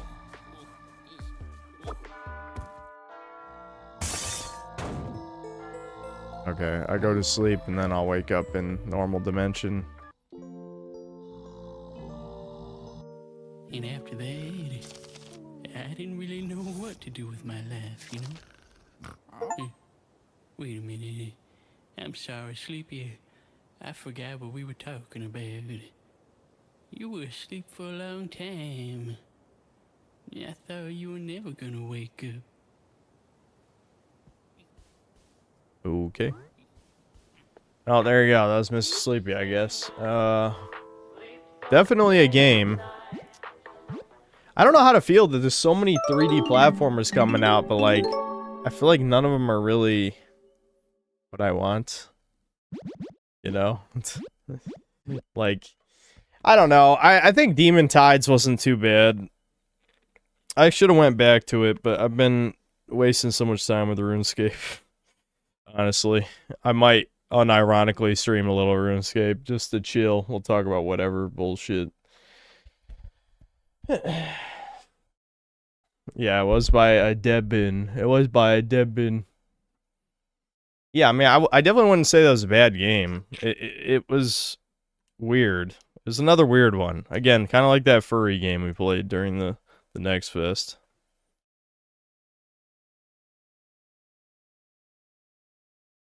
Oh yeah, super chats, yeah. We're never going back to Breakers. Why do people keep saying Breakers?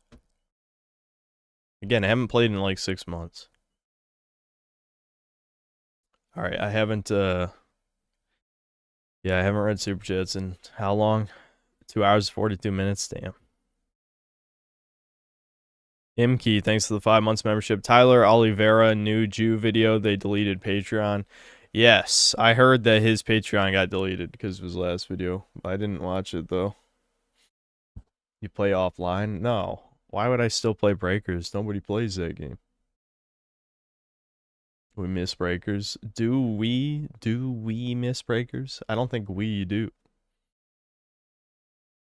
Seen any free run lately? No, I didn't watch episode 5. Devin's been watching a bunch of anime lately. I think he already talked about that on his stream, though. Me? No. No, not really. I didn't watch. Maybe I will after I end this stream, which I'm sure I'll end it in the next 2 hours because I'm already feeling fatigued, but at least play the lobby music. If I BRB, I will. Am I still playing Mugenics? I haven't played that in a while either. I hate to say it, I literally think all of my free time playing games has only been RuneScape. The rest of all I played in the past however many days since that last stream was Resident Evil Requiem, you know? So I played that for however long, and then I've just, the RuneScape is it.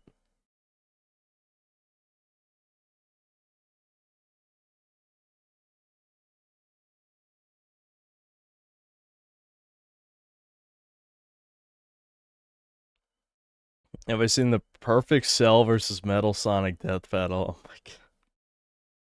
Alright, let me read the super chats and then maybe we'll watch that. Anabolic Plays, thanks to the $2. This is the Real Game Awards. It definitely was.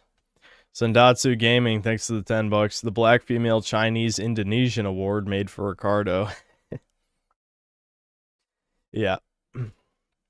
User, thanks to the 16 months of membership. Can we vote on your next haircut for $150? No. Everyone's going to vote bald. And I'm just not quite ready to be bald. I'm getting there. But I'm not there yet.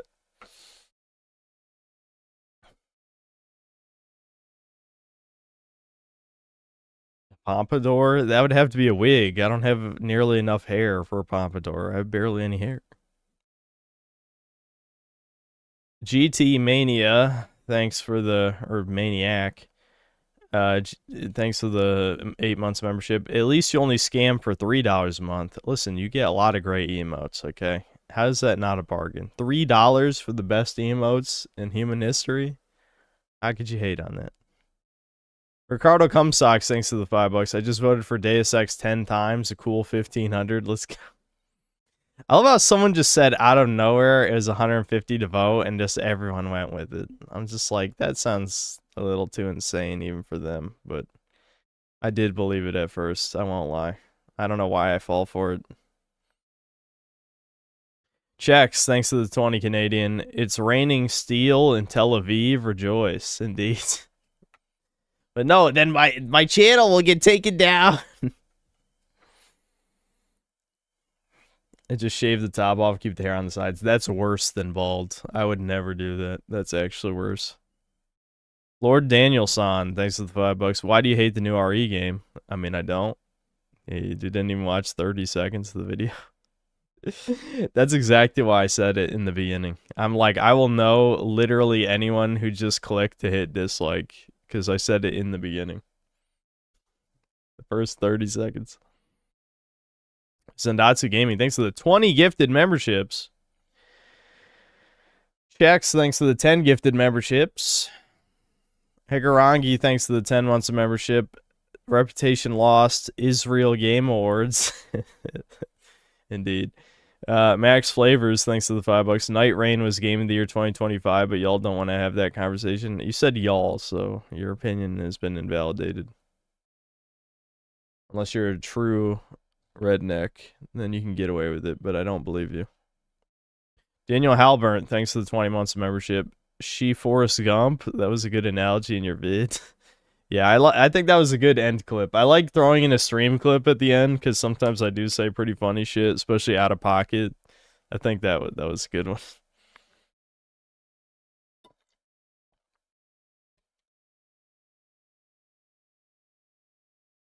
Latina Parfait's vid said 150. I think he misunderstood the AI prompt he used. Oh. Bud Sunny, thanks to the $5. The Real Game Awards scam so bad even Edda and Eddie would be appalled. Indeed. Yeah, they would only do it for a quarter. These fucking poor ass kids can't even give them a quarter so they can get a Jawbreaker. That's some bullshit. Accent Zero, thanks to the $2. Are you winning, gamer? Are you gonna play 1348? Yeah, you know it. When's that coming out? Shit. I forgot about that game. That's coming out soon, isn't it? Oh my god, that comes out the 12th? Well, maybe my vacation will be short-lived. I said it's not a vacation. I was going to stream anyway. But I guess I'm going to stream a lot this week. I'll just do Chudcast tomorrow, but on the 12th, we'll play this. We will definitely be playing this. I can't even buy it right now. I'll just add it to my wish list. Oh well. Halo with Thomas? No, we're torturing Thomas and Dokapon right now. Maybe afterward.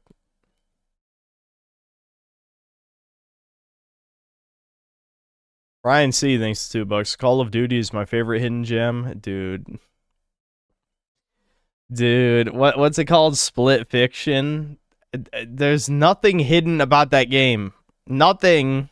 In the other game, the fucking, what's it called? Bonk? Super Bonk? Mega Bonk? Yeah, that's it. Mega Bonk. That was shilled by like a fuck ton of mainstream creators.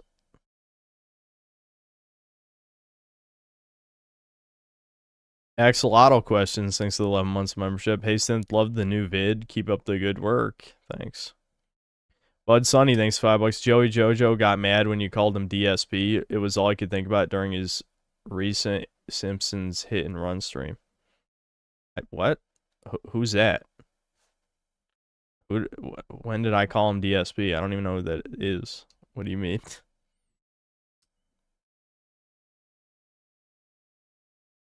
Thomas is in chat demanding Halo. When are you free, Thomas? So we were gonna play Dokapon. Though didn't you secretly tell Devin you don't even like that game? I think I overheard that when I was drifting in and out of sleep. Because Devin talks so loud, I'll overhear conversations in his room. I think he said something about Thomas hating Dokapon, which does not surprise me.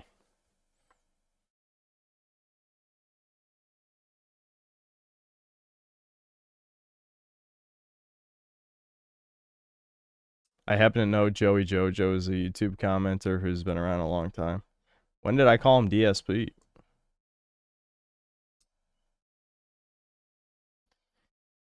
Ves Molo, thanks to the $5. A while ago, I brought up Kingdom Come 2 in Side Scrollers chat, and Greg flipped out saying, I won't get into it, I don't care. These grifters just want diet woke. Yes, of course. Of course they do.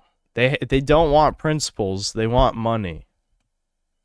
They want money. I know no one knows this except me because you know I have used green Reddit many a time in my day during the when I was watching Rooster Teeth burn to the ground. But after he separated from Screw Attack and Death Battle and all that shit, Craig made Game Attack, which was like a Let's Play channel basically. Which a very, very out-of-date Let's Play channel, because I think it was like 2016 or 2017 or something, where it's like, okay, Let's Play shit is definitely on the decline. Definitely. But anyway, the point is, his buddy Sean Bolin was like an outspoken, like, lefty cuck. So, Craig pretending to be, like, anti-woke on any level is a joke to me, because I watched Game Attack. Anyway,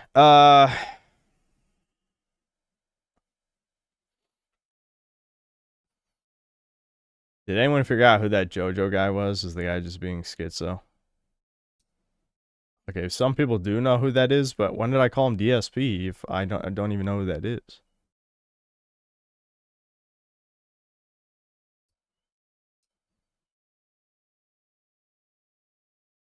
Anyway. Riordan, I think it's supposed to be Ryden, probably just with the I and A backward.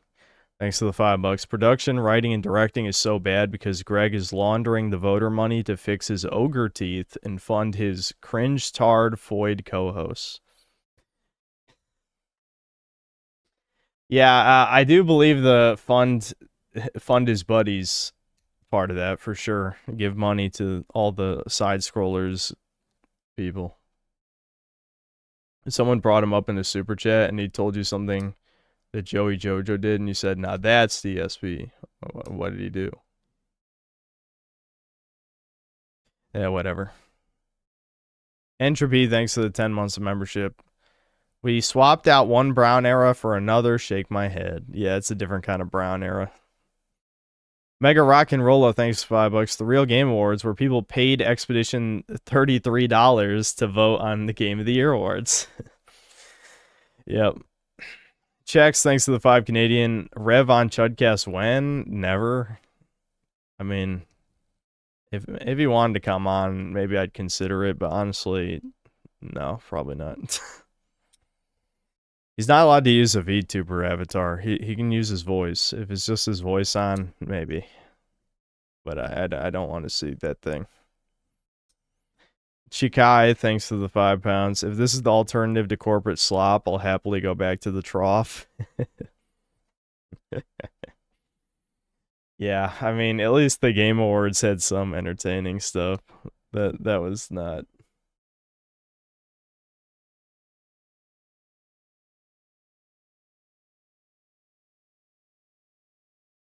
Can ER use his model? Yeah, I guess he could, just because his is, you know, it doesn't really count.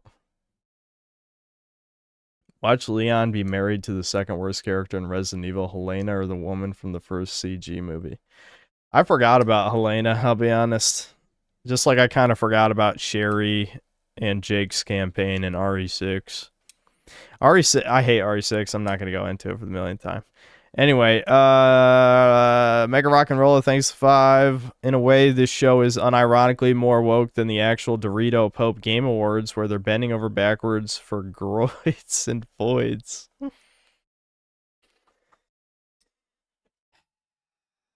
Yeah, I mean, I don't know. I guess it shows they're not chuds. The thing is, I'm an actual chud. That's what's crazy. Like, the leftists are bundling me together with them. I mean, the people in the know just call me a neo-Nazi, like the fucking the bisexual Curious George pedophile guy or whatever.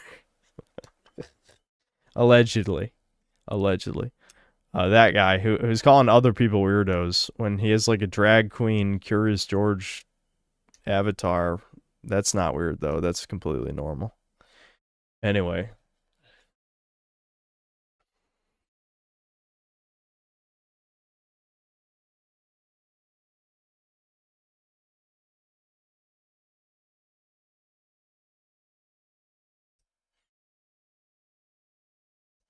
Apparently, the game director of RE9 confirmed Leon is married to Ada.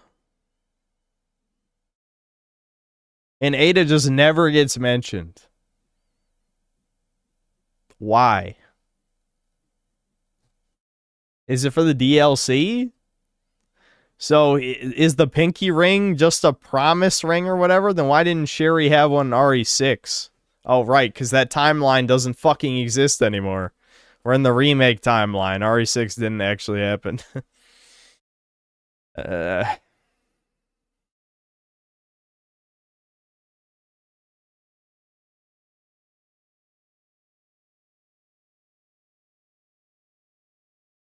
think he's lying. I agree.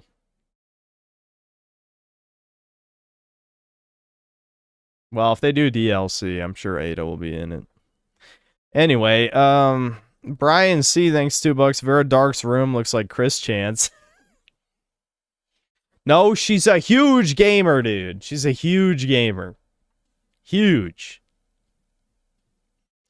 Mick Armadillo, thanks for the $5. Shin Knobnarb. That's the guy who said the slur. I remember. Real Game Awards vid was great. Maybe watch it this stream. I already watched it a year ago. He said he quit YouTube because he saw the Fox autism, specifically Poir is sexy, lol. Okay. Oh, that's cringe. Chikai, thanks to the £5. This spot was promised to Smash JT 3,000 years ago. Well, he did help fund it. Listen, not all of these people are geniuses, okay? They might have connections and money and nepotism shit like Devin. But that, you know, they don't always make smart investments.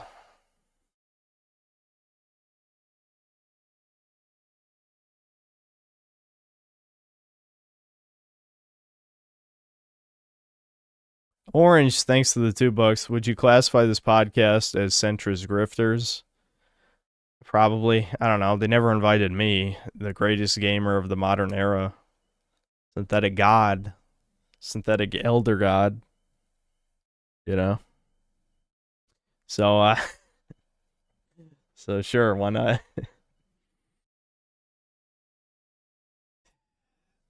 Anyway, Mega Rock and Rolla, thanks to the $5. Make a big deal about being the real Game Awards. Gives the award to the same award as Dorito Pope Game Awards. Yeah, I know. It's like, what? This show is fucking pointless. If it's supposed to be the voice of the gamers and the gamers agree that Expedition 33 was the best thing ever, then, I mean, yeah, your show serves no purpose, essentially. Just a best friend, thanks to the $2. Extraction Shooter is a gamble on fun and insanity. Yeah, I just don't care to gamble progress. Like, if I feel like I've wasted my time, like, don't get me wrong, I understand RuneScape is an extreme waste of time. But RuneScape, the number is always going up, right? Like, when I get, you know, I'm sure if I ever grind enough to the end game with bossing and then progression is just random, I'm sure I'll quit the game after I, you know, feasibly have to waste an insane amount of time as an Iron Man to get all of the resources to do the bosses. That's the shit that I could see myself quitting. But as of right now, It's just the number keeps going up. With an extraction shooter, I can lose the shit, and then I'm like, okay, I just wasted my time then. Entropy, thanks to the $5. Oh, glorious for the sun. I need your protection. Strongest samurai in Nippon. Ah, fine son. Daisuke. Maple tree. Maple tree.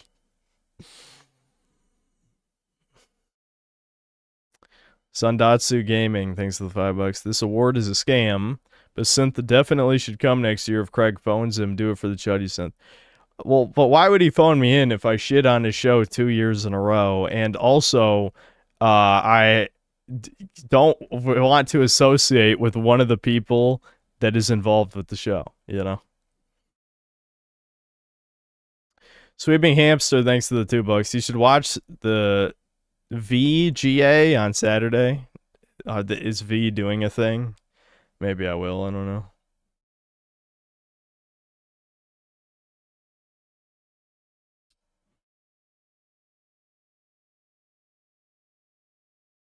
Am I sure I'm not Japanese? Nope. There were people who seemed to think I was a Hapa for some reason. No, my dad just has... I mean, I wouldn't put it against my dad maybe possibly having a tiny amount of Asian in him, but he just has kind of naturally squinty eyes. That's it. I don't think he does, though. I think he just... It's just the genetics. He just has a little bit squinty eyes. Alex versus Evil, thanks to the $2. Did you see the Cell versus Metal Sonic? No, I guess we'll watch it. Fuck it. Bud Sunny, thanks to the $2. Reminds me of that one scene from the SpongeBob movie. We'll never know what he's talking about. Empty Nest, thanks to the $5. Real gamers to them is nothing but gooners, apparently. Is this all the anti-woke have? Yeah, honestly, that I have said that before. The thing is, the quote-unquote anti-woke crowd doesn't actually want right-wing media. They want quote-unquote apolitical media. And obviously, you know, some dishonest lefty would just say, like, hey, it's all political, blah, blah, blah, blah, blah. But you know exactly what they mean by that. They want the games from 20 years ago, which there's nothing wrong with that. I think that's fine. But actually striking back against these people would be funding explicitly right-wing games, which as of right now don't exist, really. So, yeah, I forgot where I was going with that. But yes, pretty much, that is all the anti-woke have. Sweeping Hamster, thanks to the $2. Umbrella Corp is a canon entry in Resident Evil. Yeah, I mean, I don't care about Resident Evil canon, but I do care about Capcom just shoving garbage in my face, basically.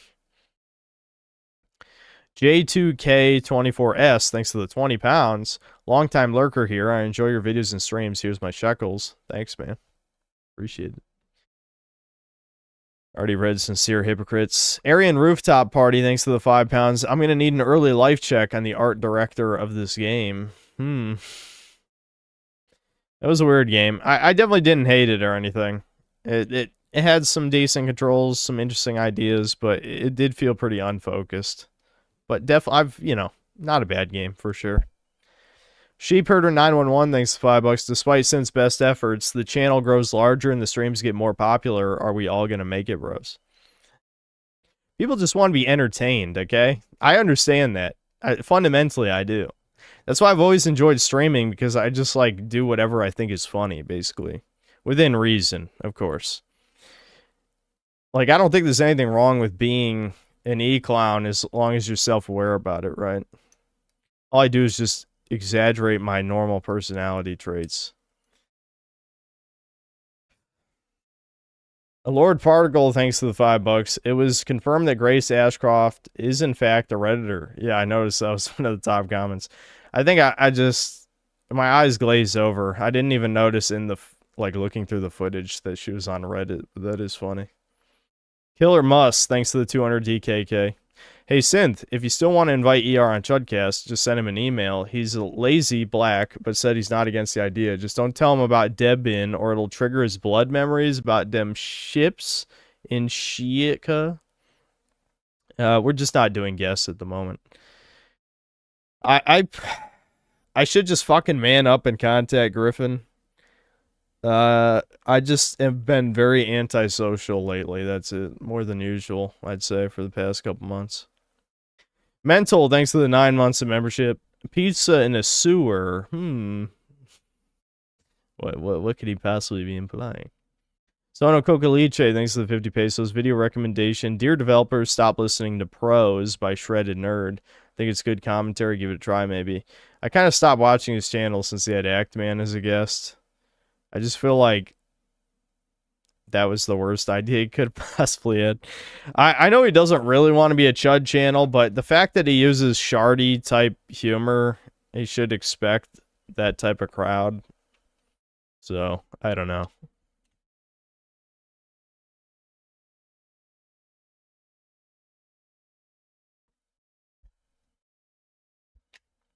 Then another 50 pesos. Sometimes, since out of context humor creates a corny joke atmosphere. YouTube AI video description. Yeah, I am known for my corny jokes, for sure. Dybrov, thanks to the 5 reals. Telling toucans to lamp themselves was my favorite Rope Max euphemism. But now Twitter gave me a 7-day suspension for it. Can a Gentile breathe? Yeah, well, you know. Elon he's a big fan of Jews, you know. He likes to pretend to be based, hip with the kids and all that, but he does like them a lot. Aryan Rooftop Party, thanks to the 2 pounds. I knew this game was Jewish. I can smell it. Rex Tintor Z, thanks to 16 months membership. We need synth on next year's Real Game Awards. Indeed, that's never happening. J2K24S, thanks to the 10 pounds. Once I've kind of lost the cell voice. Once I revert to an egg, I must bury myself underground for 3 years.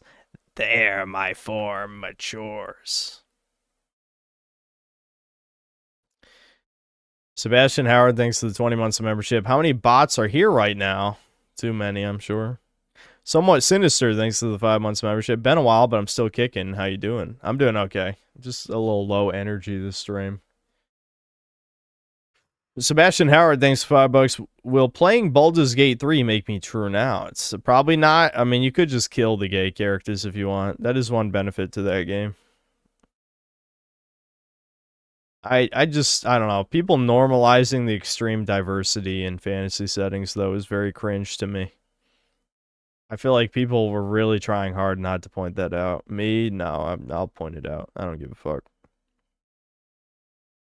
Jeb Reggie, thanks to the $2. You May Nikki is the Kino sleep game. Yep, I'm well aware of that shit. I was watching, you know, all the Let's Play slop back then. I watched somebody play it. I don't remember who.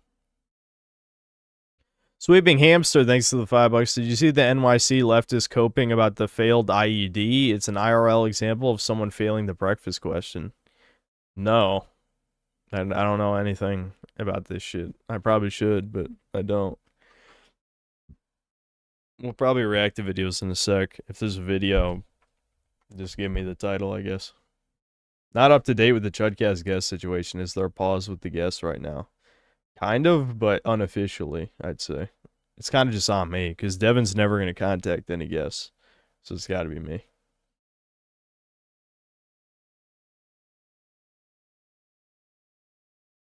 Jeb Reggie, thanks for $5. Watch Griffin react to Raymond reacting to Griffin reacting to him while playing Breakers. No, it's no Breakers. Why did it come back all of a sudden? Did people realize one day, they're like, damn, I actually loved Breakers.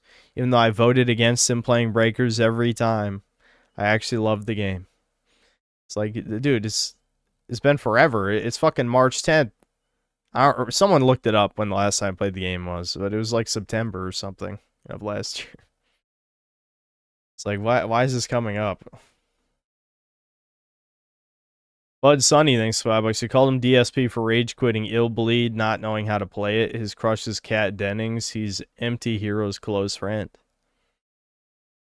Okay. Well, I mean, I didn't have fucking context, so him getting mad at me or something, I just made a comment. That was it. Mr. Moss, thanks to the $5. Smash JT did the Game Awards because it was at Dave & Buster's where he could root around in the machines for quarters.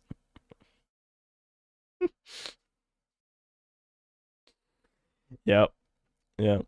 The EGAD, thanks to $5. Notice how many women or women presenting VTubers the real Game Awards used to represent gamers. Also, Smash JQ shield for Split Fiction when it came out. Actually, I do remember that, yeah. Yes, I know. This is the true gaming crowd. Where's the true crowd of, like, extreme racists? No. I don't know. I feel like these people claim to want, like, the true spirit of gaming or whatever, but I mean, how can you have gamers and not have the guy that represents all the worst parts of gamers, aka me? You know what I mean? Like, you think about jokes about gamers from back in the day. It's always like, oh, they say racist stuff. Like, you wouldn't survive a Modern Warfare lobby, blah, blah, blah. You know what I mean? You always think of, like, racism, sexism, etc. Right here, this guy, why didn't you get this guy on? I am the gamer. I'm John Gamer himself. Mick Armadillo, thanks to the $5. Shin said he quit because the autistic backlash from Syncels like Poir is sexy. He didn't want a schizo-parasocial audience. He was a good one. Damn. Yeah. It's unavoidable on some level, though. It really is. Especially if you talk about personal shit, then you are going to have the parasocial types. Because there's a lot of lonely people out there, you know. It's nobody's fault, really. But it just is just reality, you know. You can't really prevent that. I don't think it's so bad. I mean, I used to feel bad about it in the past, but I mean, saying people shouldn't be parasocial is not going to fix the problem. It doesn't do anything. Port of Thoughts, thanks to the $10. Thank you for your RE9 review. Been looking forward to what you thought and agreed with your review. Subpar games are called amazing because everything sucks now. Yeah, I mean, next to everything else, there's a reason why I said in the conclusion that this game will be on the best games of 2026, because I just know the chance of there being 5 better games than RE Requiem is like, that's a 0% chance in the modern day. This is not happening. It's basically secured for a top 5 slot. That doesn't mean it's amazing. It's just, it's all right. You know, it's kind of just, again, they mashed 2 games together, didn't really innovate on either half. I know some people like certain shit in the gray section. Like, I think I probably could have talked a little bit more about the level design of the hospital. I wasn't that impressed, but yeah, you know, it was good. Better than the Leon stuff. But the rest of it was boring is really my point, you know. And the hemolytic injector is one of the worst items that they've invented in the series, and then the bottle of acid was almost as bad. It's just baby mode shit. Shouldn't exist. The EGAD, thanks to the $2. I've played Celico 3 times. Fun game. 0 trans flags. Maybe they removed it. I don't know. I remember seeing on V, people were posting shit. Your next best games of the year is going to be a top 4. Nah, I always pull something out my ass, dude. I'd never say all 5 games are amazing.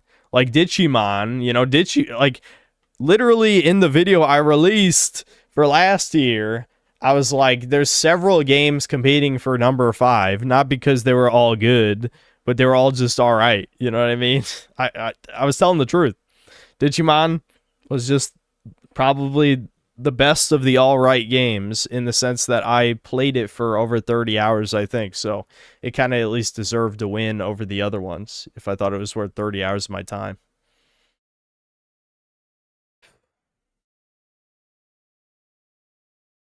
It was an edit from VTards, and maybe it was a lie. I don't know. People do lie on V.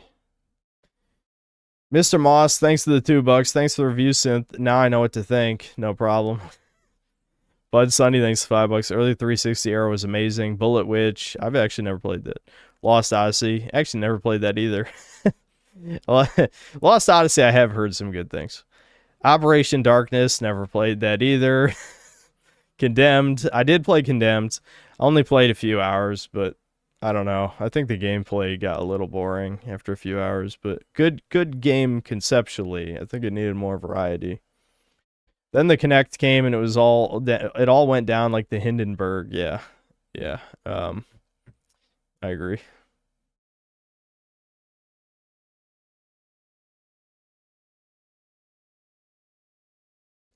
Ricardo Cumsocks, thanks to the $5. I played Celico 4 times, and there were so many trans flags, I would still see them when I blinked, even after I was done. That sounds about right. Now, the real question is, how much were you drinking while playing?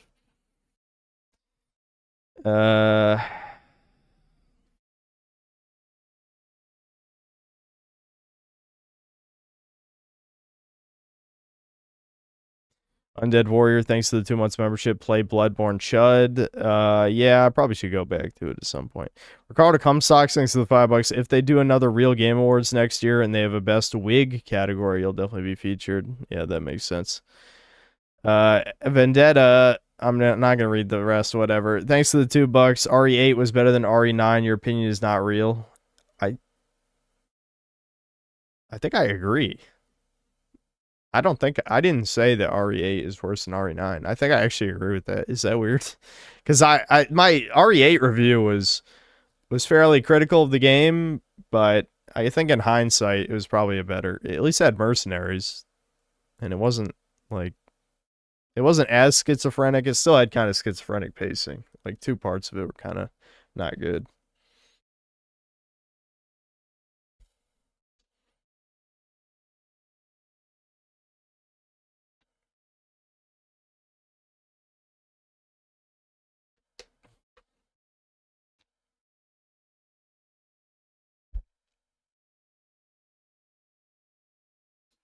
Dissimon, thanks to the 11 months membership. Watch Skill Up High on Life 2 review.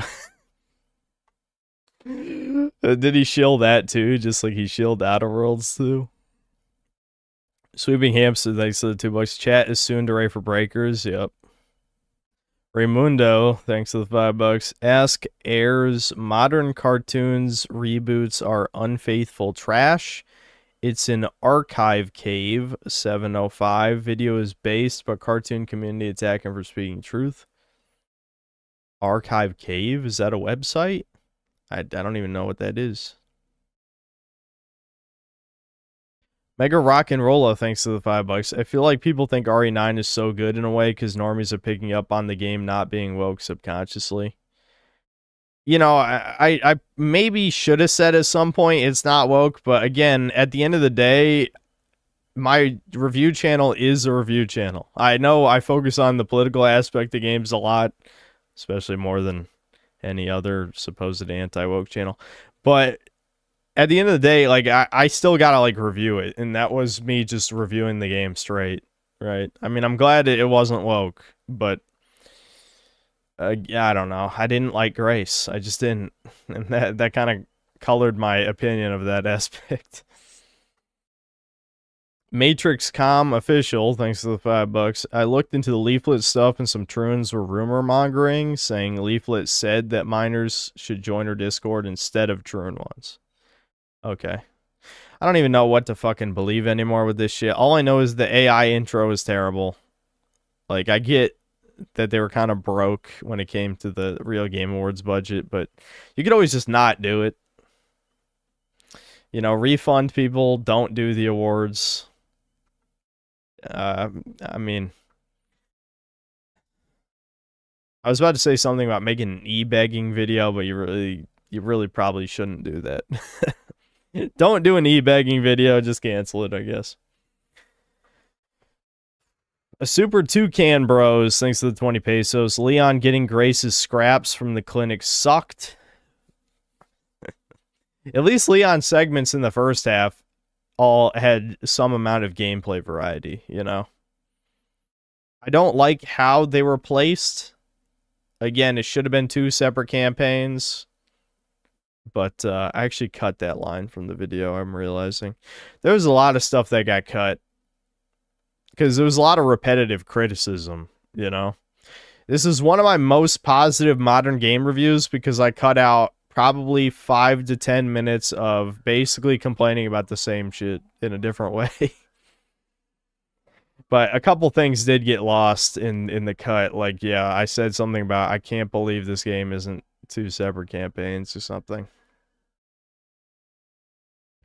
Distimon, thanks to the 2 pounds. Finished Demon Tides is better than RE9. Yeah, I'm probably going to go back to it. I think it was decently fun. I just wasn't a huge fan of the fact that it was open world for whatever reason. Swooping Hamster, thanks to the $2. RE8 had the Duke, while RE9 only has the crate. Yep, true. Ronnie Granados, thanks to the $5. Hey Synth, great RE9 review. The amount of shills for the game annoyed me. Moist Critical, Nintendo Life, shill up, Asmongold, all riding Capcom sack. Yes. Yeah, it's mind-blowing. There's no consequences for shilling. I think I've said this 100 times, but I'll say it again. I think at some point, mainstream YouTubers realized there is 0 consequences for shilling something. I mean, some of them have gotten away with blatantly just making sponsored videos and then they, lie, and say they're not sponsored or the main examples I think of is like Actman with the Payday 3 video. That was a huge one. There was another one he did too. Was it New World? I can't remember. He shilled like 2 dog shit games. They were basically just sponsored videos. They wined and dined him for Payday 3, I know. Then there was another game. But there's some other ones.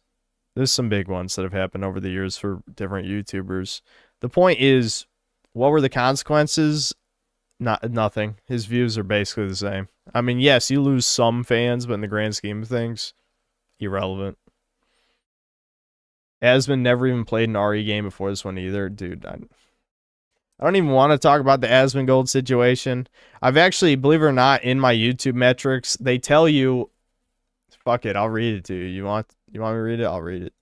In your YouTube metrics, they tell you channels that your viewers commonly watch, and I think number 1 was Asmongold, and I ain't even lying. That's kind of crazy. It's like, these have got to be my casual fans, right? The ones who've never watched the stream.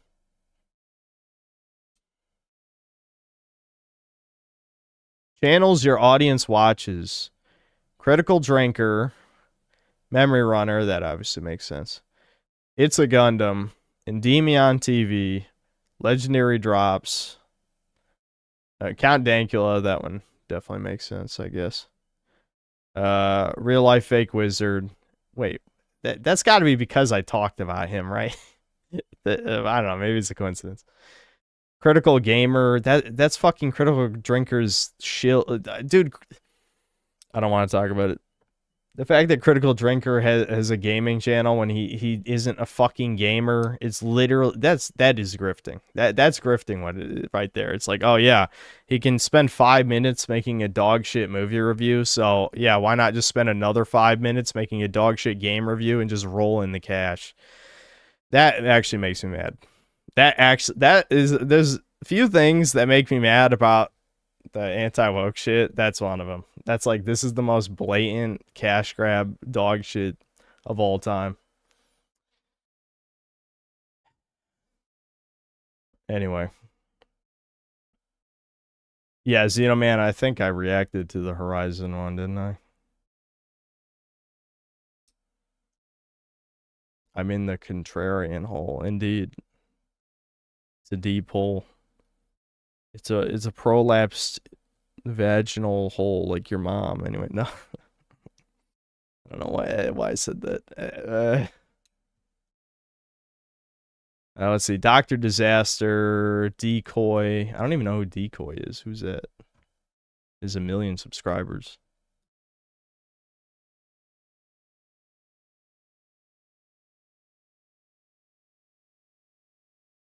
Is it a news channel?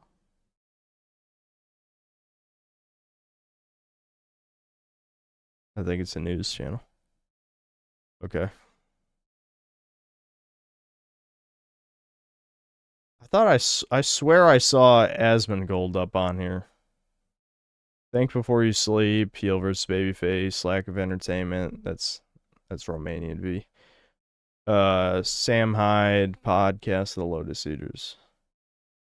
It does say last 28 days, so maybe a month ago Asmongold was like in the top 10 and just not this month. Maybe it was because of the Fallout videos. I got crossover from the Asmongold audience. I'm assuming that's what it is. Because, yeah, it's not there anymore. It's one of the top.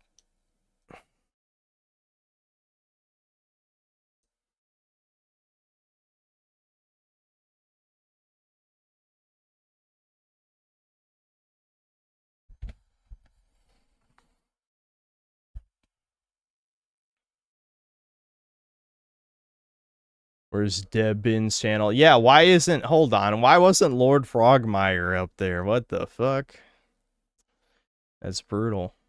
Anyway. Killer Must, thanks to the 50 DKK. Maybe Debin and ER can bond over being too lazy to send emails? I'm in that list too. But seriously, is he okay? Is it the mold? I hope you can get Griffin and then ER on. Well, he's technically free of molds, which I guess is good news. But now he has the itis. I don't know. He might have an autoimmune disease. His fucking...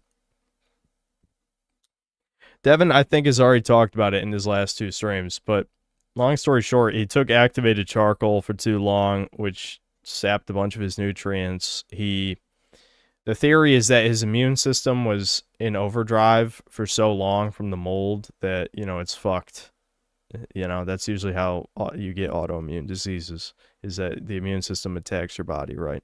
So, I don't think he has literal AIDS. Like, not literal AIDS, but it's possible that he does have some, you know, something similar to AIDS, basically. I don't think he literally has AIDS, but he might have an AIDS adjacent thing. Yeah, it's really, yeah, it is really fucked, actually. But it's also possible that he's still young-ish. I mean, he's about to turn 27. He's still young-ish, so he might be fine if he just, you know, he eats, which he has been eating. Not all of it healthy, though. He's been eating a fuck ton of crackers and stuff. But, you know, if he gains some weight, he chills out, doesn't get some other itis of some kind, then...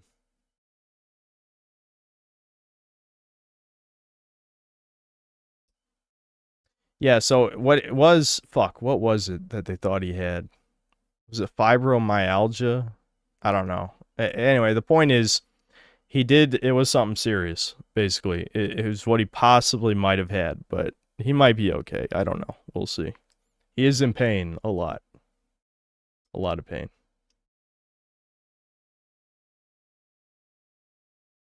He doesn't work out, he's in too much pain. Like, just, like, all his muscles are, like, sore, and he hasn't been able to move his neck properly in over 6 months, so. He should deworm himself. It's definitely not any of that. I mean, he got a colonoscopy, so.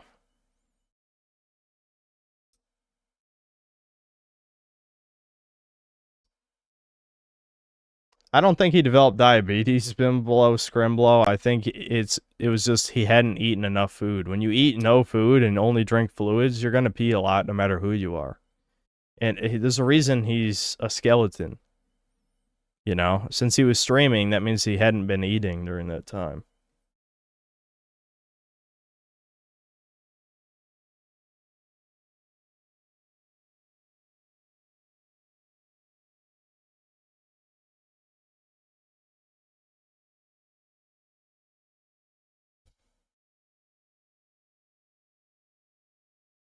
Fibromyalgia is what they diagnose crazy women making stuff up.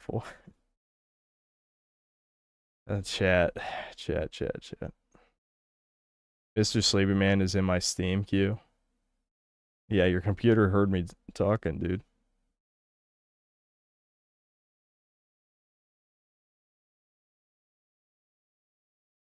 activity would help. He does unironically need to do more physical activity. Sitting around his computer is part of the reason his symptoms are so bad. And I know he knows it. I know he knows it.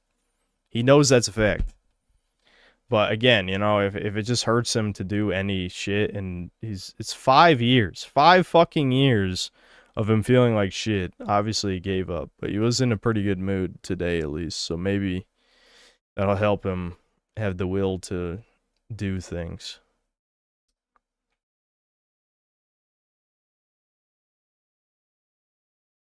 Okay, cool. Thanks to the $5. One of my favorite parts of your channel is that you won't glaze a game just for being anti-woke. We deserve more than the bare minimum.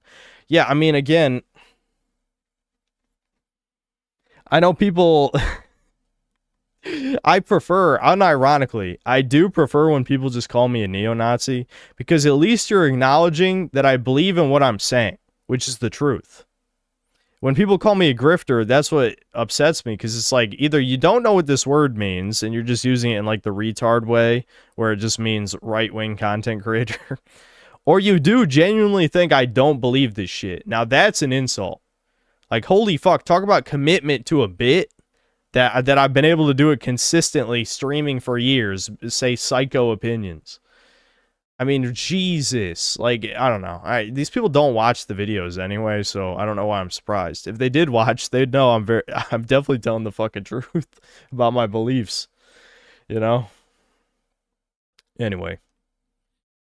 Bud Sunny, thanks to the $5. Drinker's going to that game convention in Greenville in July. Not joking, he's trying to fit in with them. It's Southeast Game Exchange. Okay. I don't know, like, doesn't he make enough money from this shit? Does he need to buy a yacht or something? Like, I don't mean to be a dick, but I just think for the type of vids he makes, like, the type of vids he makes, you know, here's the thing. This is not an insult. This is not an insult. What Critical Drinker does is literally exactly what I tell people to do if they're going to make YouTube videos. Cover trending topics, release the videos quickly.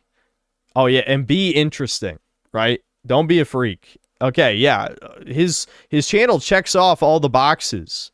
My problem is that, you know, the actual commentary is way too tame and doesn't have consistent ideals, because it is really just about saying whatever the safe opinion is for his crowd.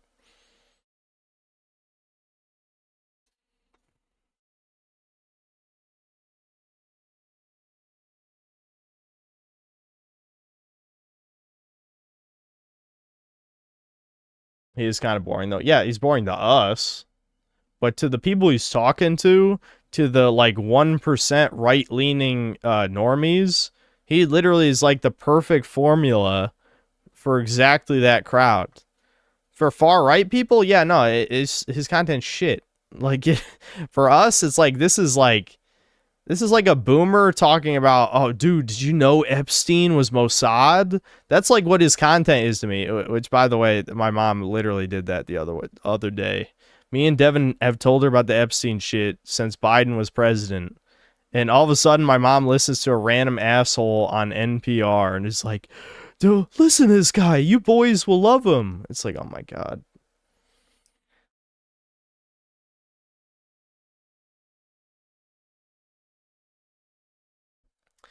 Anyway. Deranged Doomer, thanks to the $10. I missed the Scrimblow game. Was it even good? Also played Dark Messiah Might and Magic for Zana. Yeah, I've been meaning to stream that for a long time. The Scrimblow game was kind of weird. It's called Mr. Sleepy Man.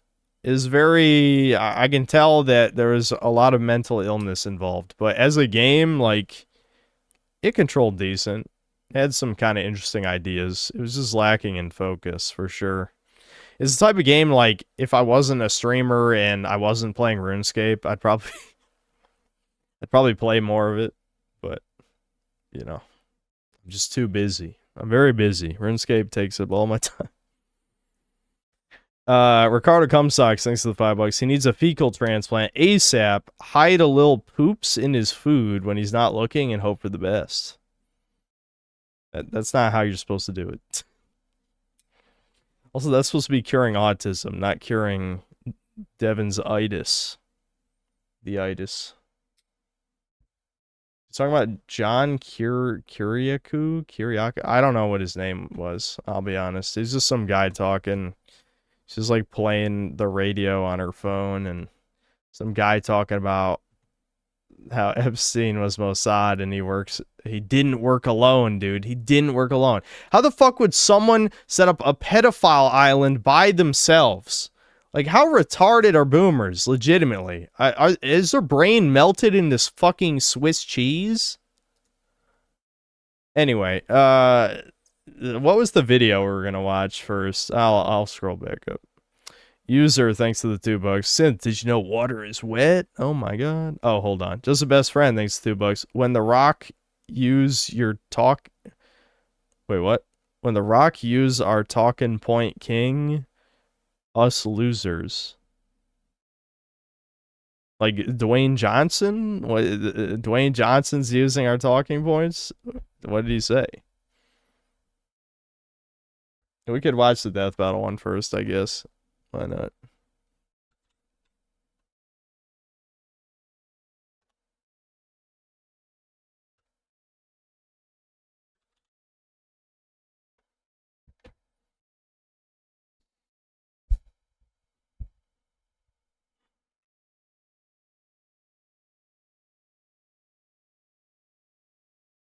Yeah, I mean, I'm well aware of Eyes Wide Shut. I haven't actually seen the movie, but I've watched multiple videos of people talking about it. But I don't think I've ever seen a Chud talk about it, so maybe it would be worth seeing for myself. Yeah, this is what I was talking about, by the way. I know you can't see this. Give me a sec. But this right here, debunking the worst Resident Evil Requiem review. This says, like, I don't know who the fuck this Spider-Man motherfucker is. First of all, you're not Spider-Man, bitch. Fuck you. Anyway, Collins World. I don't know who that is. But I've been recommended this shitting on Type 2 Productions video for whatever reason.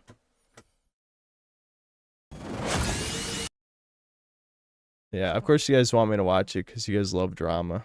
I don't care about drama as much anymore, but maybe we will watch some of it.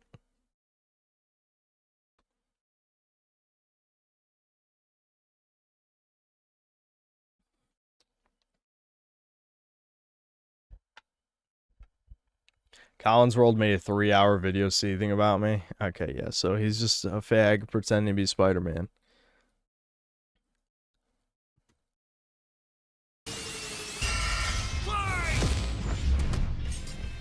Cell versus Metal Sonic. Which copycat android is truly the superior model? He's Wiz and I'm Boomstick. And it's our job to analyze their weapons. Dude, I hate how this is animated. I'm already getting secondhand embarrassment. Like, why is this animated like 10-year-olds are watching? Everyone who ever talks about Death Battle is like people in their 20s or even 30s autistically analyzing how bad it is. I've never heard a child talk. Well, granted, I don't know anywhere where children talk on the internet anymore. They're not on my videos, thank God. But as far as I know, I think this is mostly just autistic adults watching this shit. And skills to find out who would win a death battle. There's a monster stalking Gingertown. No one who's seen it has lived to tell the tale. All it left behind was their clothes. Something ate these people's insides, leaving only a shadow behind. Some kind of creature driven only by the need to feed. They're on Roblox. Yeah, they're talking about Death Battle on Roblox. Ultimate life form. The Namekian Piccolo went to investigate this manslayer and discovered that it was intelligent. Its tail could unravel to absorb its hapless victims and add their energy to its wretched gestalt. But the nightmare was only just beginning, because for its last trick, somehow this freak of nature knew the Kamehameha. The mystery of this creature. Okay, but what is he? I couldn't even think of a good way to say it. I literally, because it's such a fucking mouthful, I couldn't think of a good way to say it. But what does he do? Let's say hypothetically, he could turn into an egg. Like, how would he do that? How would he go about turning? Let's say there might be a reverting and a certain amount of time involved. How would he do that? It's so stupid. That's fucking retarded. Creature's origin was decades in the making.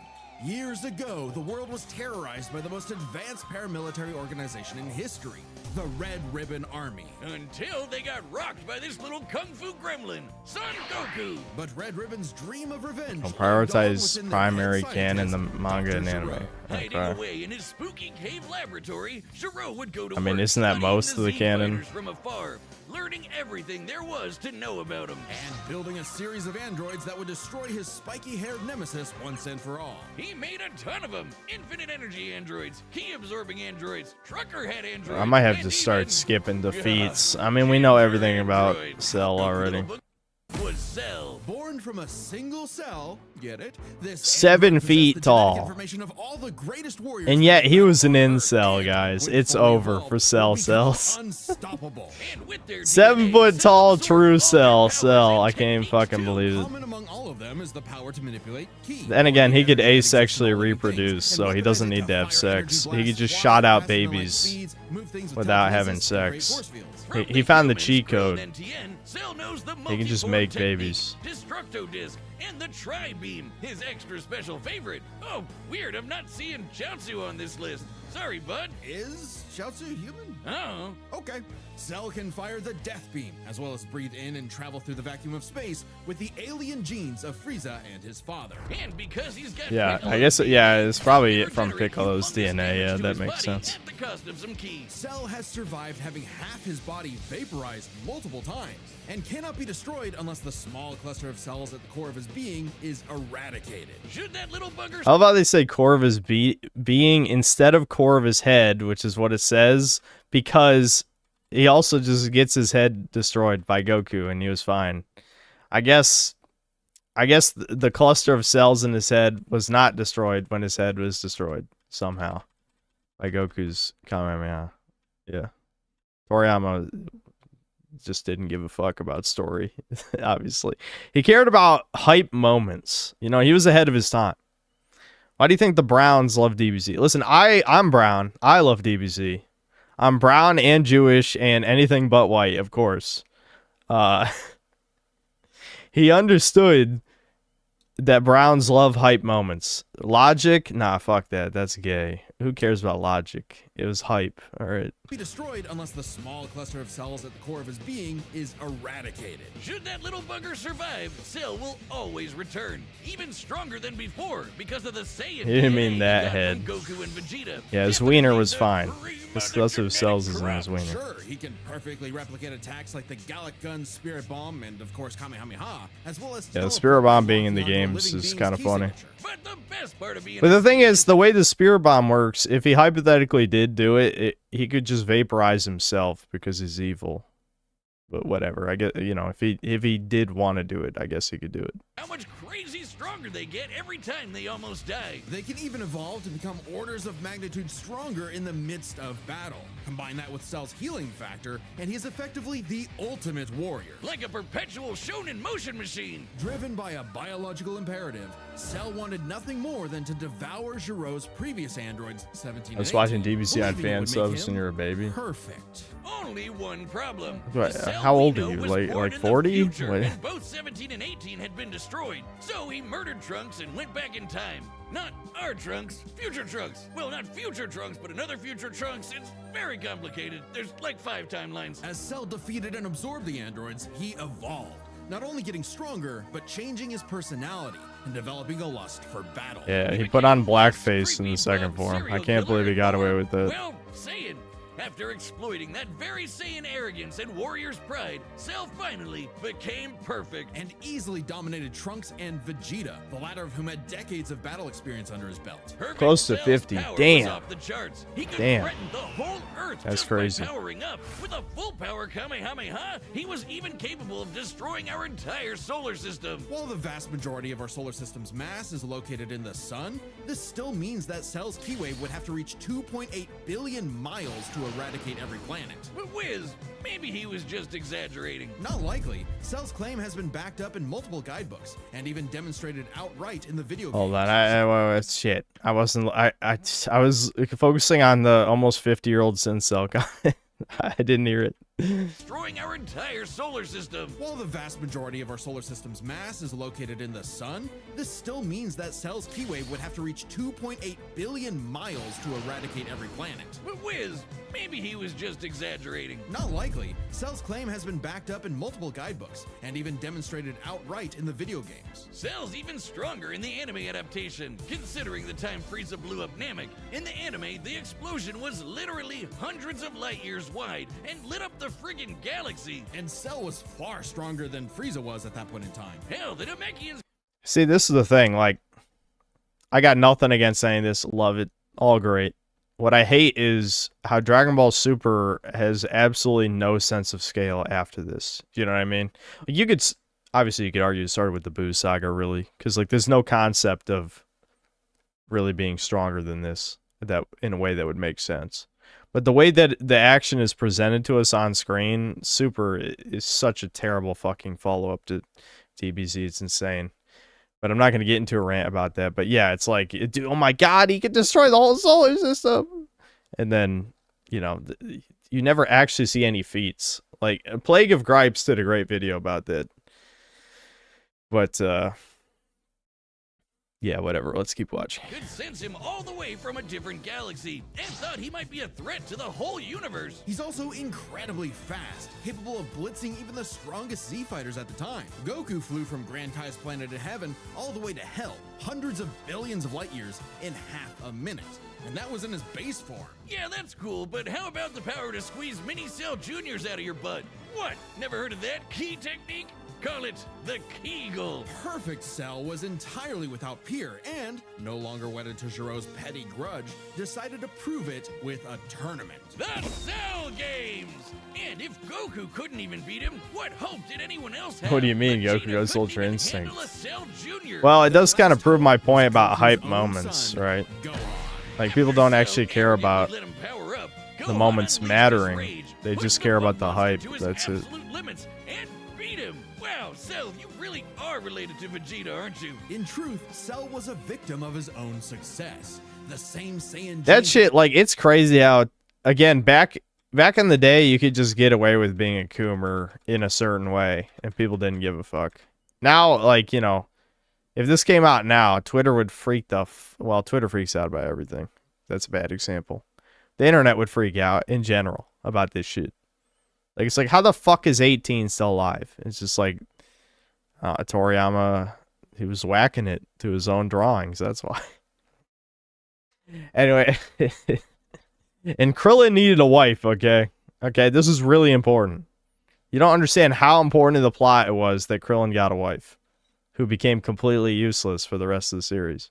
That was crucial. The same Saiyan genes that made him all-powerful also sowed the seeds of his defeat. He got so mad, he even blew himself up. Maybe he does have some Chaozu in him after all. Even that wasn't enough to totally put him down, and he came back with the same Super Saiyan power-up that Gohan had just unlocked. Super Perfect Cell! Now with more lightning, in a battle for the ages, Cell put the entire weight of his biological programming against one lone Saiyan, and went the distance. But in the end, it still wasn't enough. No matter how brilliantly Dr. Gero copied the Z-Fighters, he still couldn't quite figure out their knack for going beyond. What can be destroyed can always be rebuilt. All it takes to recreate the most fearsome warrior in the universe is one single cell. Hey, real quick, did you know Death Metal launched our own tabletop gaming channel? It's called The Nightly Brew. We're doing Dungeons and Dragons, Blood on the Clock. Aren't there 10 billion of those already? 10 quadrillion of those already?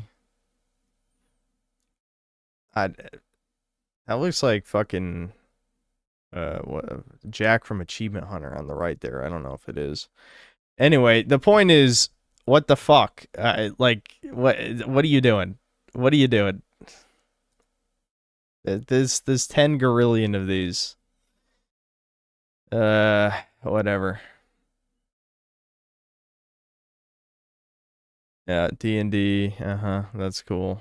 Really cool, dude. There's a billion of those. All right. We got to hear the stupid, insane Metal Sonic feats that will make no sense. And I'm gonna get mad. I just already know I'm gonna get mad because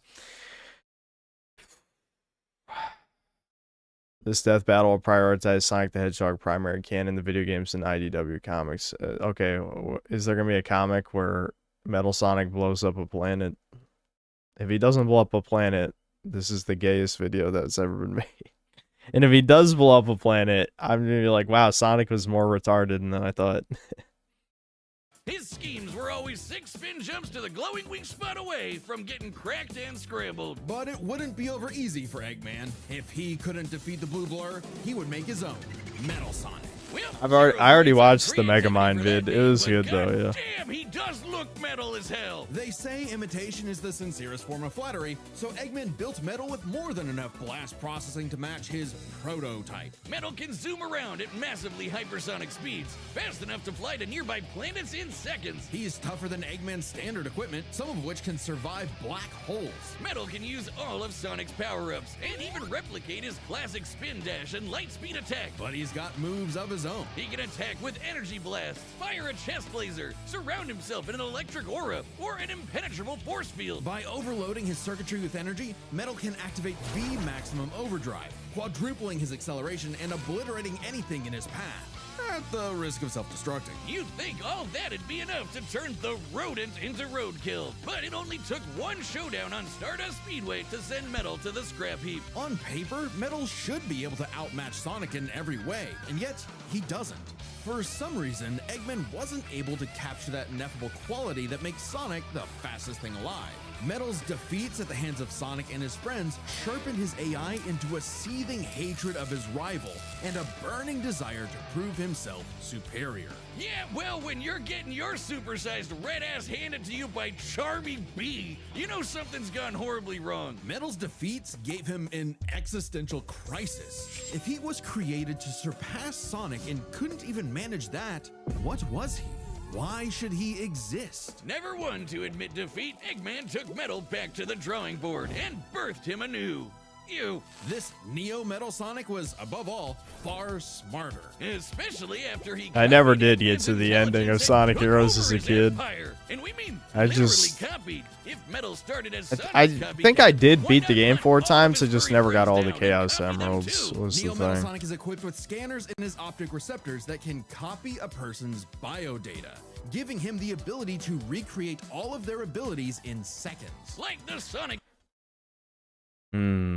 I wonder if that'll be relevant. You think he could somehow copy Cell's abilities? I don't think that's how it works. I don't think so. But, you know, you got to make a retarded-ass video, so I'm sure he'll somehow copy Cell's abilities. Boom! Knuckles' hammer punch, Tails' magical swiveling asshole, and Big's ability to suck at fishing. Metal isn't just learning their moves, he can replicate more esoteric powers like Silver Psychokinesis, manufacture Rouge's mechanical bat guards, or alter his very biology to copy Espio's chameleon invisibility. It's worth mentioning that biological data is a real scientific term and can refer to molecular structures like the genome sequence within a living organism's DNA. Yeah, his copying is so busted, it doesn't really matter that he's a robot made of metal. If you can do it, so can he. Probably helps that he can shapeshift and regenerate his whole body from a puddle. Likely by... Okay, but has he ever been able to copy the ability to blow up a planet? Or, like, regenerate from one cell or something? Like, this is such a stretch. This is such a huge, like, insanely huge, stupid stretch. I get the running out of ideas because they did every good death battle like a million years ago now. So they have to scrape the bottom of the barrel for ideas. But this is such a logical leap, I feel like. I don't know. As long as retards watch it, what do they care? Copying one of the mightiest beings on the planet, the god of destruction, Chaos. Not the only chaos he's encountered. By scanning the ultimate life form, Shadow the Hedgehog, he gained his ability to manipulate some of the most powerful artifacts in the universe. You mean the Chaos Emeralds? Yes. The emeralds contain... Dude, we're still talking about Obama in 2026.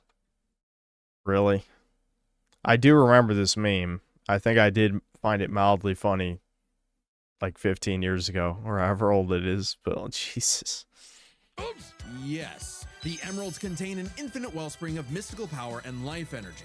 With them, Metal can perform Shadow's chaos control. He can teleport, warp, and distort space, boost his speed, and stop time.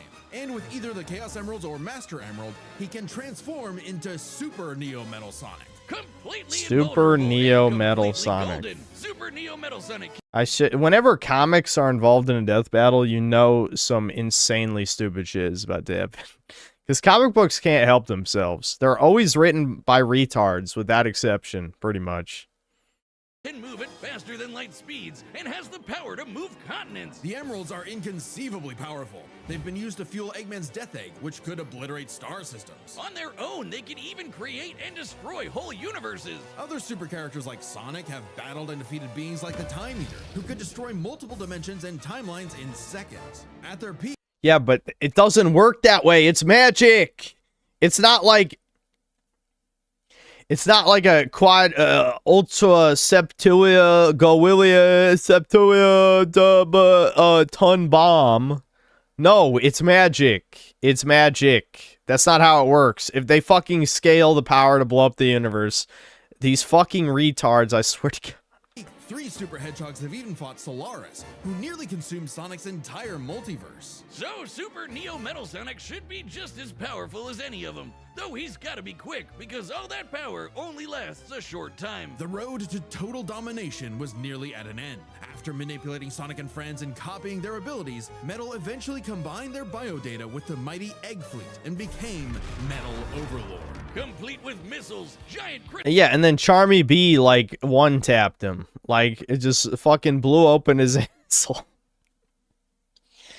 So Charmy the Bee could beat Cell? Is that where we're going? You're a retard. Retard alert. Retard alert. Projectiles and the strength to match 3 supersonic heroes all by himself. Overlord is all-time final boss material. And he knew it. His ego might as well have had its own health bar. Metal's drive to surpass his rival had morphed into the delusional belief that he was the original, and Sonic I'm doing alright, was Daniel. some Yeah. copy. I'm doing okay. That Metal had finally outclassed. All the heroes Metal had gathered had to team up to take him down. He may have Yeah, and guess what? He didn't even blow up Earth. He's a bitch. Okay? You know what matters? Feats. Not people talking about feats. Now, I know people are going to say, oh, well, Cell didn't blow up the solar system. Okay, yeah, but Frieza blew up a planet, at least. And we know this Cell is a billion times stronger than Frieza. See, Frieza did something. He actually did something, right? So we can at least scale off of things that were done. What did Metal Sonic do? He jerked off and said he could do stuff. Oh, wow. Yeah, that's definitely equivalent. Fuck you. on their abilities, but Metal never possessed the thing that made the Sonic heroes successful, their friendship and teamwork. All right, kill yourself for that line. Seriously. Seriously, fuck you. Fuck you. Did you really just fucking say that? How cute! Gag. Probably should have added some of those goddamn rails to the final boss fight, because it is impossible to land on those things. After getting trashed again, Eggman reprogrammed Metal to purge any bits of rebelliousness from his code. Metal returned to being the Eggman Army's chief enforcer, always proving invaluable as the Bad Doctor's greatest creation. Invaluable. What do you mean? What did he accomplish? Did he actually accomplish things? No? Oh, then shut up. Now completely obedient once again. I don't know, Wiz. Who knows what's really going on behind those glowing red eyes? Maybe Metal is more cunning than he lets on, and is only biding his time until he can take over again. Maybe the most powerful thing that Metal copied was the ability to lie. The ability to be Jewish. The most dangerous thing of all. Okay, whatever. I don't care what you're saying right now. Oh my god, Kickstarter. Death Battle Cast. Okay, hold Only on. on a much nicer shirt. So check that out while you're there. Anyway, let's get to the fight. I know you want to see it, and Boomstick wants to see one of these copycats get copy-capped. So here we go. And remember, deathbattle.gg. We want to hear your pitches. Thanks. All right, the combatants are set, and we've run the data through all possibilities. It's time for a death battle! This is genuinely one of the worst ones they've done. Like, this reminds me of some of the really shit ones in the early days, like, what was it, like Rainbow Dash versus Starscream or something? Your reputation precedes you. Bring me your strongest fighter or face... Then prepare to kneel before your master. Perfect.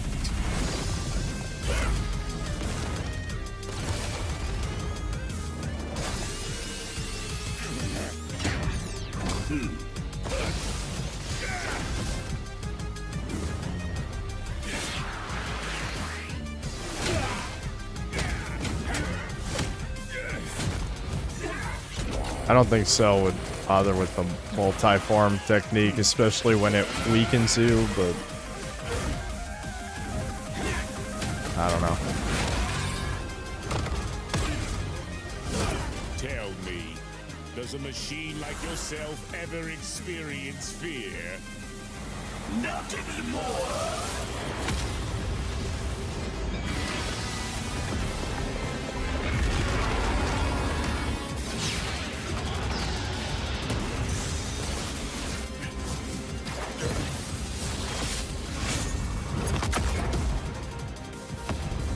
At least, Devil Artemis is a good animator, so it does have that over some of the other death battles we've watched.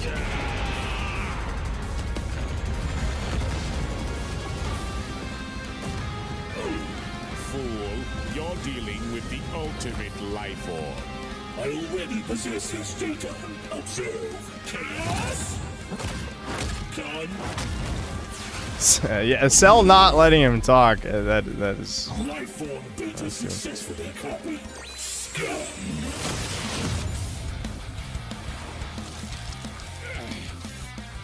It'll take more than that to kill me, puppet!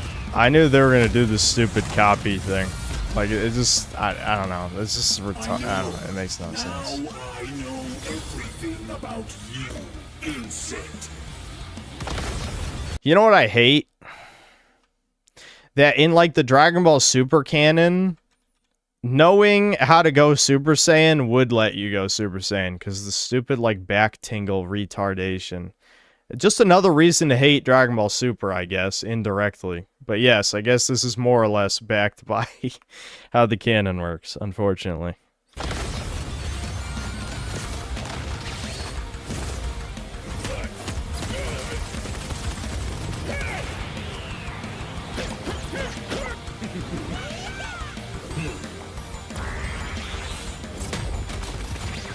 What? That's not how that works, though. But I don't know. Whatever. I guess, you know, if you copy bio data or whatever. Oh, you're gonna. This is so Reddit. This is mega Reddit. Like, dude, remember when Tien held him down with the fucking Twi beam? Reddit. This is too Reddit for me. This is mega cringe.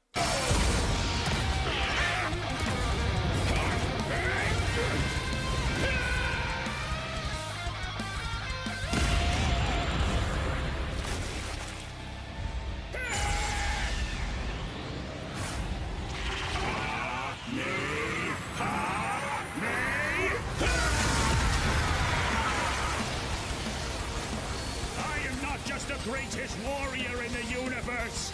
I am all of them.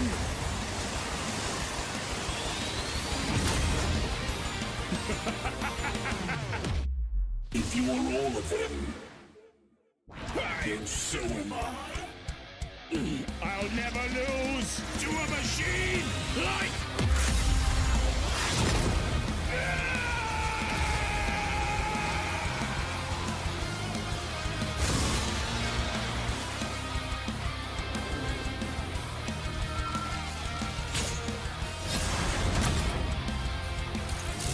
I'll crush you.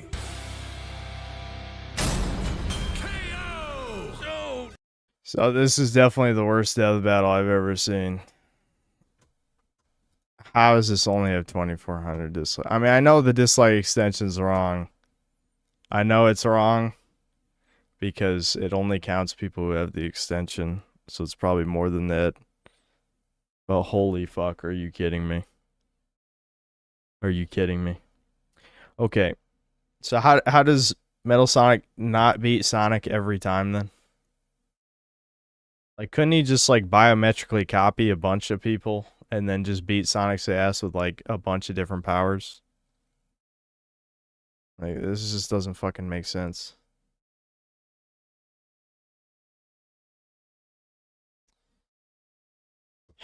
This is, yeah, I guess copying biometric data means you also copy all the training they've ever had, which means you copy the power level, which I guess Cell didn't really train, but the point is, he's supposed to, I don't know, it's...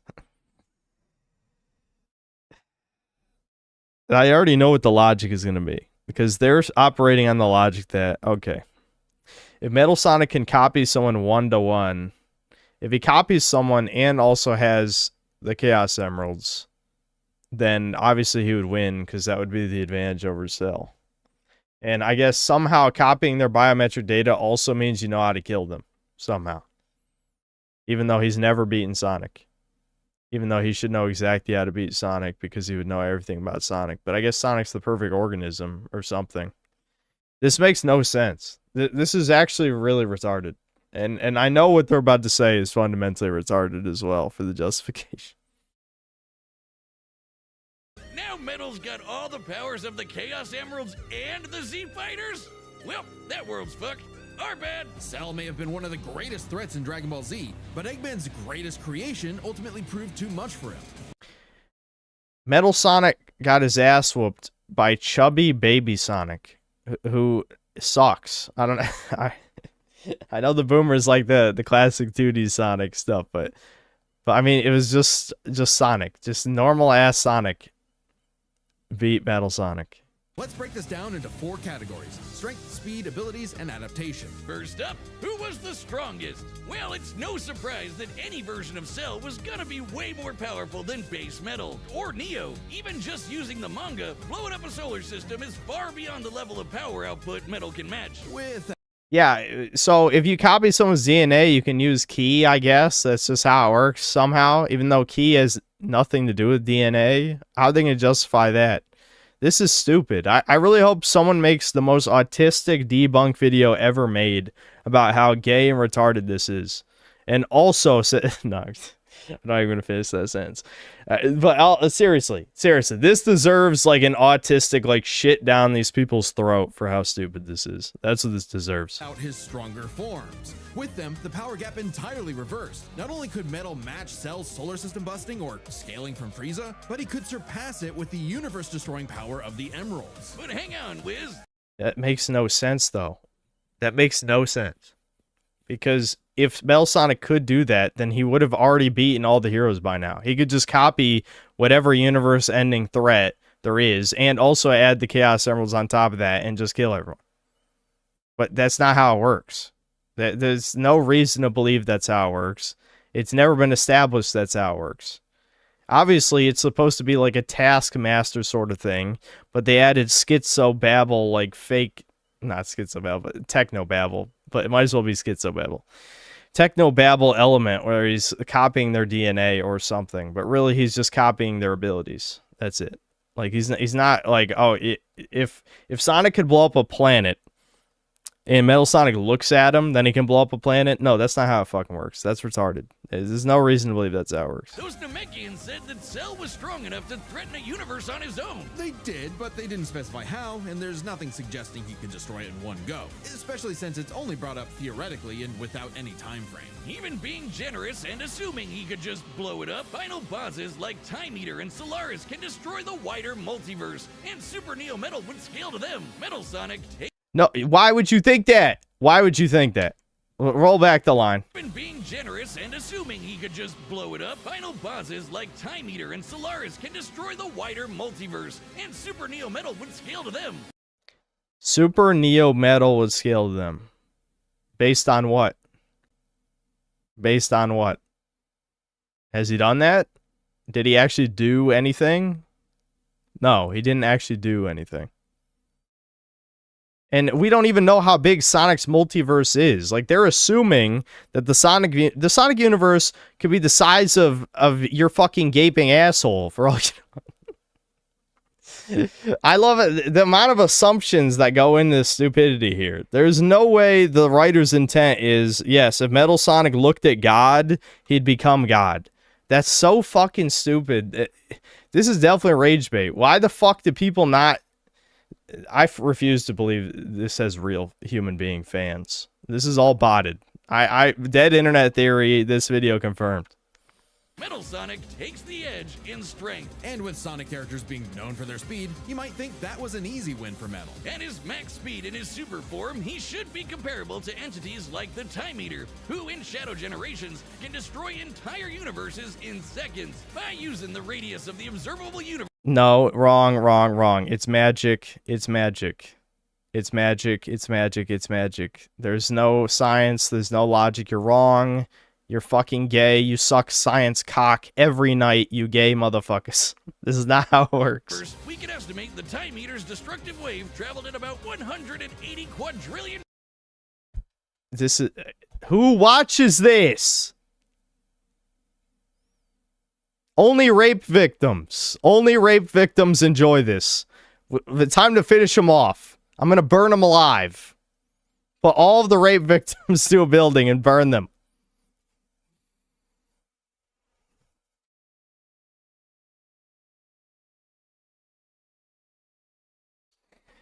Anyway.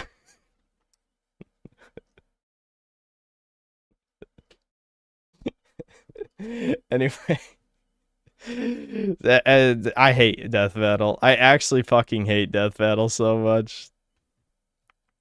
I'm supposed to believe 1.7 million real people watched this, and 135,000 real people gave it a like. If they're real, I'm killing them in Roblox. I'm literally gonna cartoon style. We're gonna do a trolley problem. Except it's like a week-old sandwich on one end, and then it's all the fans of Death Battle on the other end. The sandwich looking pretty good, I gotta be honest.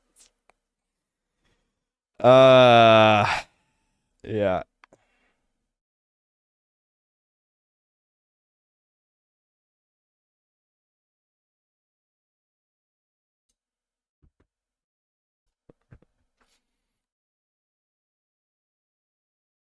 Cell wins with 3-year prep time. Yeah.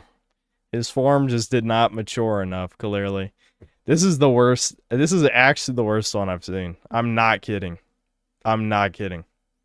Devil Artemis should have been like, you need to add another 0 to this paycheck for me to animate the fucking Cell getting beaten by Metal Sonic. That's the worst thing. There's no way any actual autistic person believes this. No, this is fake autism. This is performative autism. And that's pathetic. You're fucking pathetic. Eat shit. Anyway. Alright, we can watch some of this. I guess. When Resident Evil 9 came out a couple weeks ago, this video was actually originally going to be a response Resident Evil 9 is not a masterpiece, Griffin Gaming. Oh, he is right. It's not a masterpiece. to Griffin Gaming. And for those of you that are not new to the channel, you know how big of a moron that guy is. This man blatantly lies about the game. He displays the... I lie about it? How do you lie in a review? Is this serious? But I watched his video and I thought, you know, it's actually tamer than like his usual stuff. You know, he was saying things like, this isn't for me, but if it's for you, then it's probably gonna be good for you. And I was like, I had to check that I was to make sure that I was watching the right person. So I said, you know what, let's not do that. Okay, is this guy black pretending to be Spider-Man? You will never be Spider-Man, bro. Miles is not Spider-Man either. Spider-Man... Miles got fucked by a sea lion in his game, bro. That ain't cool. That's how he knew how fast it goes in the water. That's how fast he got raped by a sea lion.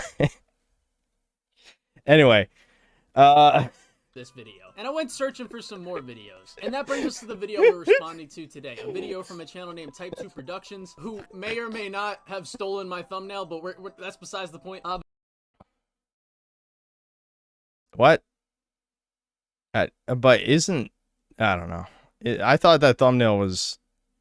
Yeah, whatever. I don't care. But this video is titled Resident Evil Requiem is Painfully Mediocre. Now, this video is an hour long, and I'm not going to be responding to all of it, but I do want to respond to the part of their video where they talk about the story. Now, the gameplay, they do have some criticisms there that I do disagree with, but ultimately a lot of their gameplay critiques just come down to, I personally feel, is personal preference. But if you guys want it, you know, maybe I'll make a part 2 to this and respond to the rest of their critique video. But I want to talk about the story thing because there are a couple criticisms that they bring up that I agree with, even if I don't think they're that big of a deal. And they will mention some things that I also mentioned in my Resident Evil Requiem review where I talked about some problems.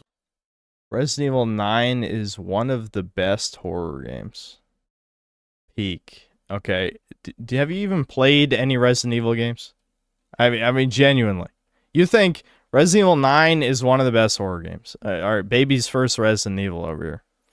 I'm sure he's going to say, yeah, actually, I played every game. No, you didn't. No, you didn't. There's no way in hell you believe it is one of the best Resident Evils, let alone one of the best horror games. With the story. But with all that context laid out, let's begin. But now let's hit on a really, really big section, and probably one of my major issues with this game. The story and characters are so completely beyond retarded, it's hard to put into words. We're gonna catch hell for this section, but I'm here for the smoke, because this story sucks. You sure about that? You sure about that? You sure about I mean, the story is shit, though. I mean, that's not even that rare of an opinion. So I'm curious why this guy, this very Spider-Man guy, Resident Evil 9 fan, excited to play for the first time. 2 times speed. We might. We're introduced to Grace. Probably by not the game double, showing but us that hey, she's an 1.5. FBI agent who also serves as a tech analyst, and her director sends her to the Renwood Hotel to investigate a string of strange murders. And this guy is aware that 8 years ago, Grace's mother was murdered right in front of her at this very hotel, and he opts to send her there.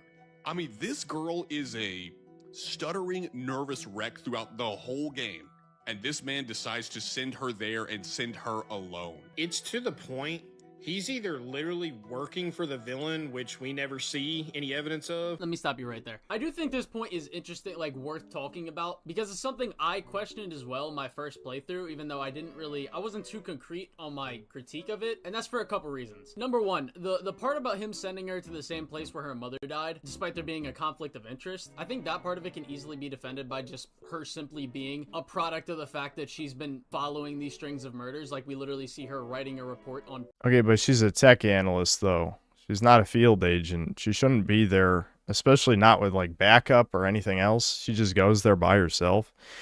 My point would be, it's Resident Evil. I don't care, right? That's sort of... I mean, I sort of say that in the video a little bit, where I'm just like, Resident Evil plots have been ridiculous for a long time, which they have been. But no, there really is no reason she'd be sent out there. Absolutely not. If we're talking about real life. But this is Resident Evil. Resident Evil is like, whatever. You go out there, go check it out. I don't know. previous murders. Or they're not even murders, really. They're just deaths from people dying to the T-Virus, or the Raccoon City infection, or the Umbrella Curse, whatever you want to call it. But there is heavy implications that the Connections, which is basically like the big group pulling all the strings in this game, have their hands in major agencies across the world. I think you made a video on your Spider-Man 2 review a couple years ago. Yeah, people were saying that. I mean, he thinks he is Spider-Man. I mean, he is Spider-Man, but brown. He's brown man.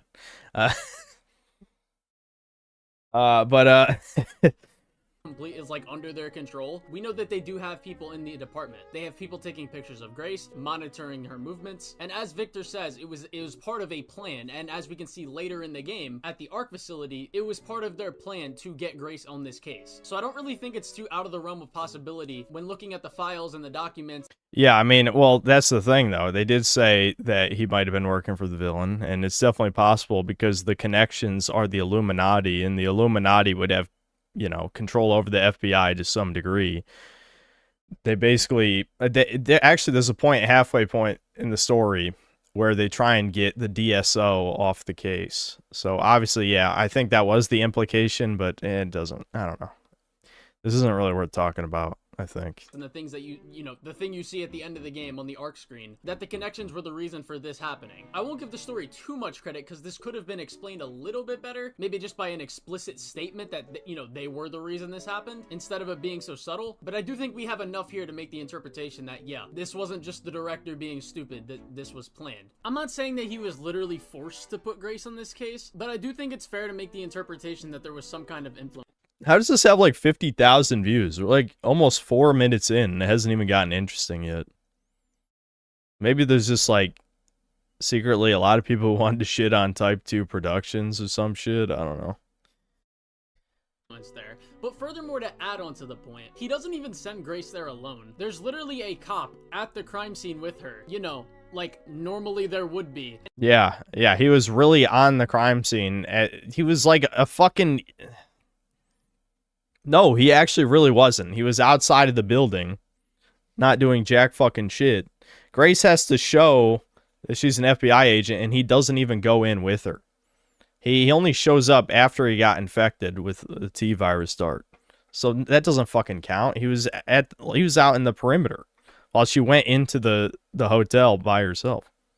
And he also not only gives her the choice, he says you don't have to go if you don't want to, but he also thinks it'll be healthy for her to confront her past so that this is not reeling on her forever. So again, while I do think this could have been written maybe a little bit better... that's like drama. That's like how a Netflix streaming show would be written. In real life, they're not like, yeah, go confront your trauma. That's really... Never mind. Whatever. It's Resident Evil! Why are you wasting this much time? Let's skip to the next point. It truly plays out in the stupidest way possible, because whenever the lights go out, they're attacked by this man, but Grace's mom shoots their attacker. Unfortunately for them, this guy later comes back, and I kid you not, silently teleports behind Grace's mom, kills her, and then instantly dies and falls crashing into a table with a lantern on it that sets the hotel on fire. Yeah, he can magically silently teleport and survive. Again, this is kind of just whatever. It's Resident Evil. Is there like anything... I don't know. This video might not even be worth watching. This guy just wanted an excuse to bitch, I think. At people that disagree with him politically. Behind and waited for them to turn around before he runs up, not teleports, runs up and stabs. Yeah, runs up. Let's see how many frames it was. Runs up silently. He was in the other room. He got shot and fell over in the other room. This is like through a hallway. Look, yeah, okay. 1, 2, 3, 4, 5, 6, 7, 8, 9, 10, 11, 12. So, like, he literally is completely out of shot, and then in 12 frames, basically slits her throat right there. It's like, okay, yeah. Definitely ran across the hall. No, obviously it was completely silent, retard. Of all the things they're going to be autistic about, it's like you're not even watching the scene you're talking about right now. What the fuck? Up and stabs her in the neck, or slashes her neck, as to avoid just running at them head on and getting shot again. Also, we know these people are, somewhat superhuman when they're infected by this virus, so him moving that fast shouldn't really come as a surprise. But also, in regards to him, silently moving, I guess, Grace is literally, screaming, pretty much, and her mom is trying to calm her down. Obviously, yeah, because she's an autistic Spurg, and I hate her, but I'm not going to go into that again. She was so annoying. God damn, she was annoying. People on the internet saying, like, I wish the whole game was Grace. It's like, yeah, you want the whole game to be an annoying, stuttering bitch the whole time? Yeah, because I bet you're as autistic as her. Fuck you. Where's my ADHD protagonist who can't pay attention to what's going on for more than 2 seconds? Literally just get distracted by everything happening. they're not going to hear him until it's too late. That further begs the question. I mean, we know Victor sent this assassin, but why would he even send him? I mean, why kill the one person who has info that you want and potentially kill the girl who you believe to be the key of everything? I mean, in an in-game file called the... All right, this is kind of just tism. Well, is there a timestamp I can skip to that's maybe more interesting? I don't know. I'll be honest, I don't really care about this that much.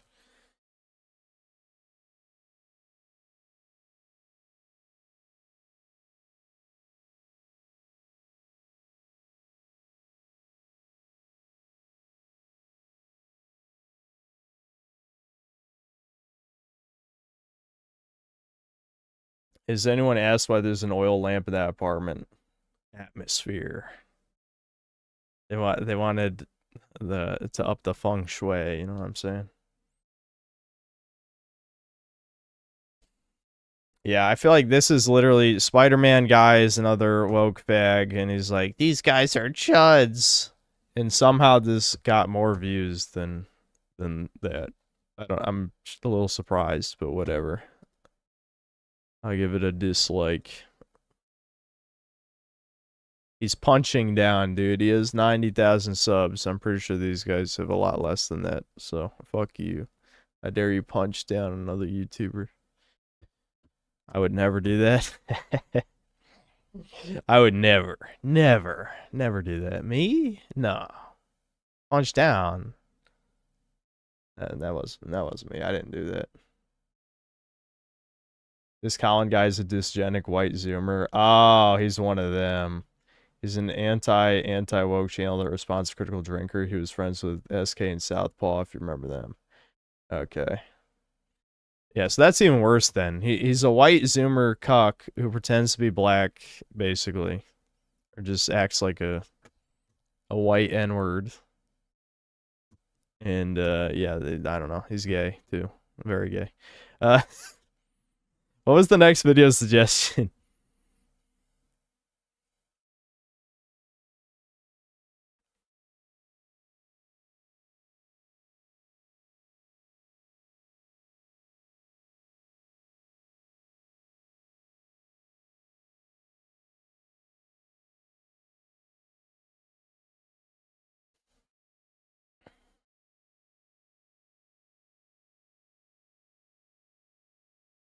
Modernized games versus original games Lost Soul Edition. No, there was super chat video suggestions. Let me find them. Hold on.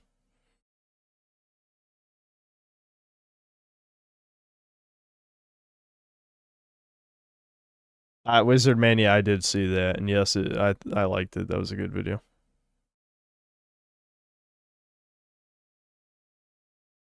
Hold on, I'm scrolling through the supers right now.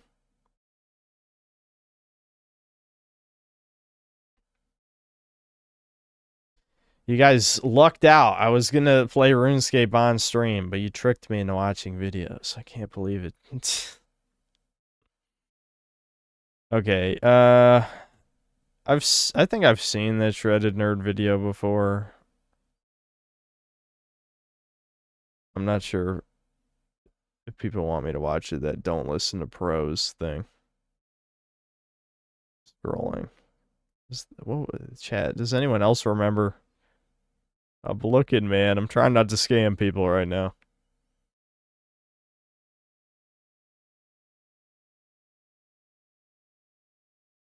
Do both? No, I mean, I want, like, I was planning on not doing completely AFK things. Like, I was gonna do, like, Hunter Rumors and maybe, Giants Foundry or something. Like, yeah, I could load up Gemstone Crab right now, but what's the point, you know? I'm streaming.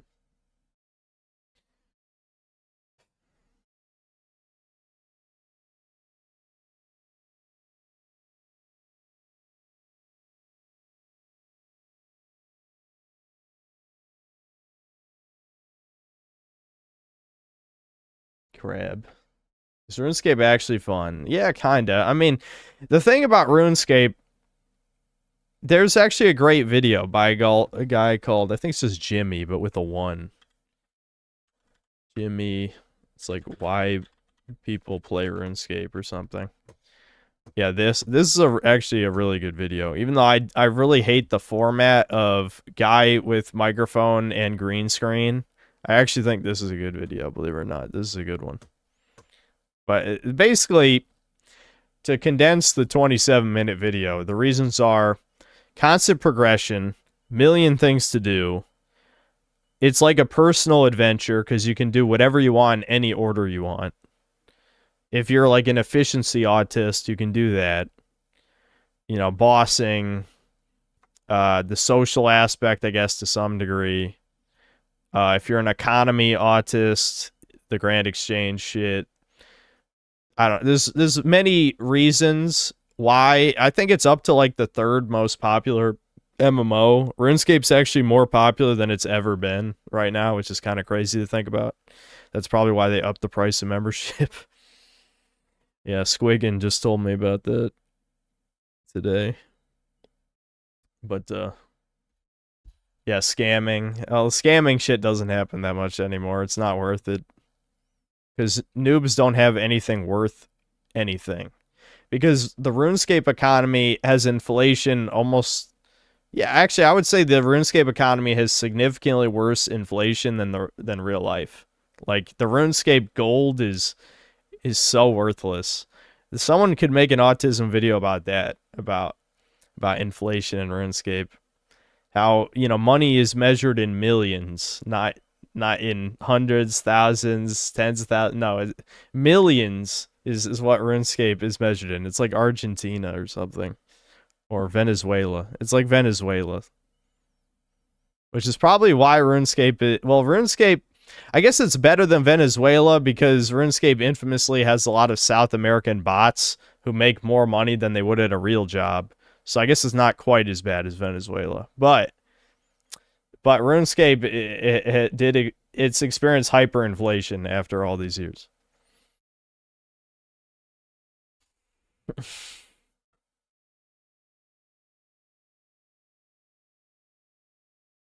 RuneScape gold is legit worth more than Venezuelan currency. Yeah, that's what's crazy. Like, RuneScape gold is worthless, but not as worthless as Venezuelan currency. That's actually a mega black pill. At least for South American people, but not for anyone else, I guess. No one else cares. Fuck. What were the other video suggestions, chat? Oh, man. I'm scrolling. Hold on. I'm trying to pay attention. The fatigue is kicking in, is the problem. I started streaming way too late. I'm gonna do Chudcast tomorrow, but on Thursday, I'll start the stream early. We'll play the Void game early, I promise.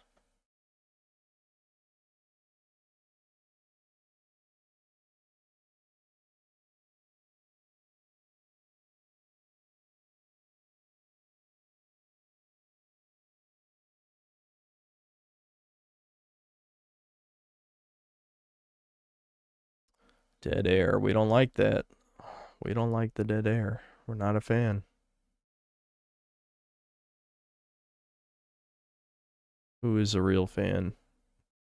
The thing about dead air is I feel like I get angry about it even faster than chat does, you know? Because I know if I was watching a stream and the guy wasn't talking for 2 seconds, I would spurg. I would smash my desk.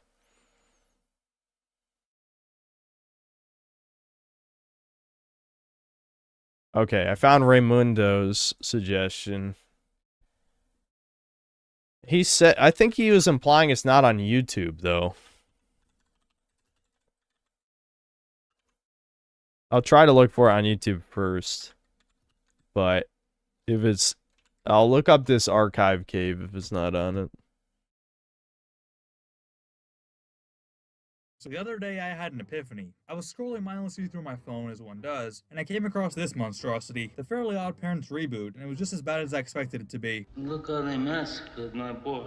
Mindless drivel plot lines, flashy art style, and an overt unfaithfulness to the source material. And I realized, these phenomena are not... Alright, I'm not sure why I'm supposed to watch this. I feel like, between the autistic lisp and the DeviantArt avatar, this is probably a bad idea.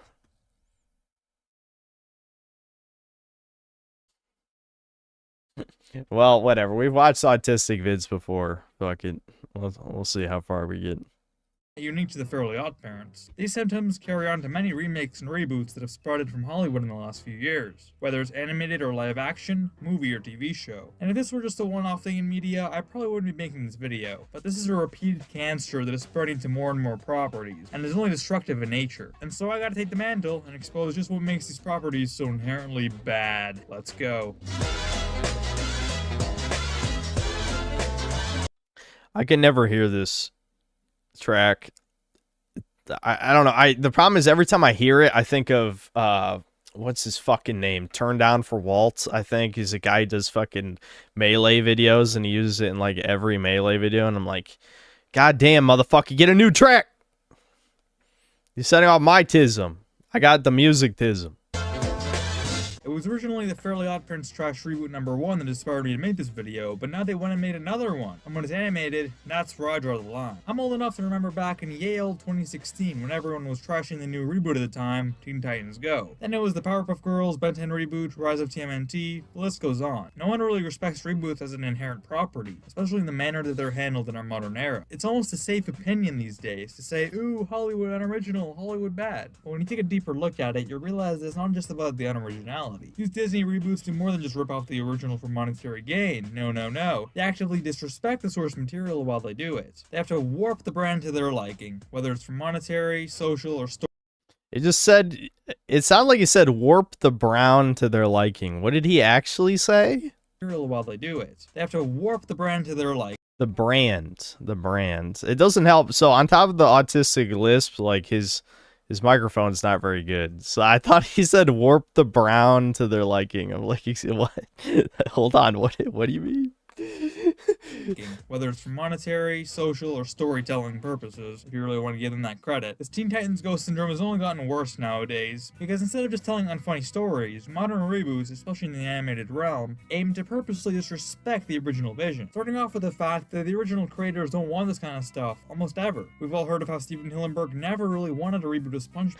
And people don't give a fuck. That's the thing. Like, this happened again, especially with Chris Avellone. Like, I love Chris Avellone spurring about the Fallout show because it really just, it's everything I wanted, you know? It's like, this is the guy who wrote almost all of the lore that Redditors supposedly like. And he's saying the Fallout show's dog shit. And no, it doesn't matter. Death of the author, no, sexual assault allegations, blah, blah, whatever. Any excuse. No, this motherfucker is one of the main creators of Fallout, and he hates the show. The show sucks. Okay? It's that fucking simple. But ever since his late passing, Nick has capitalized on 2 already, with both thankfully pulling in little to no ratings. When a reboot is properly won by the creators, it usually does quite well. Anymore, I feel like kids should not watch any cartoons, even the old good ones are damaging. Yeah, I hate seeing the Ben 10 reboot. I know we've had our Ben 10-tism discussions lately, just because I consumed an unhealthy amount of episode breakdowns. But this is just vile, and this is like, God, I just, every time I see any modern cartoon, so I turn into Hitler. I go Hitler mode, and I'm holding it back. Because I know everyone involved in the creation of these shows just I'm gonna build a perfect gas chamber. Don't you worry. In Roblox, my favorite game, there will be gas chambers in Roblox. You can cash in on someone else's creation. Let's give it bright, saturated animation to the point where kids get a corneal ulcer. Why not? Kids like colors, right? I feel like everything I'm saying only relates to reboots post 2010 because. The sad thing about this is, like, if it wasn't for, well, the black woman, like, this art style, maybe on some level, maybe could be appealing, possibly, but it does have some weird gay choices. Like, why does it look like they have spray paint on them? Like, what is that shit? But, like, you could probably make this art style work. Like, it's definitely not as good as the edgy one from the early 2000s. Like, I never really cared about Ninja Turtles, but, like, everything in the 2000s was, like, the Edge Kino era. God damn. Like, they knew what they were doing. They knew. Like, they made me interested in TMNT for a second. I'm like, hold on, wait a minute. Are you saying there's Edge Kino in this? Like, they fucking, in the edgy TMNT show, they fucking they turned a black guy into a head. Like, they legit, like, they even post-nuggeted his ass. There's, like, a black scientist guy, and he got, like, all his limbs chopped off and shit. Like, I'm like, how'd they get away with this? How did they get away with this? Yeah, so anyway, my point is I missed the 2000s. That was my point. There was no point. Yeah, these reboots are disgusting. I definitely agree with Autism Man for sure. Because prior to that, most reiterations weren't like this. Most were better than the originals, and actually kept gritty tones with cool brooding art style. I know. Again, they knew back then. Like Ben 10 Alien Force, pure Kino, absolutely. Now it's just a rainbow contest to see which show is brighter than the rest. Maybe that'll keep the kiddies in their seats a little longer. Let's make all the characters flanderized and dumb while we're at it. It's connect to dumb people more, right? It also gives us a cheap way of actually creating humor. Stupid people are funny. These modern reboots just go back to square one while ignoring all the story arcs that preceded them, with a cheap looking animation style and much shallower characters. And they expect folks to be all on board and excited when they announce one. Don't forget to force memes and trends, disgusting imagery, and weird detailed faces. They'll often dish. Yeah, who likes weird, disgusting imagery? Oh, is there a group of whatever? Yeah, I don't know. You know, Jews did this anyway. What's the point of being subtle? You know who did this. The grand arcs and storylines for a slice-of-life episodic show, bereft of any substance or long-term stakes. And look, I've made a whole different video explaining how being more mature or focused on story doesn't necessarily make a show better. That video gives a lot more nuance than I'm Mature frankly giving cartoons here. aren't always But listen, better. part of a reboot is a fan. That is true to some point. Like I'm the thing is, like, I think on a basic level I agree, but I just know what's gonna get talked about. As an interesting choice for Gwen in the thumbnail. Like, I think on paper I agree, but I feel like this is going to be the type of guy who's going to defend gay-ass Reddit humor shit. I just get the feeling without watching the video. But I don't know. Maybe I'm wrong. Also, yeah, Korra is not even mature, though. That's the thing. Like, I didn't see that much of Korra because I'm like, why do I want to watch a woman? Ew. Gross. Be the main character of a show. It couldn't be me. Anyway, I say that, but I did watch, a few growing up, like Kim Possible and stuff. But the point is, I watched Little of Korra. I'm like, this sucks, because it did. And I stopped. I don't even think Korra is more mature. I mean, maybe it is in like a retard millennial who doesn't know what maturity is type of way. But I think like, if we're talking about like actual functional maturity, the Last Airbender is probably equally or more mature than Korra. That's just like Tumblr idea of mature.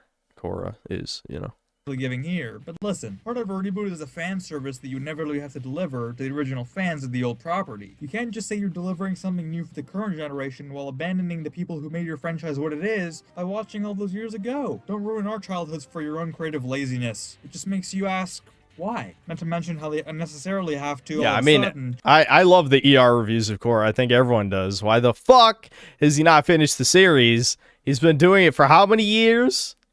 How much of Korra is even left for him to review? I don't remember, because I only watched probably 5 episodes of the first season of Korra. That's it. Change everything about the show. I mean, no one wants to talk about it, but the current bandwagon is the whole race swapping thing they'll have to do with animated characters. I promise you he's not waiting for Chud Kiss. Then there's the whole voice actress thing. Remember when Hank Azaria was shamelessly ousted from playing Apu in The Simpsons because he wasn't the race of the character? Because I do. It's almost like actors are supposed to portray things that they're not. Here's another shocker. This guy is actually not an anthropomorphic sponge. I mean, it's not just Azaria. This happened to Mike Henry too for playing Cleveland Brown. Alison Brie literally apologized for playing Diane from BoJack because the character was Vietnamese. Oh, so if a Vietnamese... It's just because celebrities are whores and will say anything. They have no beliefs at all, except satanic ones. But their actual belief system is non-existent. They are glorified prostitutes. Person has to voice that character and she feels so sorry about it. Will she donate all the money she made on that show to Vietnamese charities? Or no, is it just a bunch of false outrage for a non-issue no one genuinely cares about? When everything is racial, that's the only thing I can see when watching. I never saw Blade as a black character, or Cyborg, or Gerald, or Static Shock. A lot of my favorite characters are people of various ethnicities and racial tones. The black female Timmy Turner is clearly just a cheap attempt to reboot this property without any other significant pitches for change. I mean, for the diversity folks, there must be a point where this hurts the cause more than it helps it. Well, here's the thing, too, is these people, this is interesting, but these people don't even watch the shit, right? Like, remember all those people spurging out about High Guard failing? It's like none of you guys played the game, though. Like, how many times has Twitter spurged about a woke game failing? If every single person who liked your stupid ass tweet, assuming it's not mostly bots, which it probably is, if they were real people who gave these hundreds of thousands of likes on these tweets, it's probably not that many, but it's probably at least tens of thousands. Then the game probably wouldn't have failed if you actually bought the fucking game, but you just bitch on Twitter all day because you don't play games. I actually play games. People have said I'm like V incarnate, but I play games. V doesn't play games either. I have to play these shit games.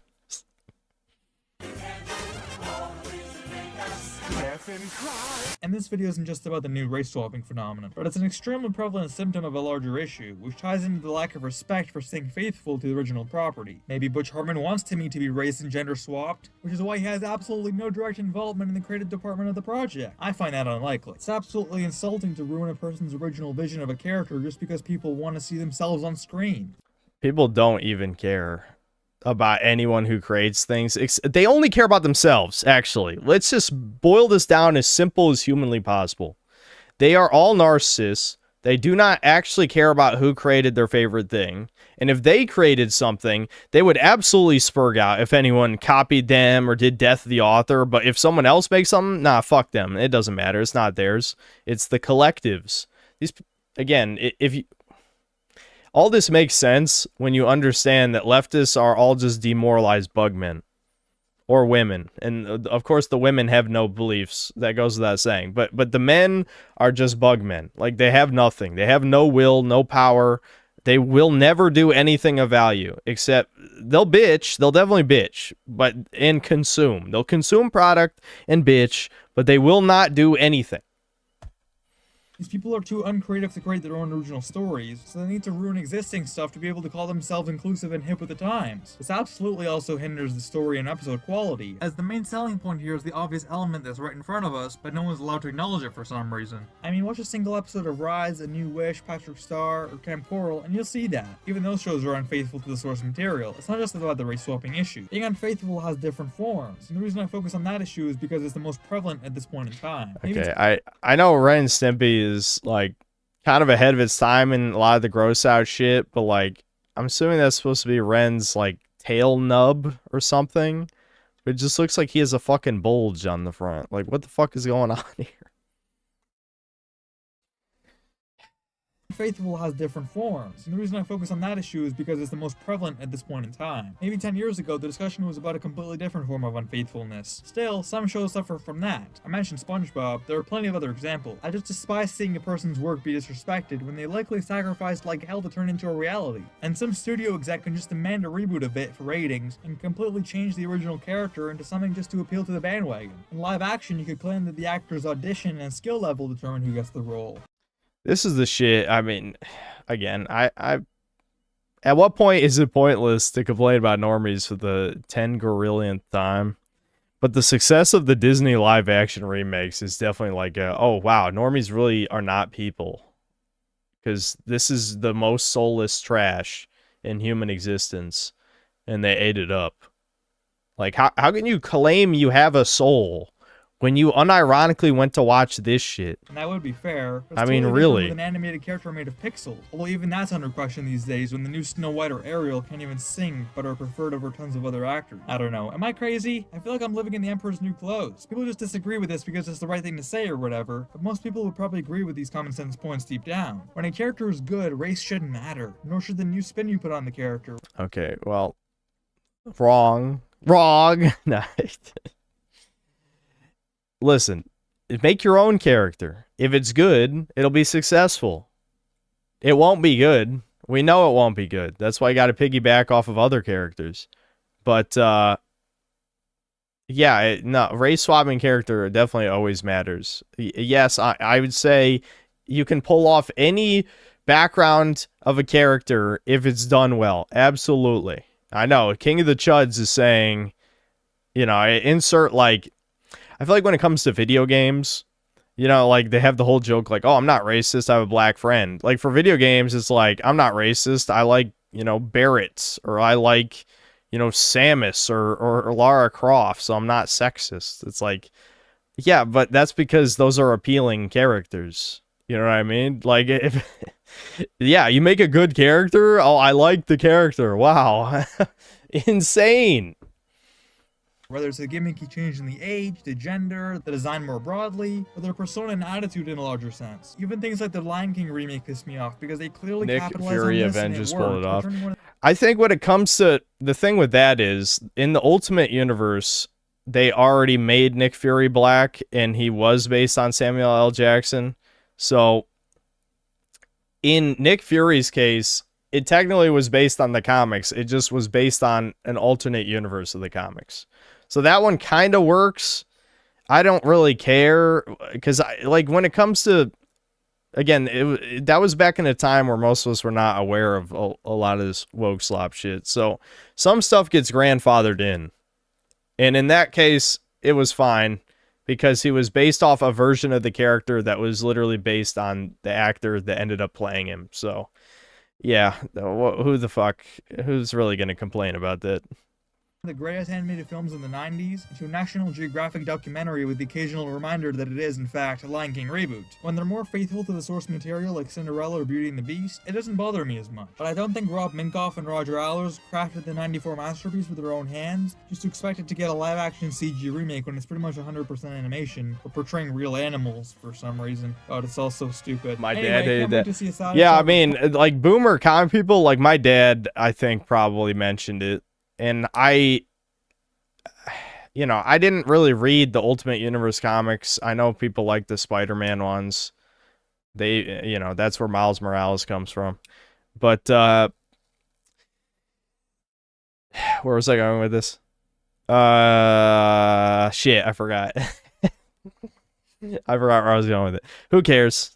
I don't care about comics, really. I like certain superheroes, sue me. Only really the edgy ones, like Venom, but, still. on movie. And while they're at it, it wouldn't hurt to race swap one more movie. No, I also like the Hulk because of what the Hulk represents. And, of course, that's why they've shit on the Hulk so heavily in the MCU. But yes, as a man of rage, I do love the Hulk. Absolutely. Movie, would it? Thanks for watching. If you enjoyed it, I didn't hear the last subscribe. line. Let me roll that back. It was probably some kind of punchline or something. It's all so stupid. Anyway, can't wait to see a Static Shock or Spawn movie. And while they're at it, it wouldn't hurt to race swap one more movie, would it? Thanks for watching. If you enjoyed it, be sure to like and Okay. subscribe.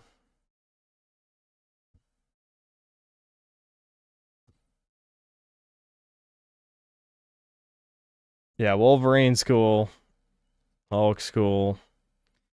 Yeah, those are my dad's favorite Marvel characters as well. Is the Hulk and Wolverine. So it makes sense. That's actually what I bought my dad for his last birthday. Was McFarlane was doing like statues that were based off the poses from iconic comics, and they did a Wolverine statue for his first appearance in whatever Incredible Hulk issue that was. And so yeah, that's what I got my dad last year. Jagex messed up badly again. Oh, yeah, that's about the membership price increase. Drama.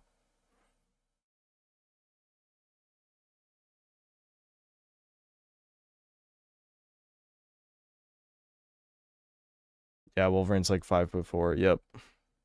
My dad's not actually short. He's 5'8", but like in the modern world, that might as well be Wolverine. No, my dad's a tank though. That's the thing. Like, my dad's as wide as he is tall, so I feel like if you have those proportions, you can get away with being slightly below average height.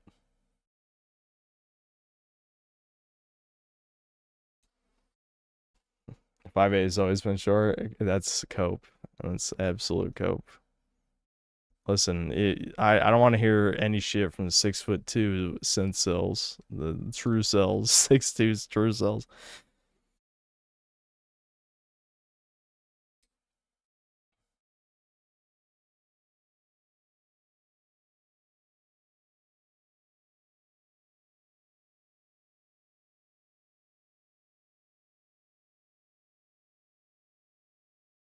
All right, whatever. We'll watch a couple more videos. I don't feel like looking through the super chats. Kaiba screws the rules versus Yugi Battle City YouTube poop by Kaiba Corporation. Okay. That brings me back to the little Karibo days. Screws the rules. I feel like I would watch the first 20 episodes of Yu-Gi-Oh! Abridged and probably still laugh. I'm not gonna lie. Let's duel! Now I draw my entire deck. Once you run out of cards to draw, you will automatically lose this duel. Usually, yes. However, I'm Seto Kaiba. Now I summon one new deck. And summon one deck. Times, Kaiba Corp gladiators would battle to their doom. But how? And now, I summon my X-Head Cannon in attack mode. Enemy controller. What? Left, A, right, B, A, right. My X-Head Cannon gets another 4 billion attack points. Oh no! Why Dragon Head? What? I summon Z Metal Tank in attack mode. Oh no! I draw 3 cards. I've drawn my Egyptian God card on my first turn. Come forth now! Obelisk the Tormentor! Kaiba! You won't summon Obelisk that easily. It's Obelisk! Very observant. I mean, this is basically just modern Yu-Gi-Oh! Except Yugi forgot to put any hand traps in his deck. Yugi, I play 2 cards, both face down. That ends my Really? turn. All right, my move. Now it's my move. It's my move. Excellent. Now I shall fuse my 3 Pot of Greed together. Say hello to my Pot of Ultimate Greed. What the fuck? It allows me to draw 2 billion new cards. It's my move now. Oh no, not Gazelle. I summon Queen's Knight in defense mode. Pathetic. Now I activate my special ability. Obelisk's force becomes infinite. Yeah! I summon Alpha, the Magnet Warrior, in defense mode. Attack his Magnet Warrior. I summon Big Shield Gardener in defense mode. Infinity. Perfect! Now I shall fuse my Pot of Greed with Obelisk. Say hello to my Obelisk the Tormentor. What the fuck? Prepare to feel the wrath of my Blue Eyes. Blue Eyes? But how? You need to sacrifice 2 monsters for that. Summoning Blue Eyes usually requires 2 sacrifices. However, I'm Seto Kaiba. And now, I summon Blue Eyes White Dragon. Now, Kaiba, my This is move. fucking I summon stupid. my Egyptian God card. Slifer. I draw. Pot of Greed. Thanks to the effect of this magic card, I can now draw 2 more cards from my deck. What a twist. Yugi explained it instead of Kaiba. That's the real joke. Slifer's attack points now rise to 5,000! As president of Kaiba Corp, I declare this invalid! Obelisk! Annihilate his Slifer!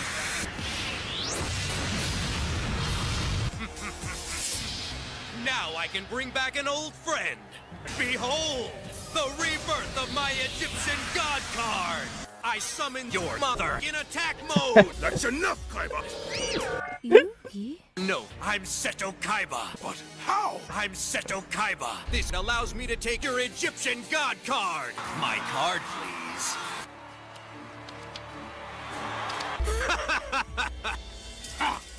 It appears Seto Kaiba outwitted the Pharaoh. And now, I summon Slifer. Excellent. I'll use polymerization to fuse them together.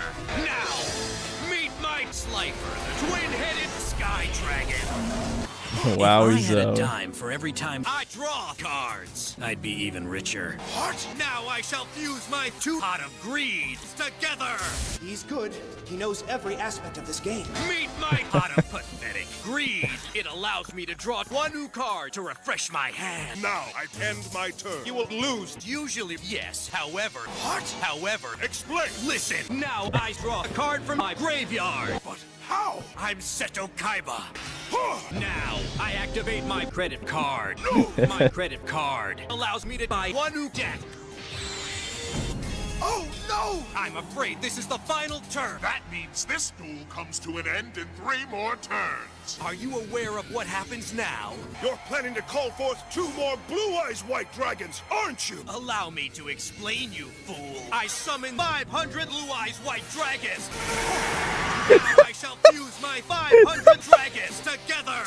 Say hello Kino. to my Blue Eyes. Excellent. Perfect. Ultimate, ultimate, ultimate, ultimate. Excellent. Dragon. I'm Seto Kaiba. What? This allows me to take Marek's Winged Dragon of Ra. What's going on here? My card, please. Take it. And now, I summon my Winged Dragon of Ra. Holy shit. How? Now I shall fuse my 3 Egyptian god cards together. Say hello to my Creator of Light. Yeah. What's that? Creator of Light. Attack! Oh no! Victory is mine. That's it. Yeah, I mean, yeah, he did win. He had to he had to cheat an insane amount, but he did win. You know, I can't believe that just ends. Yeah, he summoned God and he won. Yeah, that did happen. Okay. All right. I'm gonna read the rest of these super chats. So I'm probably gonna end the stream. I'm getting pretty tired. I can't believe I tricked. Chat tricked me, dude. They tricked me out of RuneScape. I can't believe that you guys outsmarted me.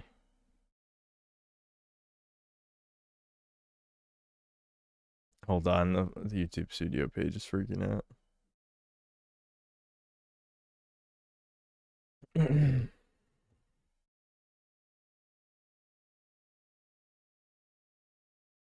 Buying girlfriend. That is iconic. It's true.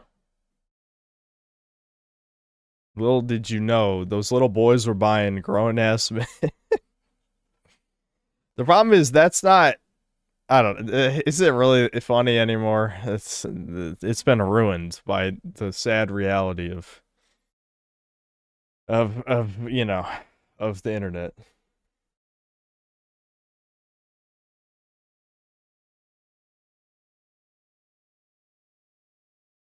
All right, hold on.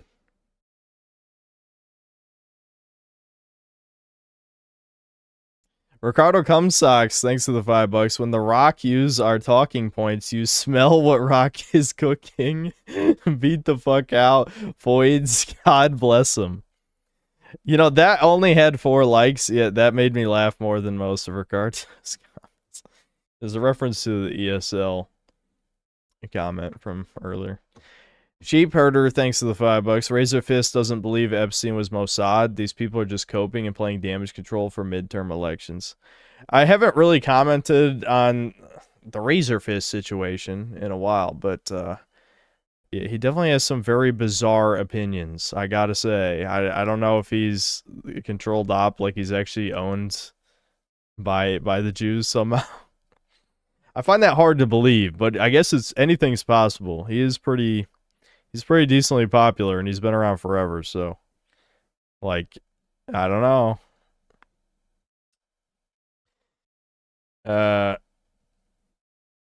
Stallion Milk, thanks to the $5.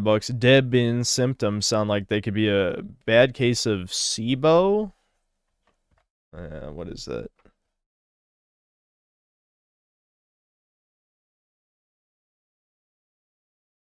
Small intestinal bacterial overgrowth. Well, he had a colonoscopy, so I'm assuming that would have showed up if it was that.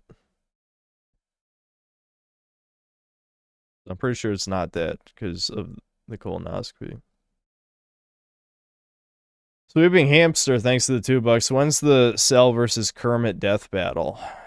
Yeah, well, I guess that's already happened a bunch of times, more or less, on Devil Artemis's channel. I do remember that was the cringiest video I ever showed. I had, even me, you know, it was only a matter of time before I had a cringe video moment, and that was the one.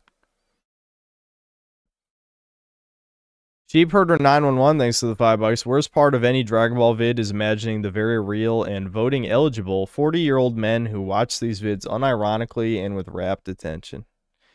Yeah, I mean, it's just the tism, dude. A lot of people got the tism, you know? Sometimes I shit on the tism too much. I think it's more in good fun, you know?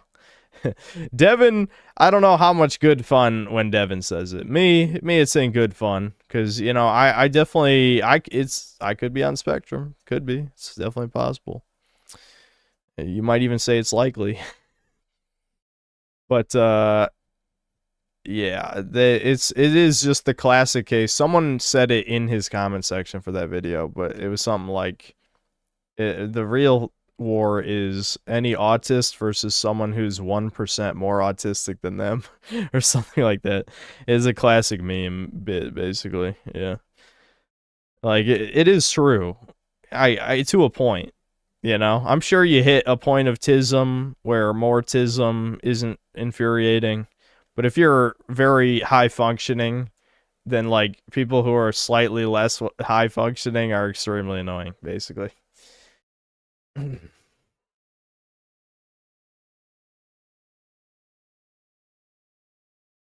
NJOM, thanks for the $5.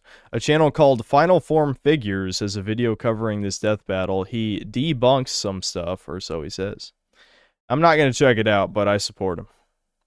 Deranged Doomer, thanks to the $5. Never forget, Redditors aren't human. True. That is true. I can't believe anyone would still use that site after all this, but I guess people like that need somewhere to go. Axton Zero, thanks to the $5. This Colin guy is a massive spurg who disassociated with another spurg who debated with Mauler because of something. I don't know. The lore is deep with him.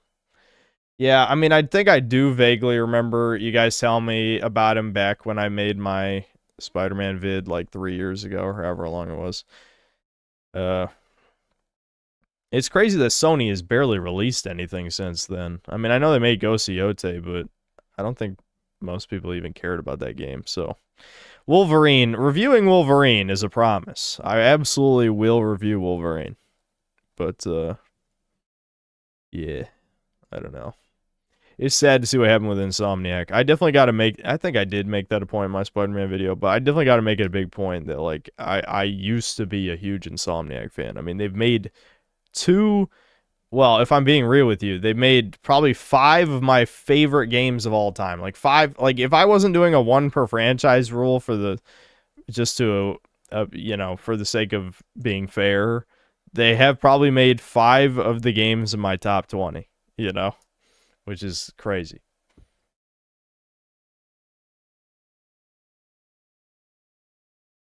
Aryan Rooftop Party, thanks for the £5. RE1, 2, 3, 4, 5, RE1 Remake, and Code Veronica are the only good RE games. Everything else is dog shit. Let me see. Dog shit's probably harsh. I think Revelations 1 is half good. I think RE7 was alright. RE8 is also alright, but in a different kind of alright. The remakes, yeah, RE2 remake I could play and still have fun. That's probably, well, and RE4 remake, I guess. I don't know. I like, the thing is, I actually like Resident Evil a lot, so even though when they fuck stuff up, I can still have fun with the games, you know? Like RE2 and 4 remake are a good example of that, where there's like definitely elements they indisputably fucked up, but I think the gameplay is still fun. M. Garcia, thanks to the $2. This Zoom Groid is the reason RE4 remake exists, by the way. Yeah, people like him. Yeah, he's definitely got to be a new Resident Evil fan if he thinks Requiem is one of the best horror games of all time. That Colin guy, yeah. The sad thing about shit like that is I'm just thinking in my head, like, if you really like this game, Resident Evil 4 would blow your fucking mind. Like, you'll lose your shit. Like, hell, you could say the same with Dead Space 1 or 2. Like, go play those. And you'll realize there's a whole tier of video games better than anything you've ever played in your life. You know what I mean? Like, it's the type of thing, I know it's not true. It would never happen. But in my head, I almost like think there might come a moment for some of these people where they finally do go back and play old games. Like, holy fuck, I've been missing out on this my whole life. Like, this shit is amazing. You know what I mean? But this is not going to happen.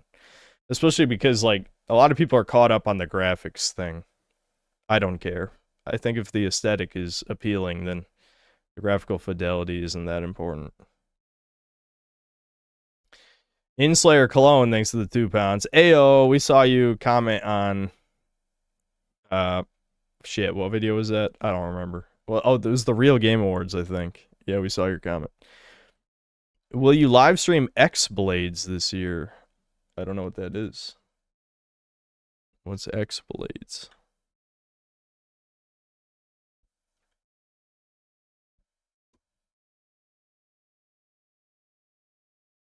Is this a Coomer game? There's mixed reviews on Steam.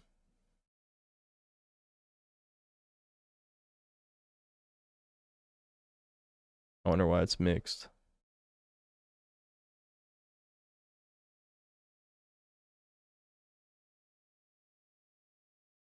Is it Gooner? Okay, whatever. I'm too tired. I'm not gonna read the Steam reviews, but it does look like a Gooner game. Checks, thanks to the 5 Canadian. Buying girlfriend, indeed.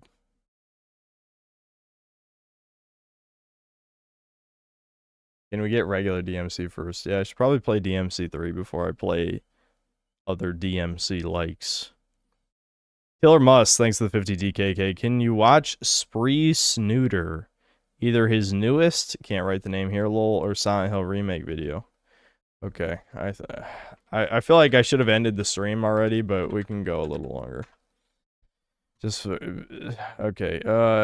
YouTube's worst performative male Turkey Tom. Age play Bateman rapist. Well, after he quote unquote beat the allegations, I'm not sure I should watch that. Goy pilled the ideology behind the Epstein files. Okay. Fuck it, let's watch some. As a brief disclaimer, this video discusses the supremacist beliefs held by the infamous sex criminal Jeffrey Epstein, with said beliefs motivating his action. Alright, hold on. I gotta get some water real quick.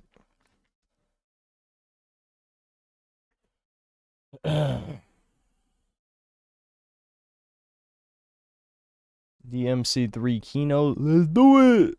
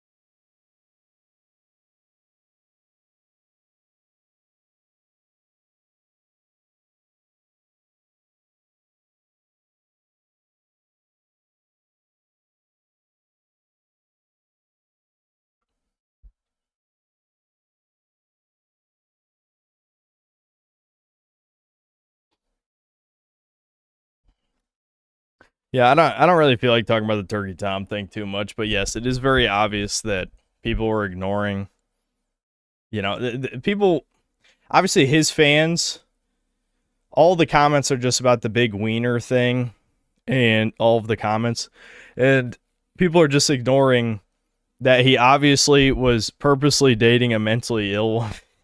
You know what I mean? Like, I'm not gonna say it's a crime. It's not a crime to purposely date a mentally ill woman so that you can perform whatever weird shit that you were doing. that's not a crime, but it is pretty questionable.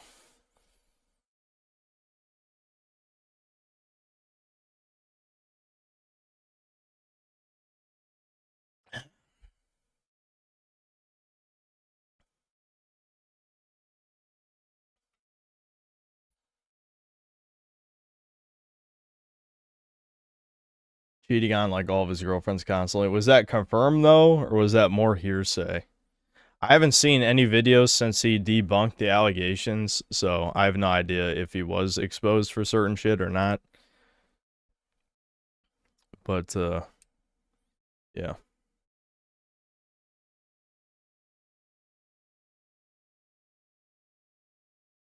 Destiny trained him well. Yes, definitely trained him well on the keep all the receipts. But again, like, I don't know. It's one of those things where, yeah, you can live your life, you can make your choices, but the type of human being that is going to purposely, you know, seek out and do whatever to insane women is, that's definitely someone of questionable morals. You know, he clearly has no interest in real long-term relationships, and he's just pumping and dumping bitches, which I know Zoomers might think that's Chad shit or something. It's not. It's absolutely not.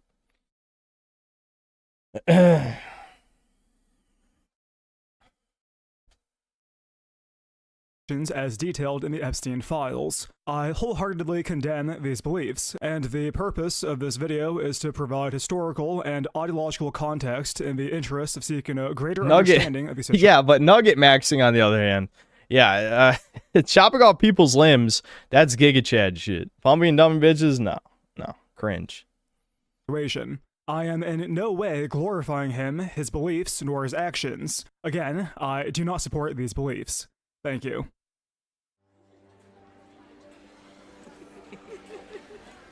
Yeah, this fucking shit, yeah. Thank you, man. Shit that never happens, a word right here.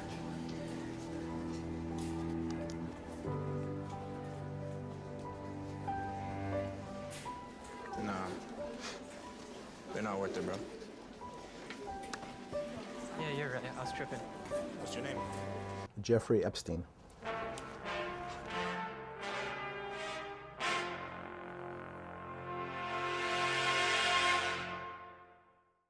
So the Epstein files have dropped recently, at least some of them, and after a few days, there have mainly been two reactions. There's the low information normie class whose minds are totally blown, and then there are the schizos and chuds who have known about this stuff for years and are clown-pilled to the point that it barely Mom, please be careful with Jew topics. matters. Assuming you're a member of the latter category, I'm sure you can relate to the experience of normies frantically asking if you've heard about the latest horrific crime against humanity that you first saw on Poll a decade ago. Yeah, the fucking, how many Pizzagate was mocked for years. Like, people, like, oh, you're a fucking flat earther if you believe in Pizzagate. It's like, you fucking idiots, did you learn anything? Did you retards learn anything from this? No, they didn't learn anything, and they will do nothing. They will continue to do nothing. Better late than never, I suppose, but this often leads to the awkward question of what now, to which the answer is nothing. I hate to be the bearer of bad news, but as far as I can tell, this email drop is no different than the rest of what we've been given regarding Epstein, and that it's largely a diversion. The crazy stuff that normies are melting down over is all alleged. You know, I'm not saying that George Bush wasn't on a yacht with a bunch of elites where they dismembered and ate baby intestinal fecal matter after watching interracial gang rapes and cutting a guy's feet with scimitars after violating him, but we need more than a testimony where even the agent writing the stuff down didn't believe it. As far as I can tell, the big stuff is all like this. You've got a 2013 email between Epstein and a former... I feel like all of this is just a test. Like, COVID was a really big test. This was another really big test. They're just flexing to see, will the public do anything? And no, the chuds who say nothing ever happens, they were right the whole time. Unfortunately, because the elites, the one thing they don't have is they don't really interact with the public, right? A lot of people, I know that leftists always think oh, these chuds are living in their mom's basement with no job or whatever. No, a lot of us interact with average people in some form or another, and you realize at some point these people are not sapient. Like, they have no inner thoughts. They have no concept of anything beyond their own reality. So, no, they will not do anything, no matter how fucked, you know, their overlords turn out to be, basically, right? So, it's not like anyone wants to be right about that. It's not like there's a single chud is like, yes, I was right again. People will do nothing. No one wants this. No one wants this. But after a certain point, it's just like, no, I'm not going to get hyped up about this shit for the millionth time. It's just not worth it. Like, you get disappointed too many times. Like, that's kind of the chud experience in general. You can apply that to anything in life. It's just like, I've been disappointed too many times. I'm not going to ride the hype train. I'm not going to pretend to get mad or whatever about any bullshit. I'm done. I learned. The other people did not learn. I learned. French diplomat who's currently a World Economic Forum member, where they compare white girls to shrimp and talk about removing the heads and keeping the bodies. I think we all have an idea of what that means, but can you prove it? Keep in mind, this is what you're allowed to see. Epstein was first arrested for soliciting a minor in 2006, and it took 13 years to finally raid him in 2019. Of the mountains of evidence accumulated from decades of deviancy, how much of that do you think will be officially released? How much of that do you think hasn't been destroyed in the 20 years since? I've long stopped caring about the files for this reason. Of course, I'd like them to be released, but I don't think the government will ever give us what people are looking for, with this recent batch of emails serving as an example of that. So, is that it? It's over? Never began? Well, no. There is one major thing of note regarding the recent Epstein file drop, which is the confirmation that the Epstein operation was explicitly an ethnic one. And really, everyone suspected that to some degree. Ghislaine Maxwell's father was a huge... The thing with this has always been my take, is that there is millions of the population, and I wouldn't even say it's as partisan as you think. I really don't think it is. There's millions and millions of people who have been programmed that being racist is the worst thing you can be in any context, and anti-Semitism is basically, just another form of that. So you're never ever going to win over these people because they're completely brainwashed. Like, that part of their brain was formed in childhood by whatever lesbian kindergarten teacher. I like that. That was a good bit that I did on that other stream. Anyway, but so the thing is, like, I don't. Yes, you could probably literally show them 2 + 2 = 4, and they wouldn't believe it because they've been brainwashed that 2 + 2 = 5, and there's just no getting past that. And, that might change, maybe. Like, I think when enough generations have been fucked over and have nothing to lose. But again,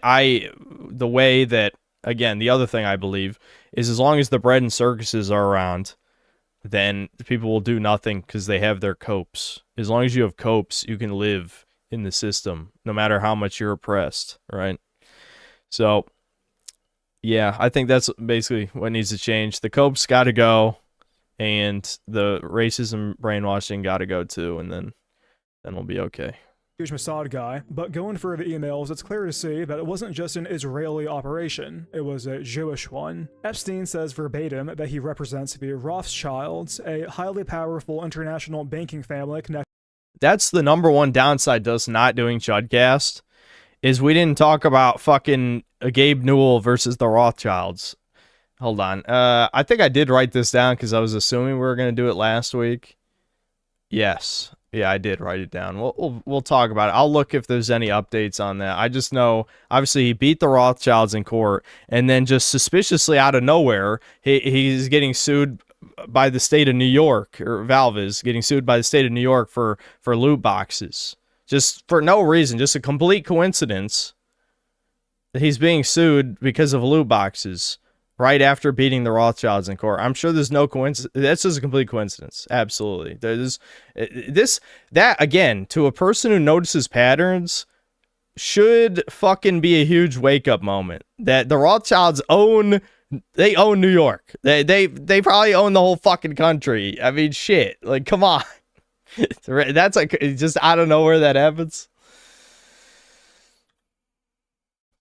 to Zionism, who directly created the current state of Israel through the Balfour Declaration in World War I, with the Rothschilds and other Zionists potentially buying Churchill for his debts, which then led to opposition with Nazi Germany, and the rest is history. It's worth noting that this particular email was sent to Silicon Valley tech mogul and co-ethnic Peter Thiel, a friend of Elon Musk who started PayPal with him, and the longtime mentor of Vice President J.D. Vance, who put him in the White House.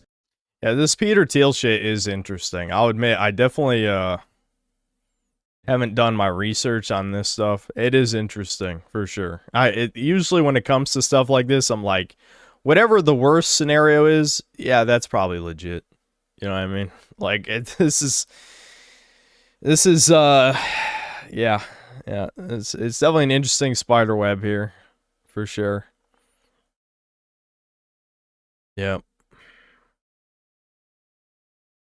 The whole point, again, like, if you just, I think in a lot of cases, like, getting too deep into the minutia of it isn't too helpful. I mean, it is nice. I mean, definitely some people should know these things, definitely. Especially the people who are telling you what to believe should probably know these things.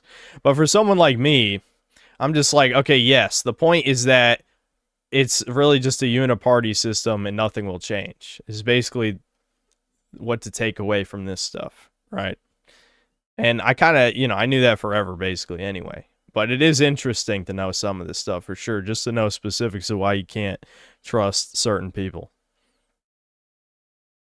On the subject of networking and international power, Epstein elaborates on these subjects a few other times, like how in a conversation with the renowned professor and AI entrepreneur Roger Schenck, he says that the way the Jew makes money is by selling concepts and operating outside the framework of non-Jews. A direct quote is, "Let the Goyim deal in the real world. Let the Goyim toil in the rat race and work themselves into an early grave, while the Jew operates on a separate plane of existence, making money through non-tangible means like academia and markets, banking, and pornography." I'd like to reiterate that this is Epstein speaking to other Jews. This isn't some extremist conspiracy theory. When Epstein speaks to a Mark Fisher about how Jewish souls are... And again, do you think, like, leftists took away anything from this? No.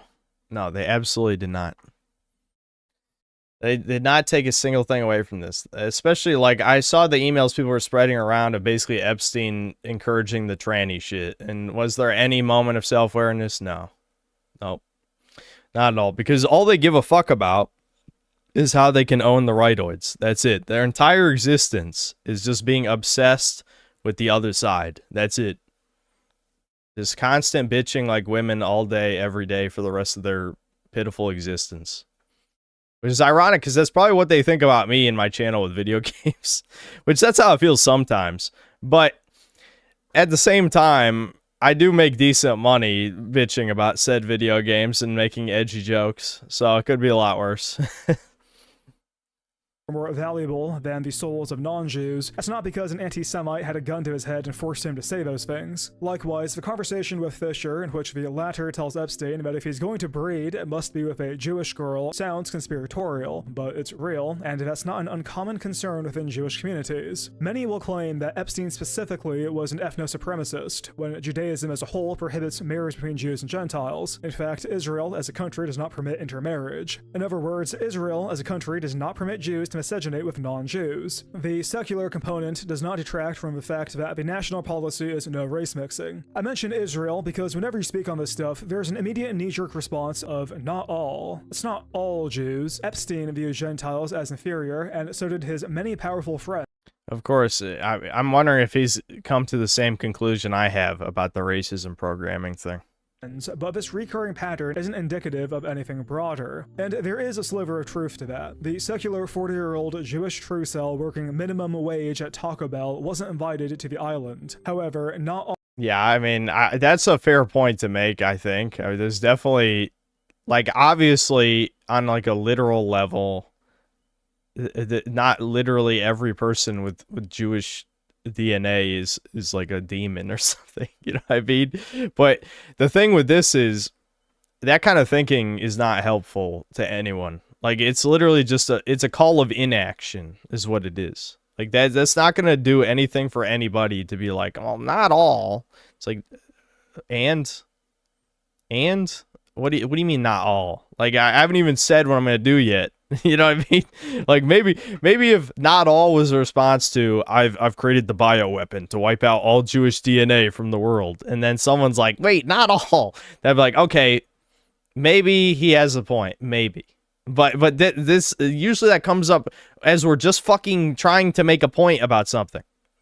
All is often said to discourage pattern recognition. Yes, some people do bad things. In fact, they may even be statistically overrepresented if you look at the numbers. But it's not all members of that group, and therefore you can't make broad statements regarding groups as a whole. There's a phrase that comes to mind. Not all, but always. It's not all members of a group, but it always seems to be a member of that group. It's not every single one, but there's a pattern there. Epstein himself acknowledges this pattern. I mean, that's true for so many things in this world, legitimately, but people can't seem to wrap their mind around that specifically. Like, no one says every black person did every crime, or every single black person will commit a crime at some point in their lives, no matter what. Well, maybe some incels said that, but maybe some people here said that, but again, that's irrelevant, utterly fucking irrelevant. There's a problem. The problem needs to be solved.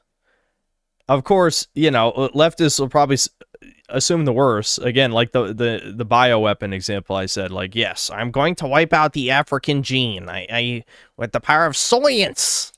You know, science being used for good for once now. The point is, there's a problem in society. The problem needs to be solved. Doing nothing because you're scared that it's racist to do something, you're part of the fucking problem, and you will be solved, because I'm gonna turn you into a fucking nugget. I'm coming. Email, he reminisces how he was at dinner with a bunch of right-wing guys, and he asked why they're so anti-Semitic. One of them stated that historically, Jews have held a lot of power behind the scenes, to which Epstein asks for an example. The guy points at Epstein, and everyone starts laughing. Epstein is indignant when someone says, how else do you explain how the past 3 days we've seen princes, prime ministers, other officials, emissaries. Wait, at my dinner table, I asked, why are you right-wing guys so anti-Semitic? One said, historically, we all know it's actually been the Jews behind the government actually pulling the strings. I said, like who? And one pointed at me, and they all started to roar with laughter. Me, and one guy said, how do you explain in only 3 days there have been princes, prime, and other ministers, emissaries, plus 2 presidents of the world bodies? Guilty, so funny, wish you were here. Okay, that's definitely an interesting story. Epstein, definitely. These series and 2 presidents, to which Epstein laughs and says, me. Guilty. It's like a sketch from a sitcom. Okay, you got me. Like, that's how that story reads. Sex predator Jeffrey Epstein is like, why are you guys so anti-Semitic? Jews hold a disproportionate amount of power.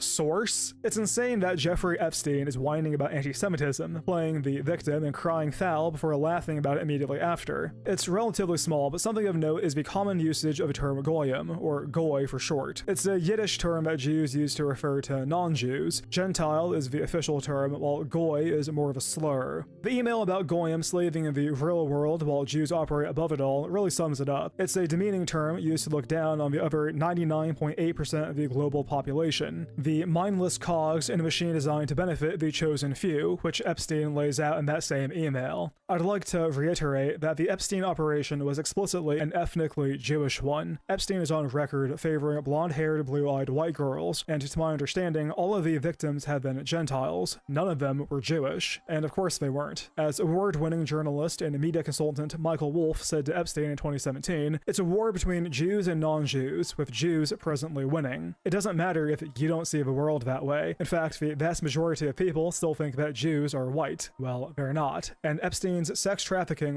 Yeah, it's actually mind-blowing. Like, because the thing is, people are so retarded, they literally only see skin color. Like, the skin color itself is all that matters. Like, they don't even fucking understand genetics beyond the amount of, you know, melanin in your skin. Like, it's like, what? Why? Democracy was such a, like, the biggest mistake in human history, like, easily. They're Easily. not. And Epstein's Kill sex everyone trafficking involved was an in ethnic the attack idea of specifically targeting democracy. children Go of back non-Jews. all the way term to like they the used for fucking Gentile Greeks women and is start just shiksa, chopping derived people of up. the Hebrew word No, shiketz, democracy which means is a abomination fucking and joke. impure. In other words, they consider women of all other races to be whores, but this is nothing new. There's a long history of Jews sexualizing and demeaning shiksas. A 2021 article from The Guardian details the prevalence of pairing shiksas of Jews in Hollywood films, as well as the fact that burlesque shows starred Gentiles rather than Jewish women, as the latter were thought of as pure, as opposed to the whorish, unclean shiksa. This article These people was, never of seen course, albino written by African. Well, the thing is, subconsciously they understand the concept. They definitely understand the concept subconsciously. It's just that they haven't been trained. Because like a lot of Jewish people are even though they hate race mixing, especially a lot of the ones here are mixed race. Like if they saw native Israeli Jews, they'd probably be like, yeah, that guy doesn't really look white. You know what I mean? Because they are a little brown. They are a little brown. But the ones here, you know, you can, I know people like to post memes about aggressive mimicry. Is that what it's called? It's the thing in nature where an animal will try to look like another animal. And it's basically a predator hiding in plain sight type of thing. I've seen memes like that. Anyway, so they haven't been trained to know what it looks like. a Jewish woman who celebrates the Jewish domination of Hollywood, which from its inception was always Semitic. On a similar note, pornography as a whole is the industry of whoring out and degrading. Yeah, I mean, this is such a huge thing, but again, no one will ever address this because so many people are suffering from porn addiction. And it's like, again, I'm sympathetic on this level for obvious reasons. Like, obviously. But you need to realize what the entire point of this shit is. It's just to sedate the population. And obviously they get a sick enjoyment out of giving you weird fetishes. Since they put it in children's cartoons, since they, you know, do all this shit. Again, I feel like we've talked about this for years, but, you know, got to bring it up again for the millionth fucking time. But, that Ron Jeremy quote is disgusting. But anyway, the point is, I don't know, dude. I don't know. What do you do? What do we do about this? I mean, you can watch a million videos on being a Sigma male or whatever.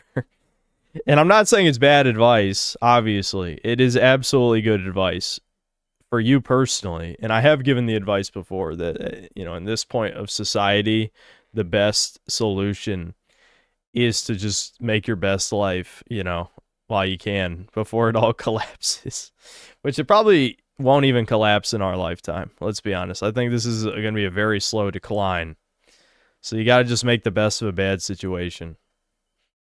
You know, I don't think there's going to be any Zoomer revolution. I don't think there's going to be a Gen Alpha revolution either. I hope I'm wrong, but yeah, you got to just this is honestly like problem number one. Video games is in the top 5 for sure, but porn is number 1. This is the ultimate reason why shit's not going to change right here.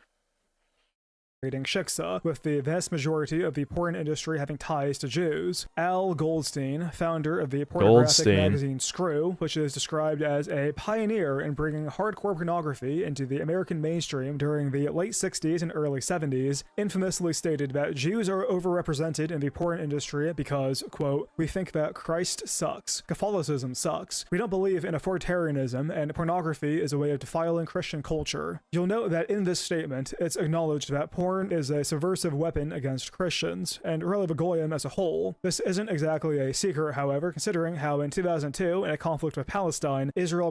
Yeah, this shit is crazy. I remember telling my dad about this shit, because I'm like, Dad, this is why nothing's gonna happen, basically.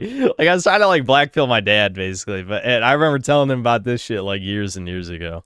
broadcast pornography for West Bank TV stations as they occupied the area. On the subject of Israel, it's also worth noting, of course, the vast amounts of human trafficking and the prostitution of Gentile women from Russia, Ukraine, the Baltic states, South Africa, and the Dominican Republic. In 1998, it was noted that more than 95% of the women deported from Israel for illegal prostitution were repatriated to the former Soviet Union, with a professor from Hebrew University in Israel estimating that 70% of women working in prostitution were from Russia and other former Soviet republics. Considering how these women didn't even speak the language, I think you can imagine how they got there and how they were treated. As with all of this, it was ethnically motivated sex slavery. To reiterate what Wolf said in 2017, it's a war between Jews and non-Jews, Jews presently winning. Now, of course, not all Jews, but it's enough Jews to notice some patterns. Again, you're never going to hear any of the... I know people are going to say it's not related, but it is. It absolutely is. I say people, everyone here agrees, but I mean, like, you know, maybe lurking tourists or something. But this is why you're never going to hear the anti-woke people talk about any Jewish shit at all, ever. Never going to happen. Like, it's like, because when you go deep enough, that's obviously the fucking reason, man. It literally, I know it definitely is the most schizo shit, but it has proven so true time and time and time and time again. Everything wrong with modern society goes back to them every single fucking time, without exception. Without fucking exception. Every time it goes back to them. People always want to blame the Zionists or the Frankists or the Canaanites, but you'll notice that it's never a Gentile. When Epstein mocks one of his victims for saying that Jesus is watching over her, to which his friend replies that Epstein should dress as Jesus when he sees her, remember what Goldstein said about hating Christ, alongside the fact that according to Jewish scripture, Jesus Christ is a false prophet who is burning in hell in boiling excrement. I told my mom about that. You know, it's funny is my mom's like, oh, there's a Jewish woman who goes to my gym and I'm going to mention to her. I'm like, Mom, what are you doing? Why are you going to bring that up? What are you talking about? Also, she said she was going to bring it up at her weird, like, cult church as well, like to the pastor or something. And I'm just like, yeah, that's probably a bad idea. I'm going to be honest. It's not that kind of church. It's definitely not an Orthodox church.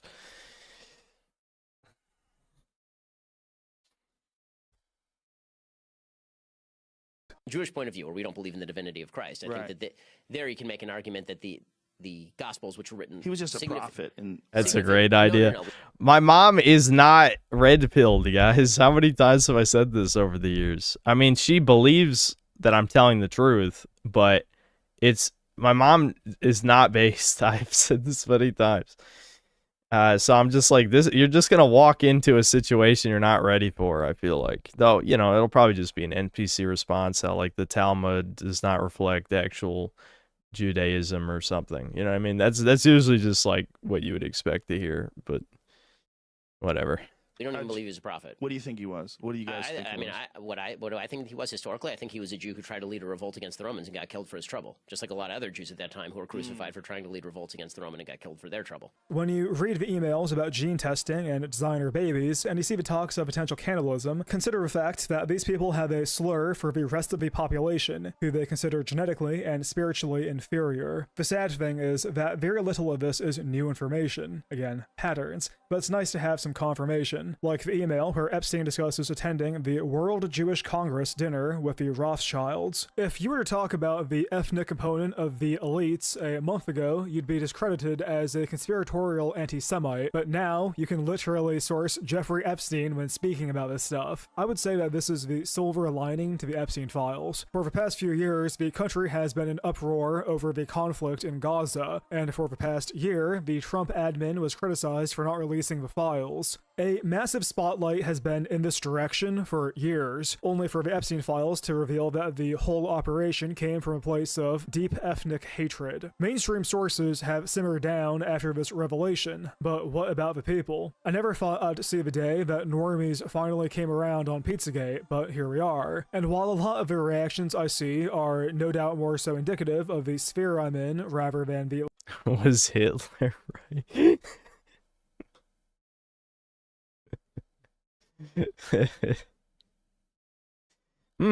What a question.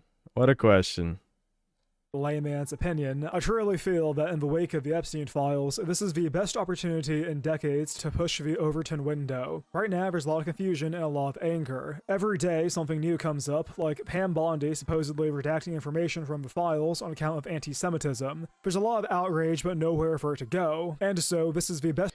There is somewhere for it to go. People are pussies, though. Not Fed posting, just saying. There's definitely a direction it could go. People could definitely make a choice.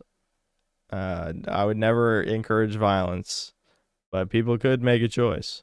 Opportunity in decades to provide answers for certain questions. All of that said, this brings us to the question of why now? For that matter, why release the stuff at all? Some will argue that the government had to release the files, but they overshot that deadline by 40 days, and realistically, they could have just destroyed them, which I assume has already been done to the damning things everyone wants to see. Well, if you consider the timeline, this file drop came at the end of January, and about a week later, the biggest sporting event of the year happened. I think the intention was demoralization. You see normies chimping over the files, and you think, oh man, is something finally happening? And then a week later, you see 100 times that amount of people going wild over goy ball, and it's like, never mind. It really is just bread and circuses. Supposedly in Brazil, a few years ago, 81% of the population was watching the World Cup. That's 173 million people. 173 million people could do a lot of things, including radically change the government and system they live in. Well, they didn't do that. They all went back to their crime-infested favelas, and nothing ever happened. The Super Bowl is essentially our equivalent. Supposedly, the viewership peaked at around 138 million viewers. That's about 40% of the country, and it's a reality check that the masses are still very much asleep. Again, I think the timing was very much intentional. They dropped the files and gave the noticers a sliver of hope right before the biggest sporting event of the year that hijacked the discourse. And now the normies have moved on to arguing about how gay the halftime show was, or how the Turning Point alternative was cringe, rather than the ethnic hatred motivating the blackmail child abuse operation they've whined about for years. And even then, the reason I call the files a... Like, this is... Again, the mega black pill about normies is they do not give a fuck about anything unless it affects their daily life directly. Now, indirectly, all this shit affects their daily life, but they are not smart enough to realize that. So why would they care beyond just, oh, I'm outraged. Okay, what's the next thing? I don't know. I'm bored. Dude, the Epstein files was like a week ago, dude. Why are you still talking about that shit? Did you see goy ball? You know, like, it literally is that. Like, yeah, that is the reality we live in. Diversion is because they distract from immediate issues that will affect your daily life, like Virginia's brand new governor Abigail Spanberger, who upon taking the role immediately put in a bill to remove the minimum sentencing for felonies such as manslaughter, rape, and child sex crimes. They're all Yeah, Virginia's going to fucking shit right now, like complete shit. The gun laws are going to shit too. This place is definitely turning into a shithole at record speed, and I'm not seeing all these veterans around me doing anything about it. I'm just saying. The neighbors hate me. They do not like me. I'm just saying. I don't know if that has anything to do with my channel, or equally likely to do with my anti-social behavior, but they do not like me, dude. They don't like me. Also putting in a bill on account of first-generation Bangladeshi immigrant Saddam Aslam Salim, who's a senator, to ban so-called assault weapons, which is defined as center-fire semi-automatics, which comprises of most guns. We're also putting in a bill discriminating against white men in government contracting, where women and minorities are favored to contract under 100K This is a great because state. fuck you, white man, quote Abigail Spanberger, who's Jewish and not white. Now, to be fair, Spanberger's opposition was a female Jamaican anti-Trumper first-generation immigrant Republican named Winsome Earl Sears, so that's modern politics for ya. It's worth noting. Yeah, literally nobody of any value running. Interesting. Definitely interesting. that the prior governor, Glenn Youngkin, was a Republican who wanted trans issues after a boy in a skirt raped a girl in a school bathroom. Why the GOP decided to follow him up with an anti-Trump black female immigrant, I have no idea. But the point is that focusing on big picture shit like Epstein distracts from local issues with major consequences like Spanberger and her Indian cohort, who immediately began raping Virginia. As stated, I want the files Yeah, why didn't I run, guys? Why didn't I run?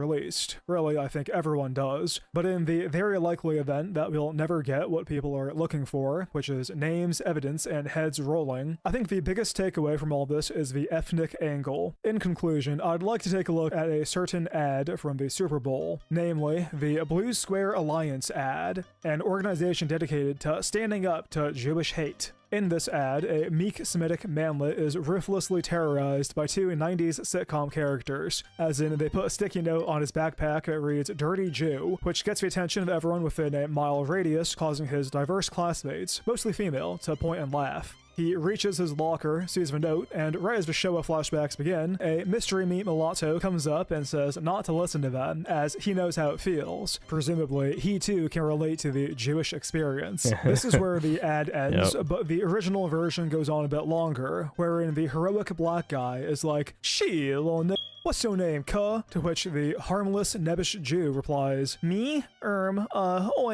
They, my name is Israel Child Rapestein." $15 million, by the way. But can you really put a price tag on a brainwashing the goyim? It's peak propaganda, where the white man ridicules the Jew as other ethnic groups watch, only for the savior to be a diverse man of unknown ethnic origins. He's black, though. There's so much to take away from this. It reminds me of the famous quote that America is a melting pot. Specifically, it reminds me of the quote's origin, a British Jew named Israel Zangwill, a close friend of Theodore Hearst, who is the father of the Zionist movement.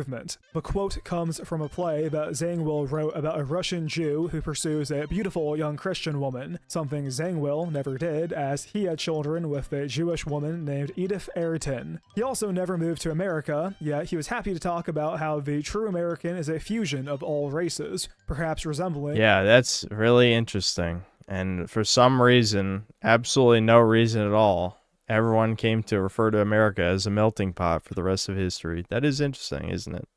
Definitely a coincidence, I'm sure. The Übermenschen Gigamut who we see defending the Jew in the ad. Really, the least surprising thing here is golem. I mean, it's literally just the Jew and his golem right here. I mean, you really can't make it any more apparent. The little weak manlet has his big slave guy to defend him. His soulless automaton to defend him from the tyrannical real humans.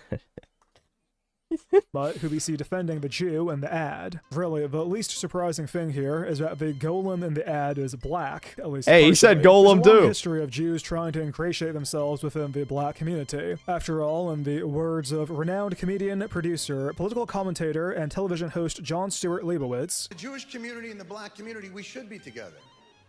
Jews and blacks we shouldn't fight. There shouldn't be tension. Jews and blacks should get together and get whitey. I think. I will say this about black people. Yeah, that sounded like a joke for sure. That definitely sounded like a joke. Black people should hate white people. I mean, I'm very. Yeah, and then he says we, and then says white. I have heard that. Yes. Yeah. Interesting. Will there be anyone notice that? No. Why would you notice? His skin is pale, guys. His skin is pale. Don't you know what that means? Jews and blacks fighting each other. That's so fucking stupid. Jews and blacks should get together and get whitey.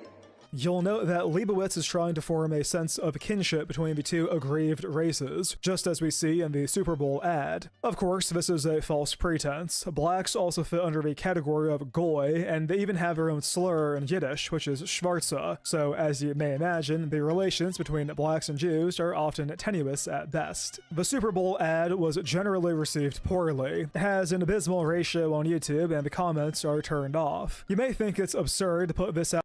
I mean, shit like that is exactly why they got rid of the dislike button. I mean, it was directly because of Joe Biden, which is just mind-blowing. And people just, they seem to just never bring that up. You know, I've heard left-wing people complain about the removal of the dislike button, but they never bring up that it was exposed that the Joe Biden presidency specifically requested the dislike button be removed. Right after the Epstein files dropped, but remember that Epstein himself cried anti-Semitism after a lifetime of ethnic hatred against the Goyim and abusing their children, only to laugh about it a moment later. I've said it a few times now, but so long as we remain in an info war, the ethnic component is the single most important takeaway from the files. This is one of the very few opportunities we've been allowed since the end of World. It is funny how this is like just a blatant anti-Semitic video, and then he's also talked about the Silent Hill 2 remake. See, gamers, this is a real gamer. This is, when I think of a gamer, this guy, that's a gamer. A great name, by the way, Spree Snooter. It might as well have just said Shmuel Schmooter at that point, you know. All right, I'm sorry if anyone else requests a video. I gotta go to bed. I stayed up like probably an hour later than I was supposed to, so I'm gonna read the rest of these super chats, and just remind me next time. You don't have a super chat, just say it in the chat. Stallion Milk, thanks for the $2. Watch Star Wars Part 1 of 3 by Tootleg Boy next time. J2K, thanks for the £5. N Rambo has a new video about how ancient philosophers hated voids. That does sound pretty based. Halfradrim, thanks for the $5. Greetings, Synthler. I've managed to research on your brother, and I believe I found the solution to his problem. Sorry, but please let him know. Yeah, I'll tell him to try to talk to you. Yeah. Sheep Herder, thanks to the $2. I'm not racist. I have a colored TV. Yeah. Hey, you know, you joke, but you have a colored TV for long enough, you know, the programming will seep in, dude.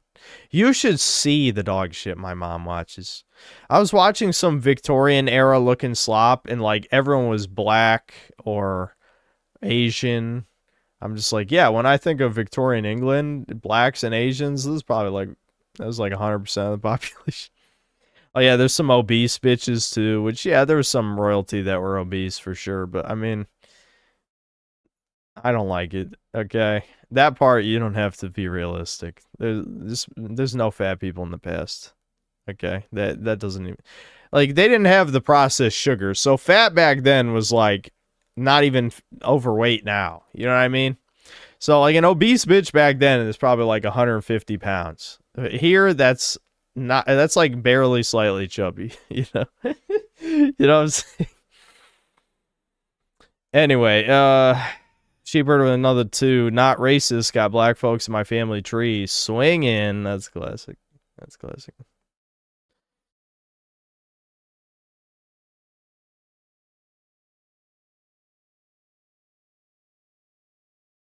Fat was a status symbol because it meant you were rich. Yes. But also fat meant something else back then. Like, fat is what people joke about Irish people, like in flat bitches. You know what I'm saying?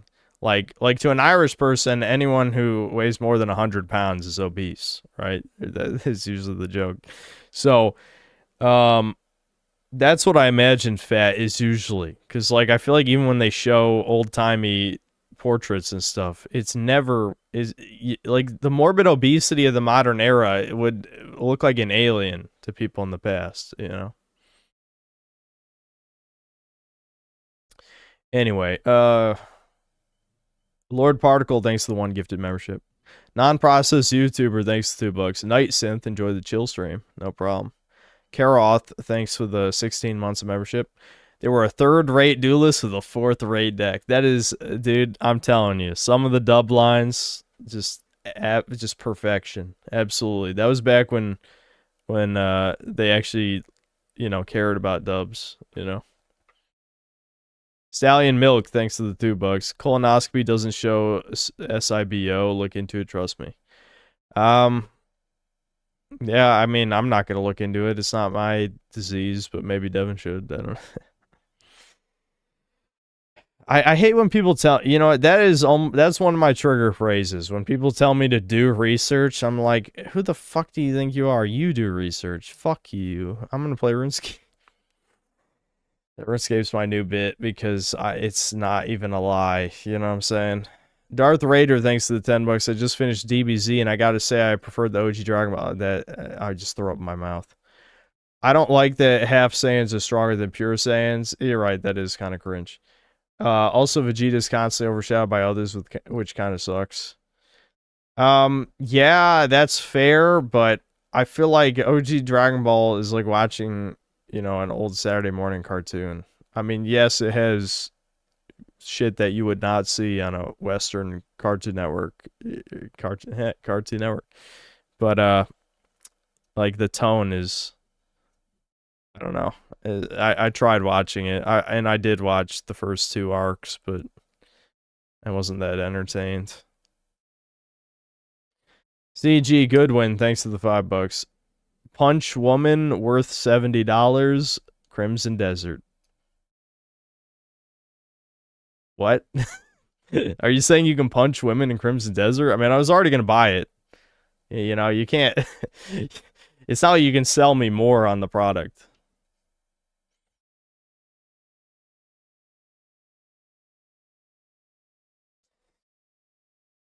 Okay, cool. Thanks to the $5. Every time there's a video watching segment, I'm reminded how many voice cells are out there. Brutal world. Yeah, I mean, I know we do a little trolling here, and we're not nice to people, but yeah, a lot of people, when it comes to content creation, you could just be born with a not good voice, and then you're kind of just doomed. But I'm not gonna say you should aspire to be a YouTuber. Even though apparently amongst like Gen Alpha, that is the most popular job they want to be, which is really depressing. Like, I get it, kids grow up and they have new aspirations. Like, the vast majority of people will say they want to be an astronaut. Don't become an astronaut. I get it. But at the same time, goddamn, you're aiming low. You know what I mean? Like, I have no practical skills and I became a YouTuber, all right? You don't want to be a YouTuber. This is not, come on, kids, really? Anyway, that's a random name thanks to the 2 Canadian. It's not all of them, but it is every time, indeed. Anabolic Plays thanks to the $2. Mutts are Hebrew science experiments. Bro, that's crazy. I can't believe you just said that, bro. I can't believe it. Chat hated Snooter's voice. Yeah, I mean, his voice is not the best, but like, it wasn't that bad. Like, what can he do about it, really? Simple but not so long name, thanks to the 7 Canadian. Gay Jew summons gay ape golem in defense mode. Okay.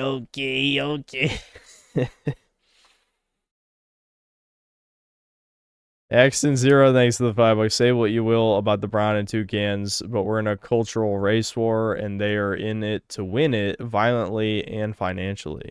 Yes, that's the issue. White people are in it to lose. Like, white people are suicidal in the race war. Like, legitimately. Like, they're like, yeah, I hate myself and all the people who look like me because the kindergarten lesbian teacher brainwashed me and then raped all the women.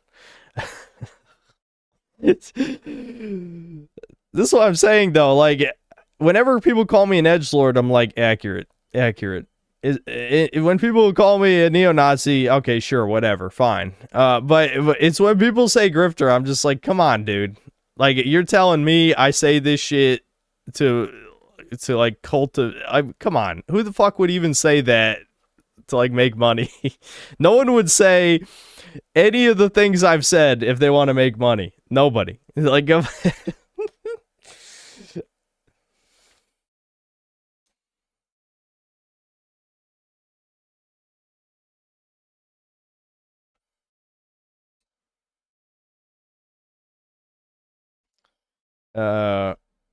Undead Warrior, thanks to the $2. Link that vid, please. Let's give that guy support.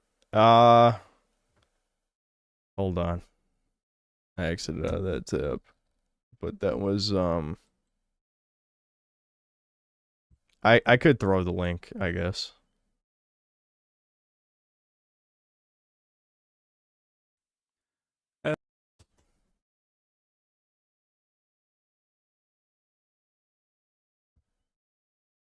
I mean, I'm gonna end the stream in like less than 5 minutes, but if you were curious, this was the video. Let me pin that real quick.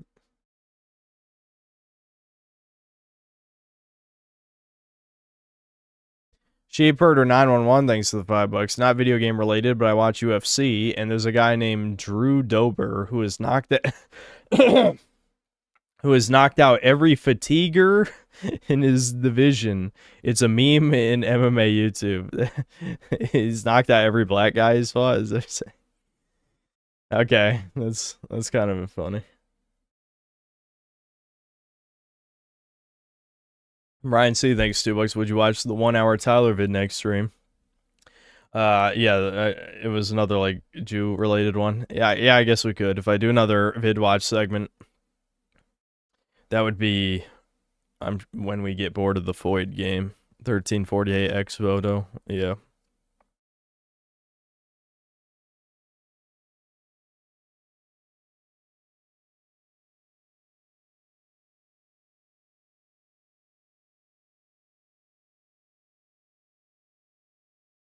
Drew Dober also looks like the Chad vs. the Virgin guy. I'll have to check that out. As an Italian, do you know how to make spaghetti? Yeah, I do know how to make spaghetti. I don't think I've made any in a long time. Devin actually was making it somewhat regularly because it was one of the few things he could tolerate. You know, there's probably only like a dozen different food that he would consume when he was under the mold. Now he's more open to eating some stuff, but he still is pretty careful about what he eats.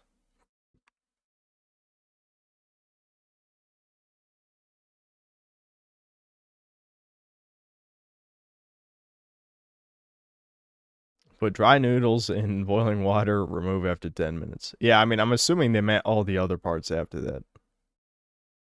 You know what I mean? Like, yes, how to make noodles. There you go. We don't have any actual like pure tomato sauce anymore though, I don't think.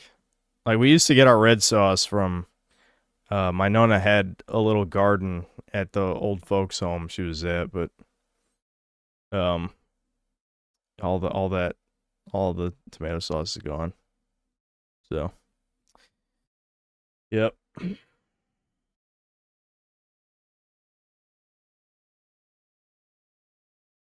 Yeah, I mean, I know I said 50-50 in the community post on Crimson Desert, but that was just because I was kind of burnt out at the time that I wrote that. I'm sure by the time it comes out next week, I'll be okay. I'll be okay. I'll probably review it. If I think it's worth talking about, I'll review it. I don't expect it to be a super highly viewed video, but, you know, it's something to talk about.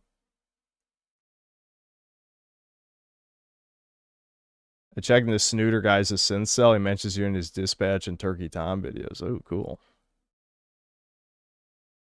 Awesome. Sorry, Synth, but Italian food is so mid. I mean, have you had good Italian food, though? I know that's always the question when it comes to any native food of any kind. Is it's like, yeah, I mean, if you've had shit like Chef Boyardee sauce or something, then pasta kind of sucks. You know what I mean? Like, the sauce is so important. Also, I think meatballs add so much. It adds so much. If you have good meatballs, that carries the flavor profile. But yeah, if you have bad red sauce, then you're not gonna like it probably. That's pretty important. It's like the actual noodles are just noodles, dude. Like pasta, you know, it's not magic. It's not magic. It's like any grains are in like a certain range of flavor that are all pretty similar. You know what I mean?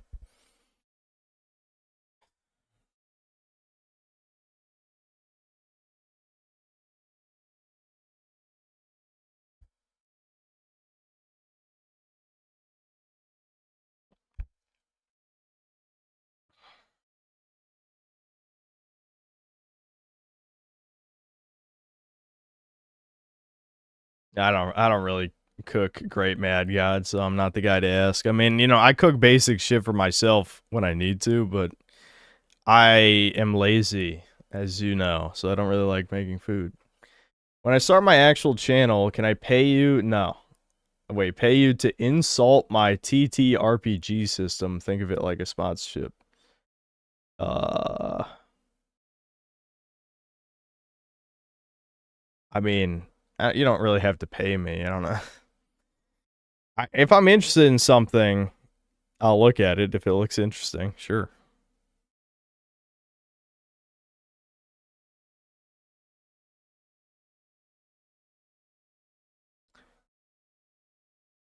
Spree Snooter has a clip of your Doomrower in regards to the black girlfriend LMAO. You should watch. Listen, I gotta end the stream. Not only do I have to pee, but I think I need to let Sam out. I heard her stirring when I went downstairs to get water. I'm gonna have to force her outside because she's been waking my mom up sometimes at like 6 a.m. and that makes her mad. So I'm gonna end the stream. I'll Philip Oliver Crevices.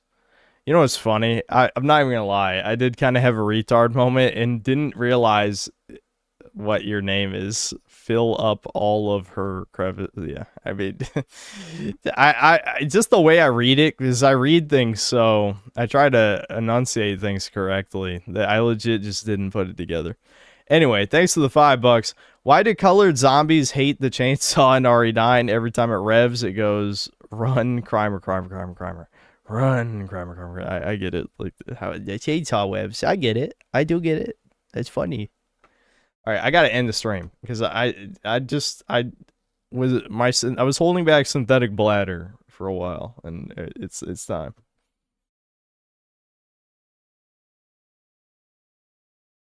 He says it was for over a month. I know. I read it literally, man. I was like, Philip, Oliver, crevices. You know what I mean? Like the crevices part should have signaled my brain like, oh, this is obviously like a wordplay thing.